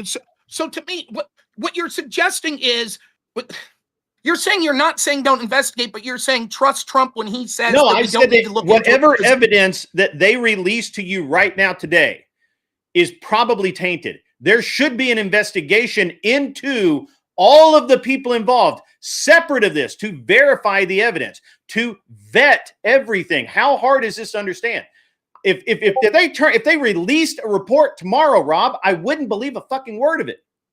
Would you release any report that the FBI releases tomorrow? Would you believe anyone? Can you think of a hypothetical? No, I would not believe a report regarding anything on the Epstein files. I wouldn't believe a word of it. What the fuck? Just Epstein, any FBI investigation. No, I'm not saying any FBI investigation. That's not. I didn't say that. I'm not. That's not what I'm saying. That's what I'm asking you. I will. Hold on. Can I bridge this? Because it seems like we're beating walls. Like our head against the wall. Yeah, I know. I would like to get it here. Go ahead. Yeah. So listen, I think the biggest problem here is like more meta than this specific issue. And the problem is that it is about the concept of our government, whether or not our government is being controlled beyond our vote in some capacity, whether or not like when we look at what NGOs do and how they operate, right? The CIA works with billionaires and NGO organizations for a whole of society approach. They go into countries, they create things like the Arab Spring, they create, situations in Ukraine potentially. What they do and what they have, there's all of this censorship, there's all this dirty shit. And there's this question that I think a lot of people have of like, how do we do something about this? And I think a lot of people have been married to Epstein, even though that's probably almost certainly not what is currently has people like Tom Steyer or George Soros or the Rothschilds or Klaus Schwab or Bill Gates or Pierre Omidyar, right? These billionaires that make billions by doing non-governmental organizations where money is given through grants and then it moves through and then it moves and it moves and it basically becomes impossible to follow. And somehow these people gain money from non-profit organizations that do the CIA's work and do the work of intelligence agencies. There's all of this corruption in shit. And a lot of people have married themselves to Trump, even if he didn't say it exactly, to the meta concept of drain the swamp. Right? A lot of people didn't vote for Trump because he was a Republican with good policies. And I understand maybe some of you did. Right? I understand some of you are like, I like this policy, I like that policy, I like this policy. But to a lot of Americans in the MAGA movement or conservatives, they're looking at corruption. They're looking at these billionaires. They're looking at these systems, and trying to say who's going to drain the swamp. And when Trump has this opportunity to do something, I agree with you that like a lot of this evidence has probably been deleted. A lot of it is tainted. And we're probably, no matter how hard we dig, never going to be able to find or dig in to that smoking gun that puts fucking some of these billionaires in the bottom of the prison, right? Like we've been dealing with that since the French Revolution, all right? That the people in power, ever since then, the people in power have somehow been able to evade any fucking direct punishment. But I think what people want is they saw in Trump, at least, this guy, this strong man, this bull in a china shop that they believed was going to go in there, and even if he doesn't get a goddamn thing done, he's going to expose some of their lies. He's going to give us some names. He's going to start the process of recognizing that our government is corrupt and that it has been designed that way, that it works for the billionaires and it works for millionaires, but for the last 60 years, it hasn't fucking worked for working class Americans, and it hasn't worked for regular people. And when he comes out and says, oh, the Epstein doc, oh, it's not a big thing. Oh, I'll release this. And he's blasé about it. And he's like dismissive about it. And he's saying contradictory statements. We don't know if he's bought or if he's not bought or if he just doesn't give a fuck. But at the end of the day, I think there are a lot of people that have righteous indignation for us finally feeling, at least in some degree, that somebody was going to start this ball rolling to try and expose these corrupt fucks, and all we're met with is roadblocks and bullshit. So I get that maybe that's not important in your list of his policies, because maybe that's not specifically why you voted for him. Maybe you're already blackpilled to that concept, but we ought to fucking recognize why so many people are hurt in that domain, and why Epstein is an example of betrayal, absolute betrayal. And this trust that he'll do something behind the scenes, it's like, then just tell us something. Give us the faintest fucking sliver of hope that says, look, there's a lot going on. There's a lot of dirty shit. There's a lot of bullshit going on from the Democrats. This is going to fucking take time. I got two dogs in this fight, Kash Patel and Dan Bongino, and they're truffle pigs and they're looking for truffles. At least bullshit me in a way that I can be hopeful. But instead of being bullshit like in gaslit, like this isn't a fucking big deal. And it is. But Fabian, okay, I think the problem here is there's like maybe two distinct groups that are like dismissive of this, right? Like right now, right? You have the like what I'll call the MAGA diehards, right? And like there's a couple people here I'd probably fit more in that category than myself. I don't feel like I'm very MAGA, right? Like even though I agree with him on some things, I know I've been called it. But when I sit here and look at this, right?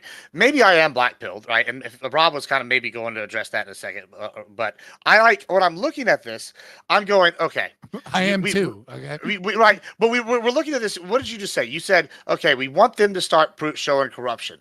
And to me, what I am seeing is, one, I'm an issue space voter, right? The border, it's secured. That's not a good debate, right? I like economic policy. We'll see. I've seen some improvements. I'm doing okay. I'm not complaining, right? I'm a little betrayed on some of the immigration policy, but okay, whatever. But when I look at this thing, right, I'm sitting here looking at like, okay, let's talk about cleaning out the swamp. Well, first thing that happened, Doge goes in the USA. They just passed a bill today to like go cut a bunch of unnecessary funding based off Doge cuts. They found out all this other corruption. There's corruption being found like left and right, or waste, or like all sorts of stuff going to NGOs. They're shutting these things down. Like I don't know, Rob has proposed things like create a bunch of different NGOs, all sorts of different like options. This to me looks like, hey, they're like starting to pull at the weeds, right? And it's something different than the first term, because maybe he was getting people in place, and now they have enough people in place to like go in there. And then we're coming to this Epstein thing, right?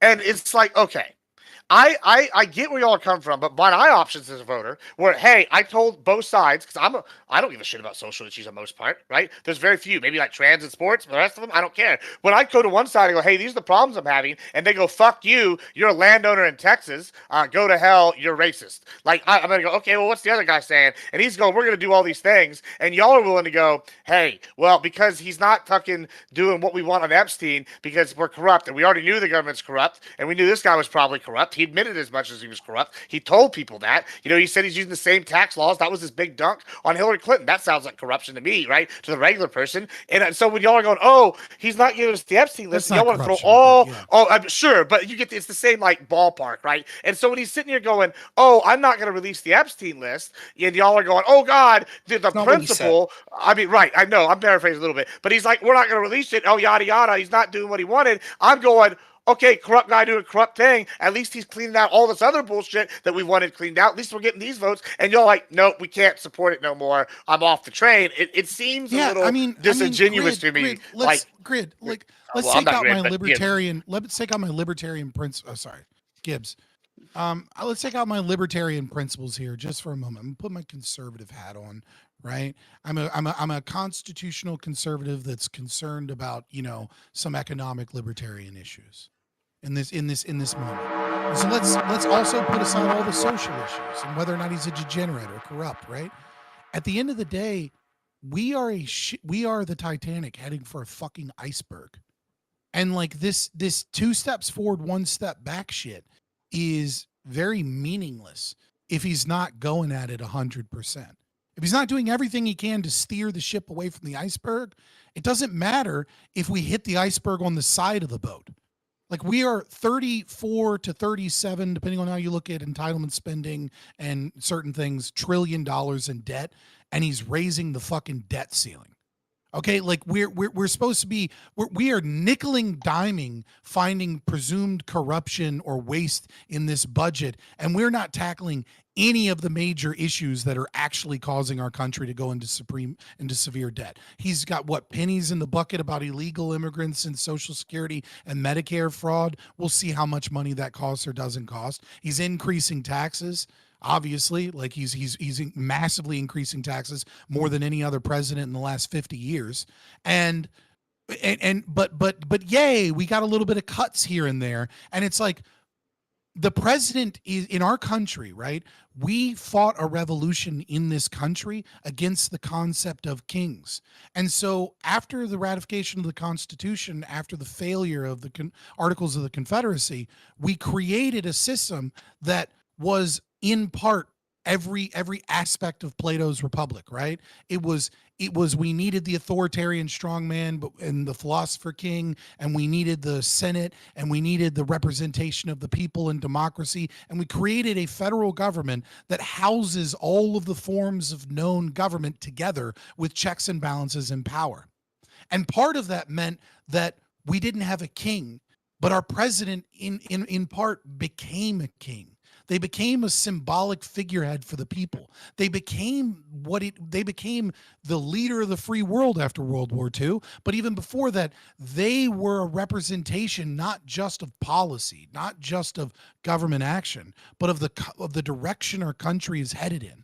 And so when Trump bullshits us, when Trump has some good policies you like that are nickel and dimes that barely even register a degree, turning the ship away from this fucking iceberg of debt and problems, and the fact that the average age of a home buyer has gone up 15 years because the boomers that were buying homes when they were kids are still the same people buying homes now, and like wealth is a problem, and there's so many problems in our country. And one of those things is corruption. And it's like, yeah, getting rid of some NGO payment somewhere that's wasted money is just too little, too late. And it absolutely, when he contradicts himself and when his administration under his control, because the buck stops here, right? is giving out all of these messages. We got the list. We got the things. We're going to do it.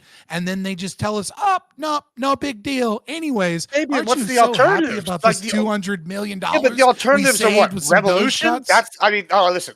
Outside of Texas, maybe the alternatives are revolution. I mean, Texas might try. I mean, that's about it. And even then, I don't think there's much stomach for it right now. You know what I'm saying? And so, like, your options are revolution or what?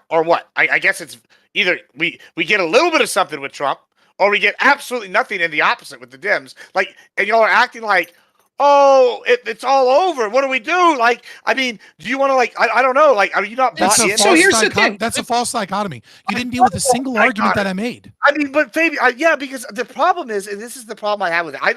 I don't disagree with a lot of your argumentation, like from a moral, and a historical standpoint. Like, that's not the issue. The issue is I'm living in the here and the now, and the options I see are threefold. It's vote Democrat. I'm living in the here and now. All right, or I guess vote third party, which is not an option. I think revolution's a more likely option to vote third party successfully. So, like, if those are our three options, I mean, obviously it's vote Republican, and I guess at the midterms we can vote non-MAGA people in to send a message. I don't know, but it doesn't seem like you're offering an alternative, or even like Rob here. I mean, I don't know. Maybe Rob can expound on his position. I don't see an alternative to the average not pro MAGA guy, but the average heavy Republican.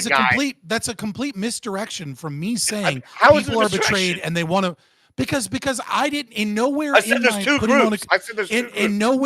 In nowhere in my putting on my conservative hat and explaining that from that perspective and doing that internal critique, did I ever mention don't vote? Did I ever mention vote Democrat? Did I ever mention any of that shit? What we were talking about but my point was being upset about a fucking betrayal. I understand that, Fabian. My point was, yes, I understand what you're saying. These people are upset about the betrayal, but there's a second group of people that are not saying we don't give a shit about this, and that's I think what I'm representing here, and is kind of this idea that I want these things done. I'm not getting any of it with this, and then the other option is not realistic, and y'all are telling me I should be outraged. You're creating a false dichotomy again. Okay. I'm just telling you. There are plenty of choices that you can have, and one of those choices is to sit here and go, "Hey, fucking what the fuck." Do all of the things you alluded and promised to and fucking hold Trump's feet to the fire. Nobody says you have to fucking vote Democrat or go with some other people or sit out. What we're saying is that this is a fucking betrayal, and you should be yelling that it's a goddamn betrayal, because Trump unironically is the most democratic president to ever exist in our lifetime, because the dude is such a fucking narcissist that if enough people start screaming, he'll just 180 on everything he ever fucking said before and start doing some shit. We've never had a president like that. He's one of the few presidents that will respond to public opinion because he's so worried about his image and his ego that he'll actually just be like, oh, that was some old shit. I'm actually doing this shit. So fucking sit with us and put his feet to the fire. That's exactly one of the points I was going to make. So I want to go back to something that was said 40 minutes ago here in a minute. But yeah, one of the things I was going to say is no one's saying I said it in my opening statement. If the elections in 2026 comes, I ain't voting Democrat, right? Because on this issue, even if I say this issue is very important, there's a 0%. Right. There's a 0% chance that they're going to out real Epstein files. Sure. There's a 0% chance that they're going to out institutional corruption at the FBI. They are the face of that. So they're not going to out it. So then this issue's a wash, and I would look at the policies, and I think right now, as bad as many of them are, the Republicans probably are going to have policies that more align with what I want. What I'm saying, though, is that there is there are two things. There is standing on your moral principle as an individual, like that. There has to be something for that. And when this guy tells me basically I'm a piece of shit because I'm upset with him for going back on the sole reason that or the core reason that I voted for him, which was to drain the swamp, and he's illustrating to me in the most obvious way possible, nah, dog, we're not interested in draining the swamp. That happened a long time ago. Then I have right to be pissed. I'm not going to sell out and all of a sudden pretend I don't give a shit about that thing that has been the core of my political beliefs since 2016. When I supported Trump and worked with Trump in 2016, worked for his campaign in 2020, worked in 2024 to get him elected, and now he's telling me. That's why I gave the example of if I supported Ron Paul and worked for him to audit the Fed, and then he came out and was like, fuck you, you're still worried about auditing the Fed, I would be pissed. Real quick, That's Rob, number. Real quick, I just think it's funny that you've brought up in your intro and again audit the Fed, because you can go check the GOP's platform, and audit the Fed has been there since 2012. Yes, I know. That's why I said if you've been paying attention to politics in the last 100 years, you knew that this was going to happen, right? Because the Republicans have been lying about audit the Fed for the last 13 years at least. Right. So yeah, I agree. But Ron Paul, that would be core to what he was saying, and it would be a slap in the face. But okay, the other thing is, Fabian's right there, and this is something I was going to say, right? And then I have one final point to make to you, Gibbs, and your hypothetical. Yes, Trump is the type of guy who could turn around. He came out, he's like not ideological, which is both good and bad. It's bad overall, but it's good in the fact that he's willing to change if he feels that his base is loud enough that wants him to change. That's what I'm done pump stock. So I feel that instead of us just saying, well, we'll trust it. Well, yeah, who knows anyways? It's not a big concern of mine. The FBI doctors everything. If we actually want him to do an investigation, then we should be livid and say, what are you doing? Saying that we're no longer your supporters if we want you to look into this Epstein shit and get to the bottom of it. It's not so simple as it's a list. That's not what I'm talking about. That's not what Trump said. Trump never came out and said to the people that are just saying they want the list released. That's not what he said. He was talking about the people that are saying that there's something to see here. That would be implicit that one of the things to see is connections to the FBI trying to do a cover-up, etc. He told those people, you're no longer my supporters. That's what he said. That is outrageous. And if you look at it just through a political calculus, that's likely to cost him some amount of votes in the midterms. We could talk about the polling but the CNN poll that no one trusted until today says that he's up. Great. Okay, you trust that CNN poll. We'll see what happens. I think telling your core base anytime, any voter, let alone your core base, that you don't want them to vote for you is a huge fucking mistake, no matter what, whether your name's Trump or Biden or Kamala or anyone else. The last thing I want to say, though, is, and I think and on this note, I'm sorry, I had put a lot in my mind palace here, right? The other thing, I'll say this directly to Sadie, and before I get to Gibbs' point here is, Sadie, and to a lesser extent, you, Grid, if something comes out, if all of a sudden Pam Bondi a week from now releases like, oh, fuck, look at this smoking gun shit we have of the FBI. We found this audio log of them talking, and it's like, cover this shit up, blah, blah, blah. Smear Trump, put his name on it.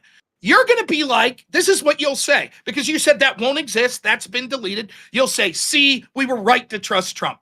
It's Schrodinger's Trump. If nothing comes out ever, you'll say, see, we told you. If something comes out, we'll say, see, we told you to trust him. When the reality is the best chance to push to have a thorough investigation is to hold Trump's feet to the fire.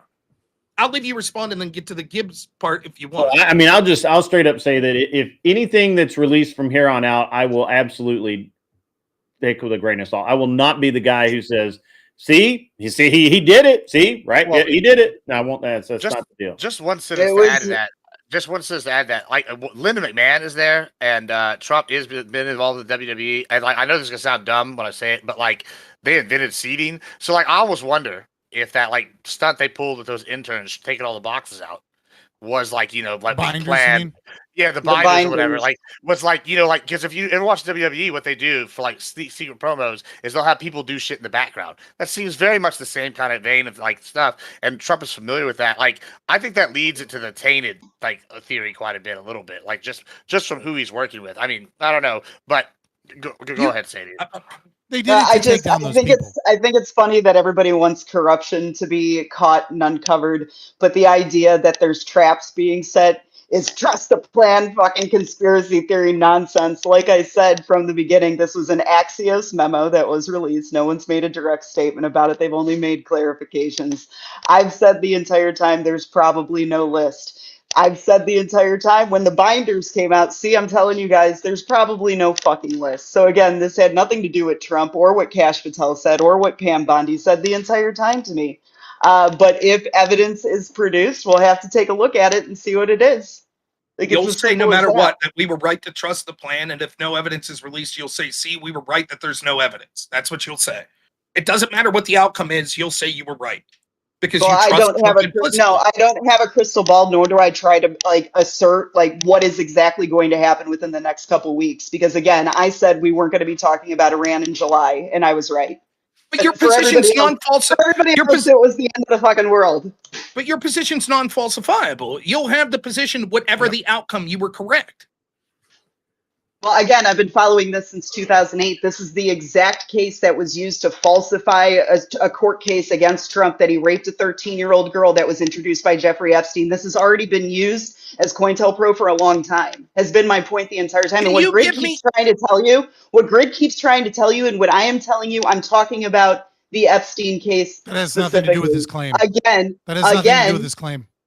I'm talking about the Epstein case specifically when I'm talking about this corruption, how it's already been used as propaganda. into that Right. without Again, actually I have answering my his full. claim. Thank you. Thank you. Again, I have my full weight behind the active operation that's happening, declared a public health crisis, 300,000 missing kids, NGOs are being pointed out. That's actually happening and being uncovered right now. But no, I don't look at that. Let's continue to talk about this Epstein boogeyman. We're having congressional hearings about this stuff, and I don't know if any of you are talking about it. I just want to be clear real. then. So you will be heavily, if let's say tomorrow Pam Bondi goes to the court and says, like she's saying on X, that's going to happen. And let's say that all of a sudden Trump comes out with a press conference next week. It's like, holy shit, we think we found stuff, blah, blah, blah. Your position will be, Trump, why the fuck are you talking about this stuff? There's so many more important things. What about the border? My point, again, like it's going to be just like was revealed with the JFK and MLK files. There's nothing in there that's going to surprise me. This is already a moot point. I believe I already know who was involved in my head. Like, I don't know what else to tell you. But again, you understand how that's not an answer, because what people are trying to do when they're making claims like this is this is a terminally online position. Like, I'm sorry, we're going to see actual corruption as we start dismantling government agencies like USAID. We're going to see actual corruption in this investigation into missing children. This Epstein shit has been, it's a legend at this point. Listen, okay, then it's a legend. There's nothing to see here. So if Trump starts spending a lot of time on this, you'll say, Trump, you're fucking up. That's all I would say that this is a waste of our time, honestly, and we need to be looking at things that we can. Yes is my answer. Yes. Okay. Yes. So I would literally we now say have a that falsifiable position. That's great. That's sure, exactly great. what I was. You can come back at me for that too, and you'll probably see the same consistent thing that like I'm really interested in seeing what's happening to these undocumented kids that were lost by the Department of Health and Human Services under the Biden administration, which also will come into the auto pen stuff that you guys just flippantly brushed off. You want to talk about government corruption? There are actual things that are happening right now. Cool. Oh okay, yeah. We'll I'm see. famous for not talking about government corruption. Yeah, I mean it's nonsensical. Like like I could do 10 hours of show every day talking about all this shit, and me getting pissed off because Trump says I don't want your support anymore on an issue that I also talked about for years, going back to 2019, and all of a sudden, you're ignoring all the important stories. Gibbs, your hypothetical I wanted to talk about real quick, where you're like, let's assume everyone's on adrenochrome, blah blah blah blah blah. Yes, Scott's right where he's talking about the specifics why that what we're talking about is sort of government corruption, etc., how they're blackmailing people. But on its face, though, there's a real moral problem with your hypothetical, which is this. If you don't have the crystal ball or on the 0.0000001% chance that you're wrong, you literally just gave the rationale for why we should vote for a pedo. Because you're like, I assume they all are. So even if I openly know that one is, I'll was vote Gibbs for him that because assumed my that. assumption is the other guy is too. I understand that. I get the vote for. I get that if we would be like a bad faith, and I don't think that's not what I think you're doing. That and because I saw someone else in the chat say that, and I knew saying that people could take that argument, right? But that is not what I'm saying. What I am saying is it's like a damned if you do, damned if you don't situation, right? Like let's just say, and this is why I said beginning of that worst case. Like okay, they're all pedos. You have no options but pedos. What do you do, right? And I don't think that the option, like personally, my option would be, yeah, let's do a revolution. But like, if you went to 9 out of 10 Americans, how many do you think are going to jump on board the revolution? And I guess when you have whatever percentage it is to actually win that, right? Like, I don't think you do. So I guess it goes down to, okay, well, hey, Well, if we're not going to do that, what are we going to do? Well, my options still, this side that says get fucked that are pedos, or this side that's saying, hey, we'll fix all these other things that are pedos. It's like, okay, cool, you're making a deal with the devil. False dichotomy. I mean, okay, I get that you just think it's not a false dichotomy. What are my other options then, Fabian? Like what are the options? There's a really simple one that I brought up multiple times, right? Which is that Trump is, whether he's an actual narcissist or just has narcissistic tendencies or whatever, it doesn't kind of has matter. to be a narcissist. We have documented evidence over and over and over again that Trump is willing to just 180 on a position if he finds that the public support changes on that. And so one of the things you can absolutely do is that you can hold Trump's feet to the fire, that you can be a part of a rallying cause in social media, on debate panels and all these places. Absolutely. Yeah. And be one of a million people, right? Yeah, he's very sensitive out that to we public need opinion. Right. And I'm not disagreeing with that. You can still do that, but let's say that doesn't work.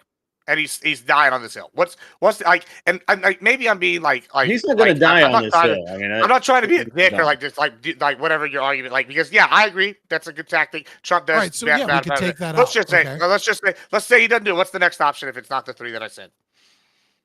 Well, you said two, right? And the two was Republican. Yeah. Revolution would be three.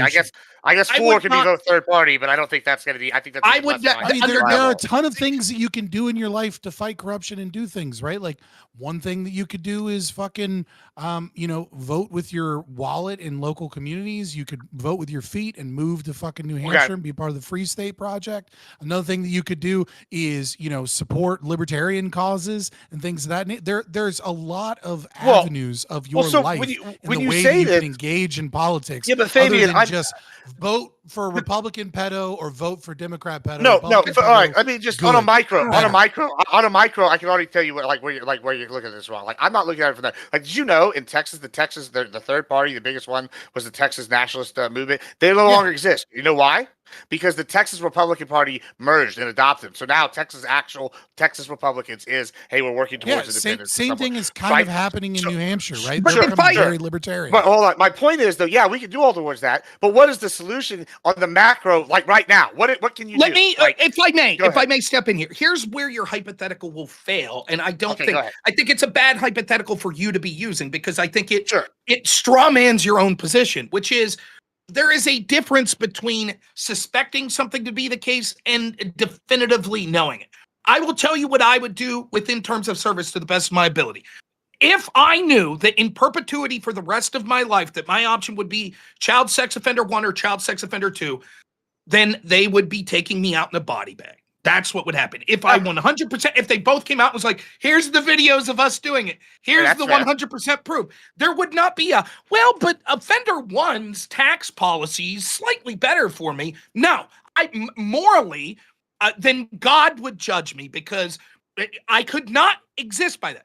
The problem is, I don't think you're saying, first off, you exacerbate your hypothetical in two ways. One is you make it a claim of certainty, which clearly we don't have now. Even if we heavily suspect, we don't have a worst case scenario. Yeah. Right. And the other thing is that you make it the most heinous crime possible, as opposed to sort of, there's a suspicion that there is a cover-up of other people doing this. For example, if it turned out that there definitively was proven that both Trump and Kamala, saying that was our options the last two times, or whoever the next two people be, generic Republican dude versus minority, disabled Muslim, black lady, Democrat candidate, whoever the fuck they put up, right? If they're both 100% confirmed, they both admit, hey, guess what? Since we're both child sex offenders, we'll both just admit it. I'm not voting for either, right? I wouldn't say, I support Trump knowing this because he's bad. I wouldn't give a shit how good I thought the policies would be. I couldn't bring myself to do it. So what I would say to you is that although I think you're right, and I think Scott, and I think Sadie and Grid, I think we'd all agree at this point that we think there is insane fucking levels of corruption at all levels of our politics. I think that is so endemic that that's the issue that we should be fighting against, and that we should be trying to put people, even if we think it's a small, even if it's a small chance. I'll take the guy that's got a 1% chance of doing something like that versus the guy that has a 0. Now, in that world, though, this is where I find your position, Gibbs, to be entirely defensible. Okay, but hear me out. If it's only a low chance of anyone doing anything meaningful anyways, why wouldn't I say, you know what? It's not that I don't find any corruption to be important. It's just that it's already baked in my head. They're not going to do it. They're not going to do it. So why not take the guy that's fucking helping my bank account? He's moved the fucking Overton window on these trans issues, right? He's protecting children more. We're getting to the bottom of some of this, kids that have been lost or were trafficked under the Biden administration across the border.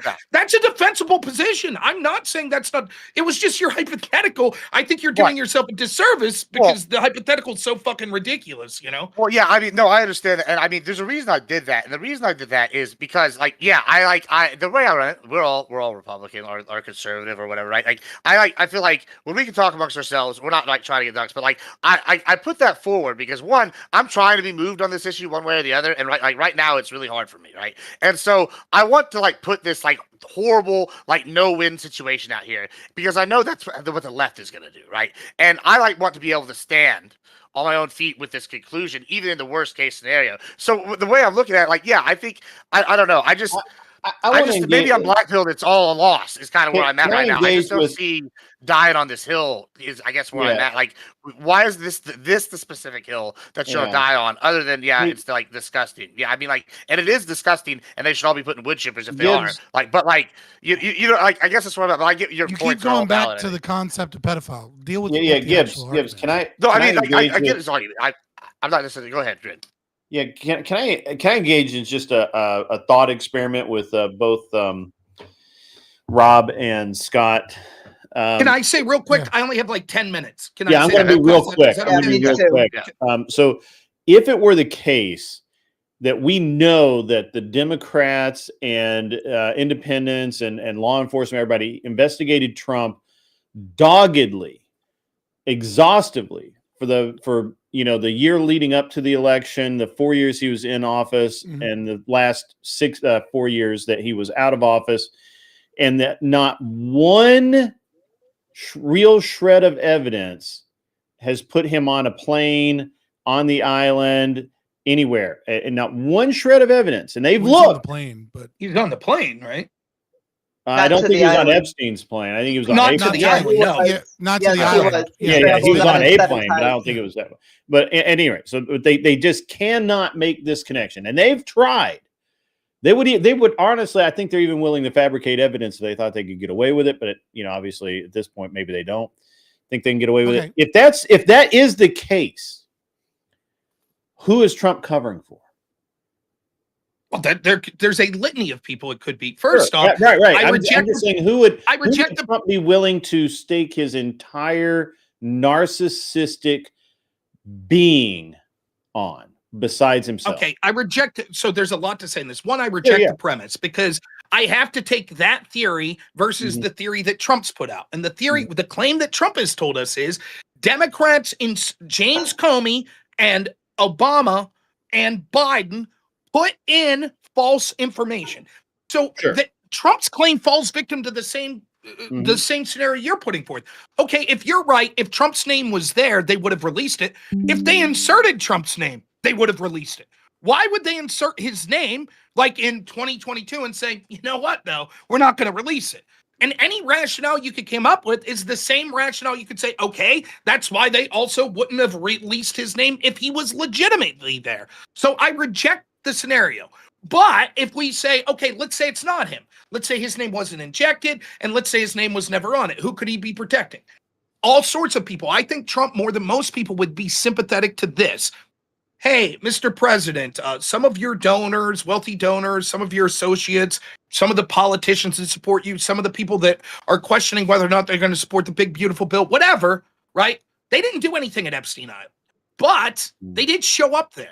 And they did fly on the plane to the island. And they did go hang out with Epstein here and this, but they didn't do anything.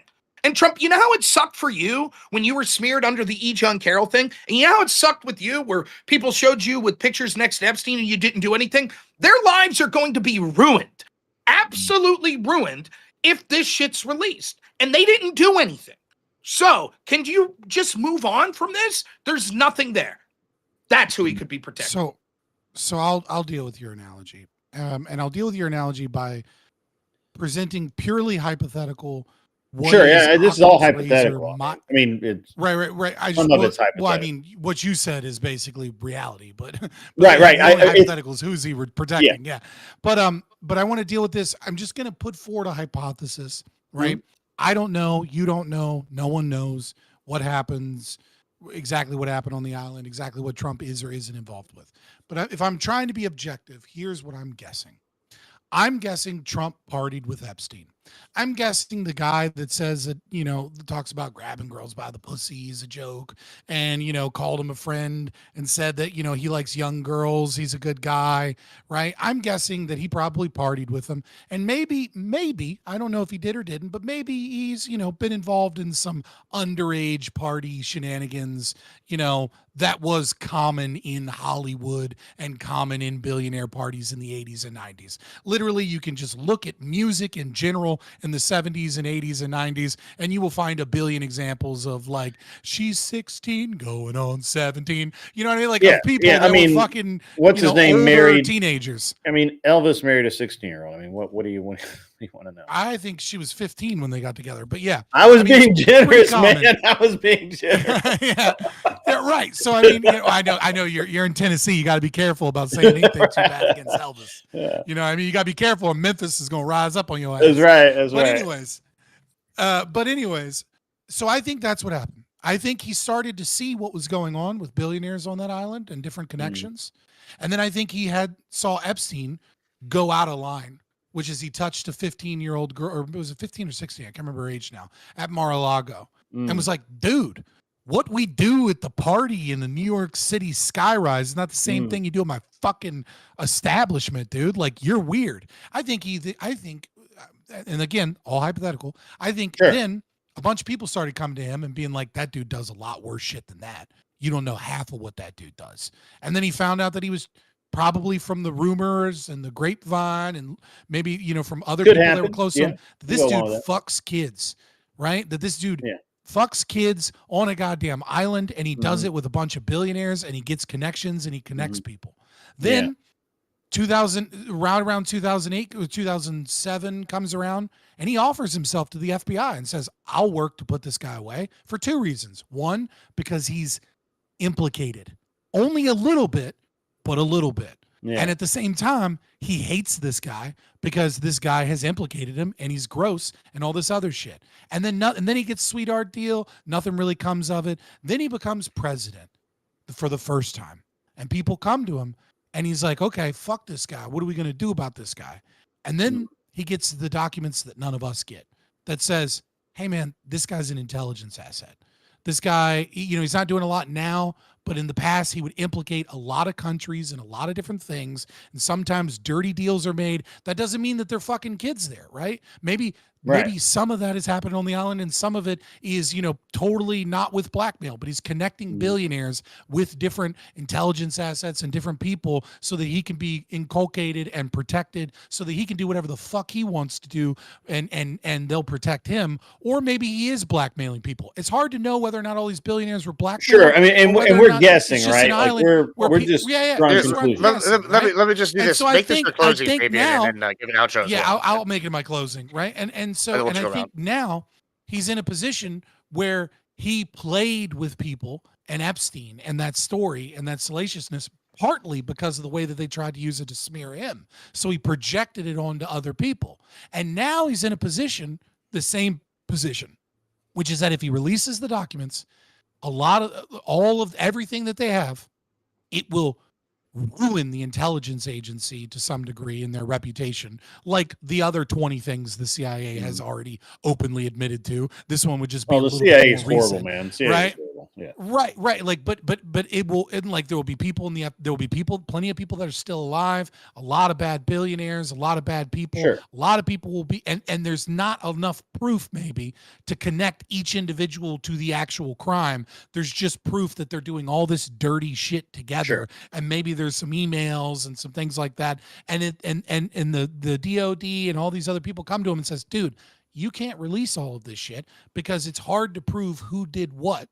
And on top of that, it will deeply endanger our relationship with Israel. It will deeply endanger our relationship with the UK. It will deeply endanger our relationship with 6 or 7 other fucking countries that we don't know about that were running different games tied with that. And this is all old shit anyways. We got new shit. We're doing other new things. We're doing other shiesty shit. This is literally would just cause reputation damage, and none of these people are going to go to jail anyway, so he's trying to fucking bury it. Because if he puts it out there, a whole bunch of people like himself will be fucking in trouble, or there'll be some proof. And the reason the Democrats didn't do it is because there isn't any hard proof in those documents that he was on some island fucking kids. We know he wasn't. But there might be some evidence that he was at some parties and shit. But if they try, there's no way to release those documents without also fucking up their billionaire donors and fucking up their connections with the CIA, because every one of these politicians has investments in things like In-Q-Tel,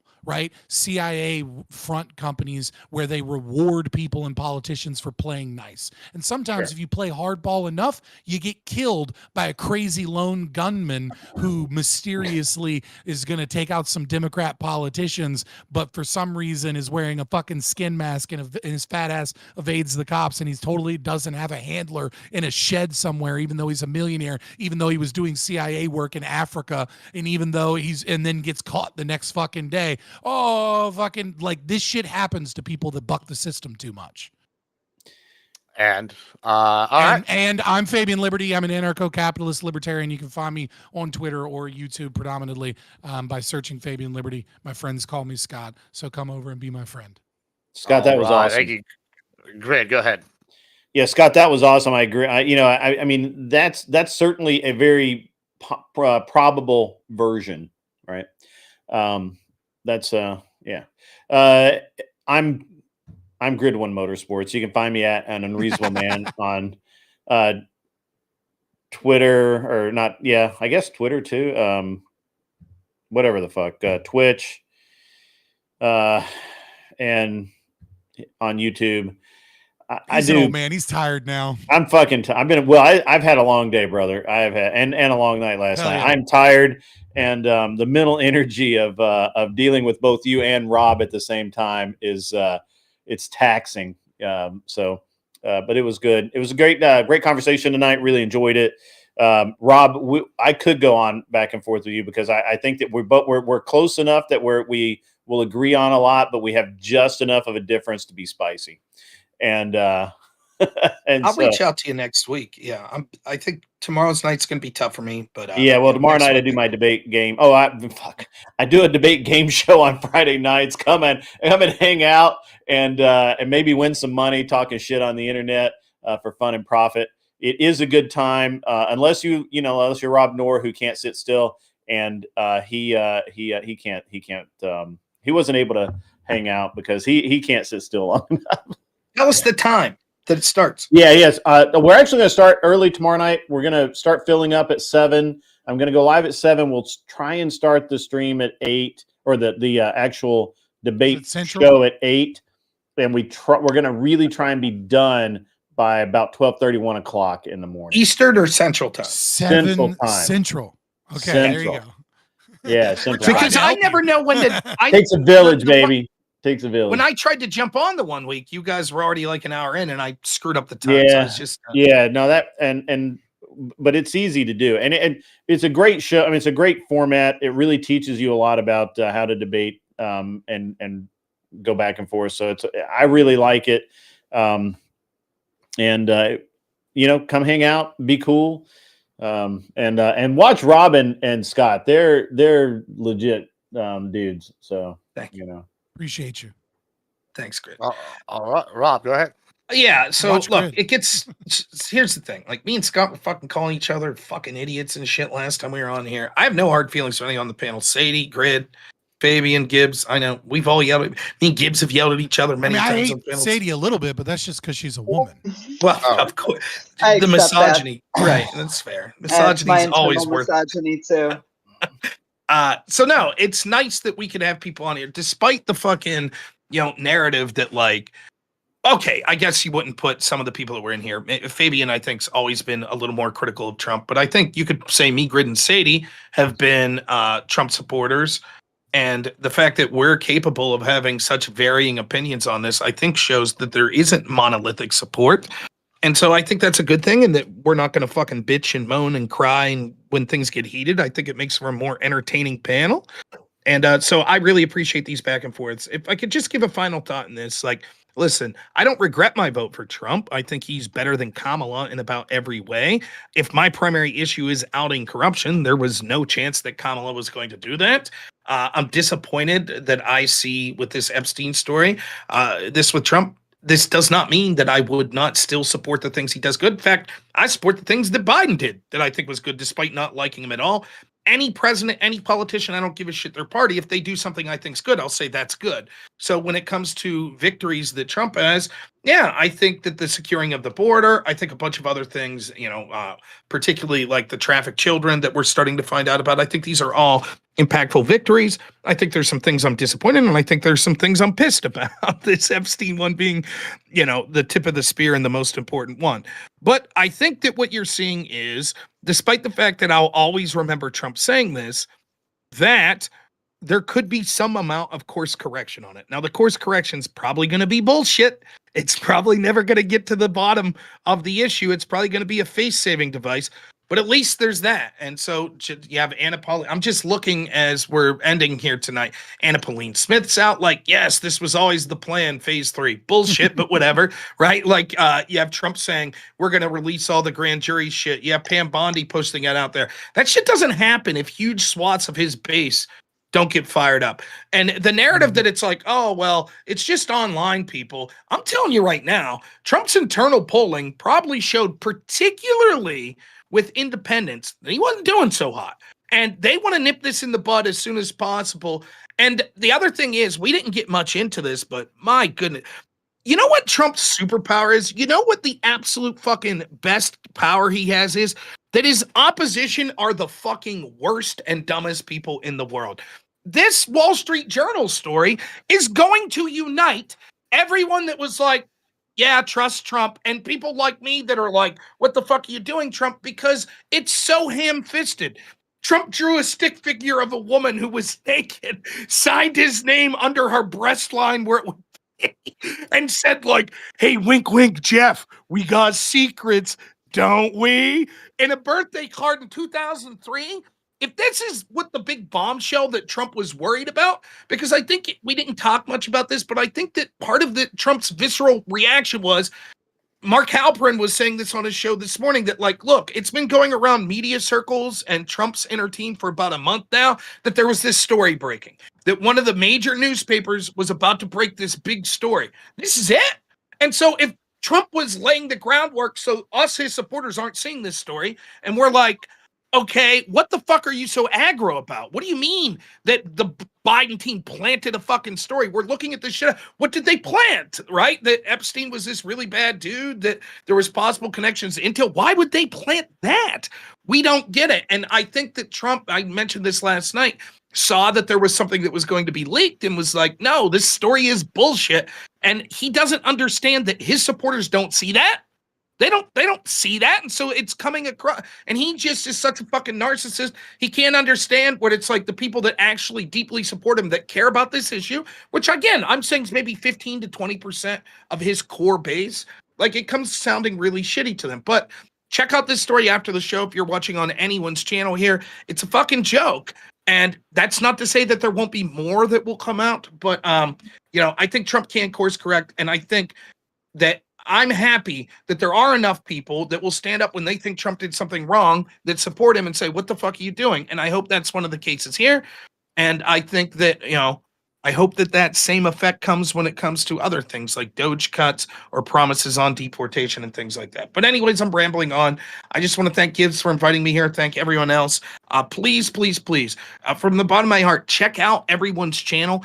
Even if you don't think that it's your cup of tea that you would like, please give people a sub. You have to understand the powers that be that run places like Twitch and YouTube. They don't like people like us. We're not the Hassans or the Destinies of the world. So any little thing you could do to help us out in the algorithm, subs are free.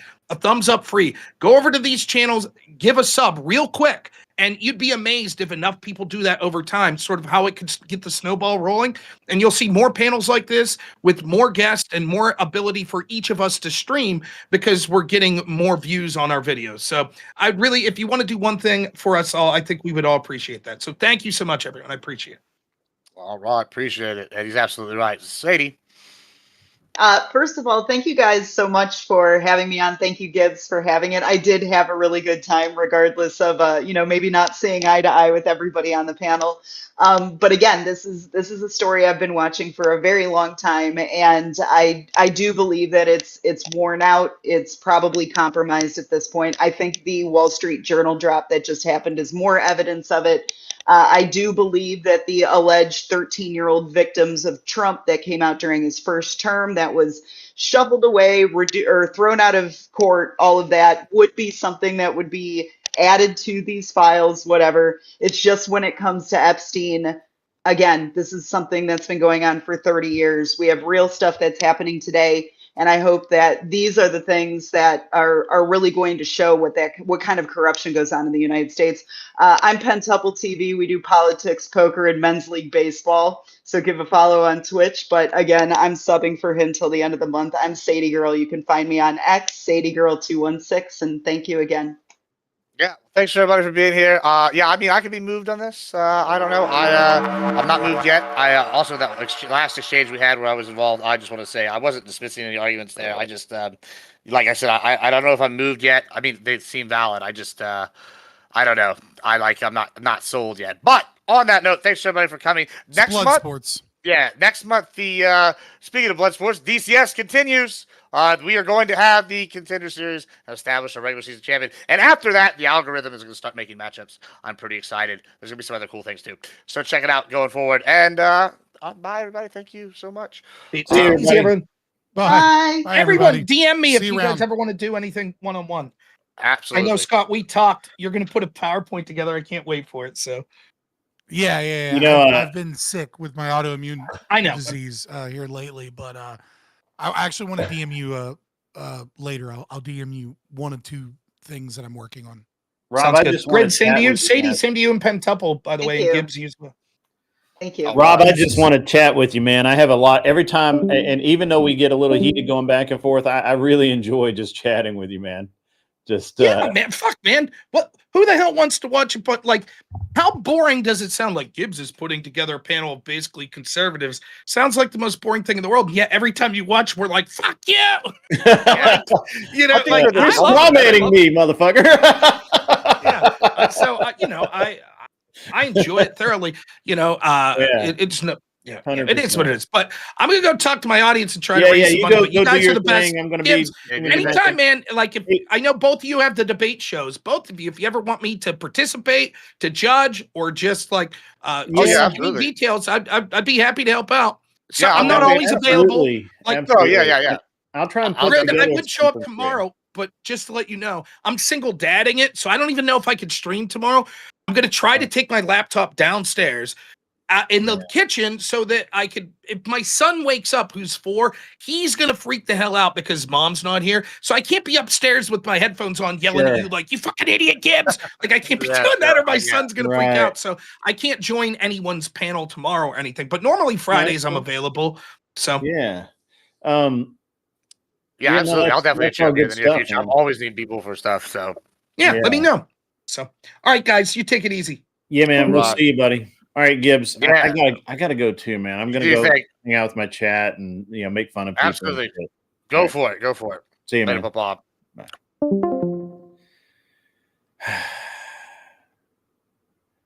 What's up? that was interesting, man. That was interesting.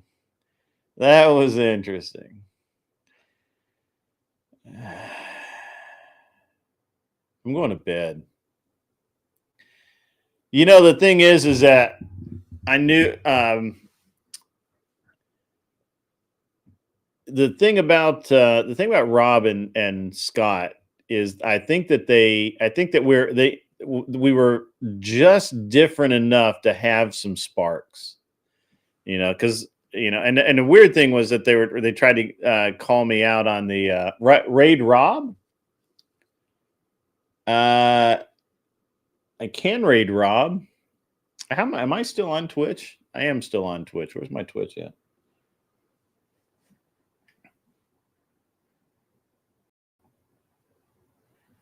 Let us see. Yeah, the good thing about Rob is that if you tell him that if he's straw manning you and you tell him that he's straw manning you, he'll be like, "Yeah, all right, you got me, bro." But he's he's good faith. He's not a complete dickhead. So I actually don't know how to raid anyone on Twitch. I'm gonna have to figure out Twitch more.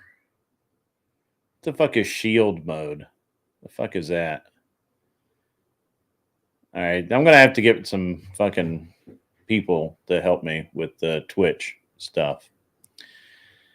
But yeah, weird. That was rough from your perspective? Yeah.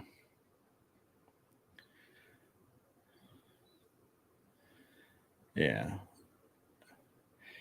Well, I mean, the thing is that you can't. Rob's position's actually a little on the insane side, right? Like you're literally baby out with the bathwater, all that kind of thing. And I was really trying to be very logical and just explaining it. I have to edit thanks to I didn't see his exit. I'll private the video until I can figure it out. Yeah. So. But yeah, you can't. The thing is that, and I never got mad. Obviously, most of the time I was kind of bored. So, you're Rob Luddite, yeah. But what did you think, Damien? You're Rob Luddite. So.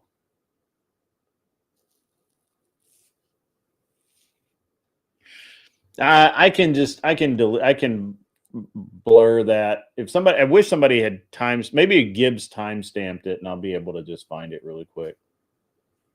So, I mean, I can find when he left, so it's not a big deal.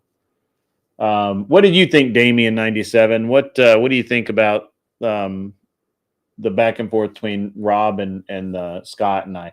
The thing is that Jeb was irrelevant because he just spurged a lot and said a bunch of things that honestly I don't even think were true. So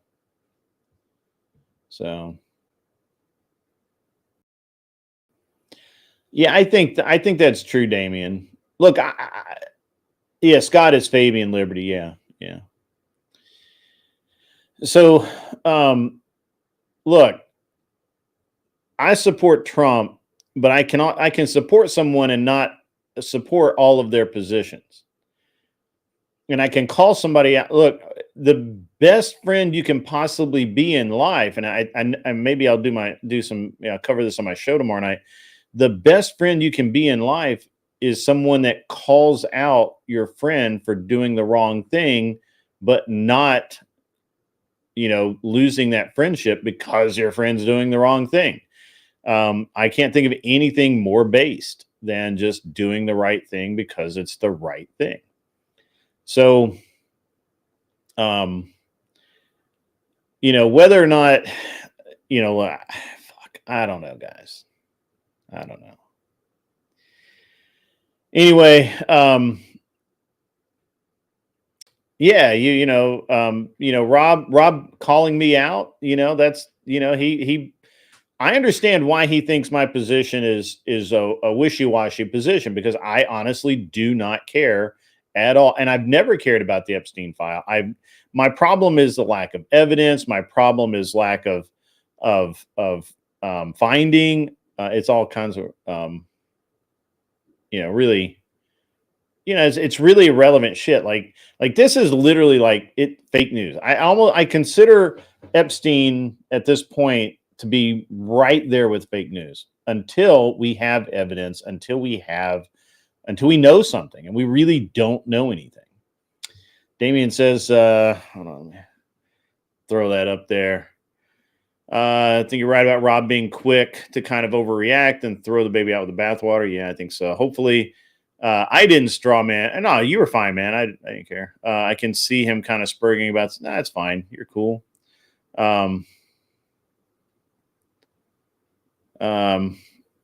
But yeah, I mean, look, Rob is somebody that when I called him on the straw man, but there were multiple straw mans. When I called him on it, he changed course. It wasn't like he was intentionally straw manning me. He had an agenda that he wanted to, or a rhetoric that he wanted to attach to. And that's how it is, right? Like, and people do that naturally. And so that's why you have to listen to what your opponent, or in this case, the person you're conversing with, you have to listen to what they're actually saying and then correct them if they're not accurately identifying your position and what you're talking about. So, yeah.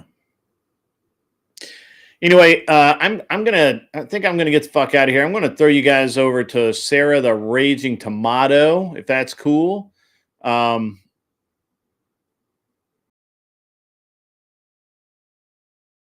You asked Ryan if he would say that if Trump looks bad, then Biden would look bad, and he said no because there's no evidence. If that, yeah, all right, yeah. Ryan's look, Ryan. I'm assuming you mean the radical coder. He's bad faith. I mean, I've just decided.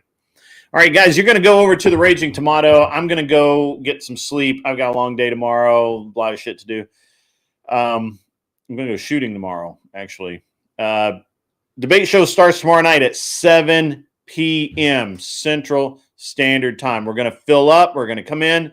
We're going to have a great, we're going to have a great little, fill the chat up. And once we have enough people, which hopefully will be around 8 o'clock, we will fire up. Hopefully we'll get firing on all cylinders and we'll have a great debate show tomorrow night. Now, Kel won't come in until late, and I'm not really sure if the Danish girl is going to make it.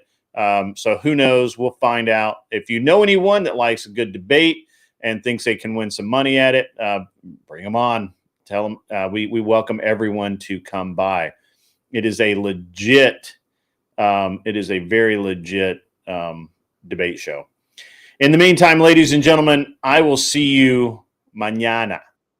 And go over and have fun hanging out with the Raging Tomato. And as always, be cool.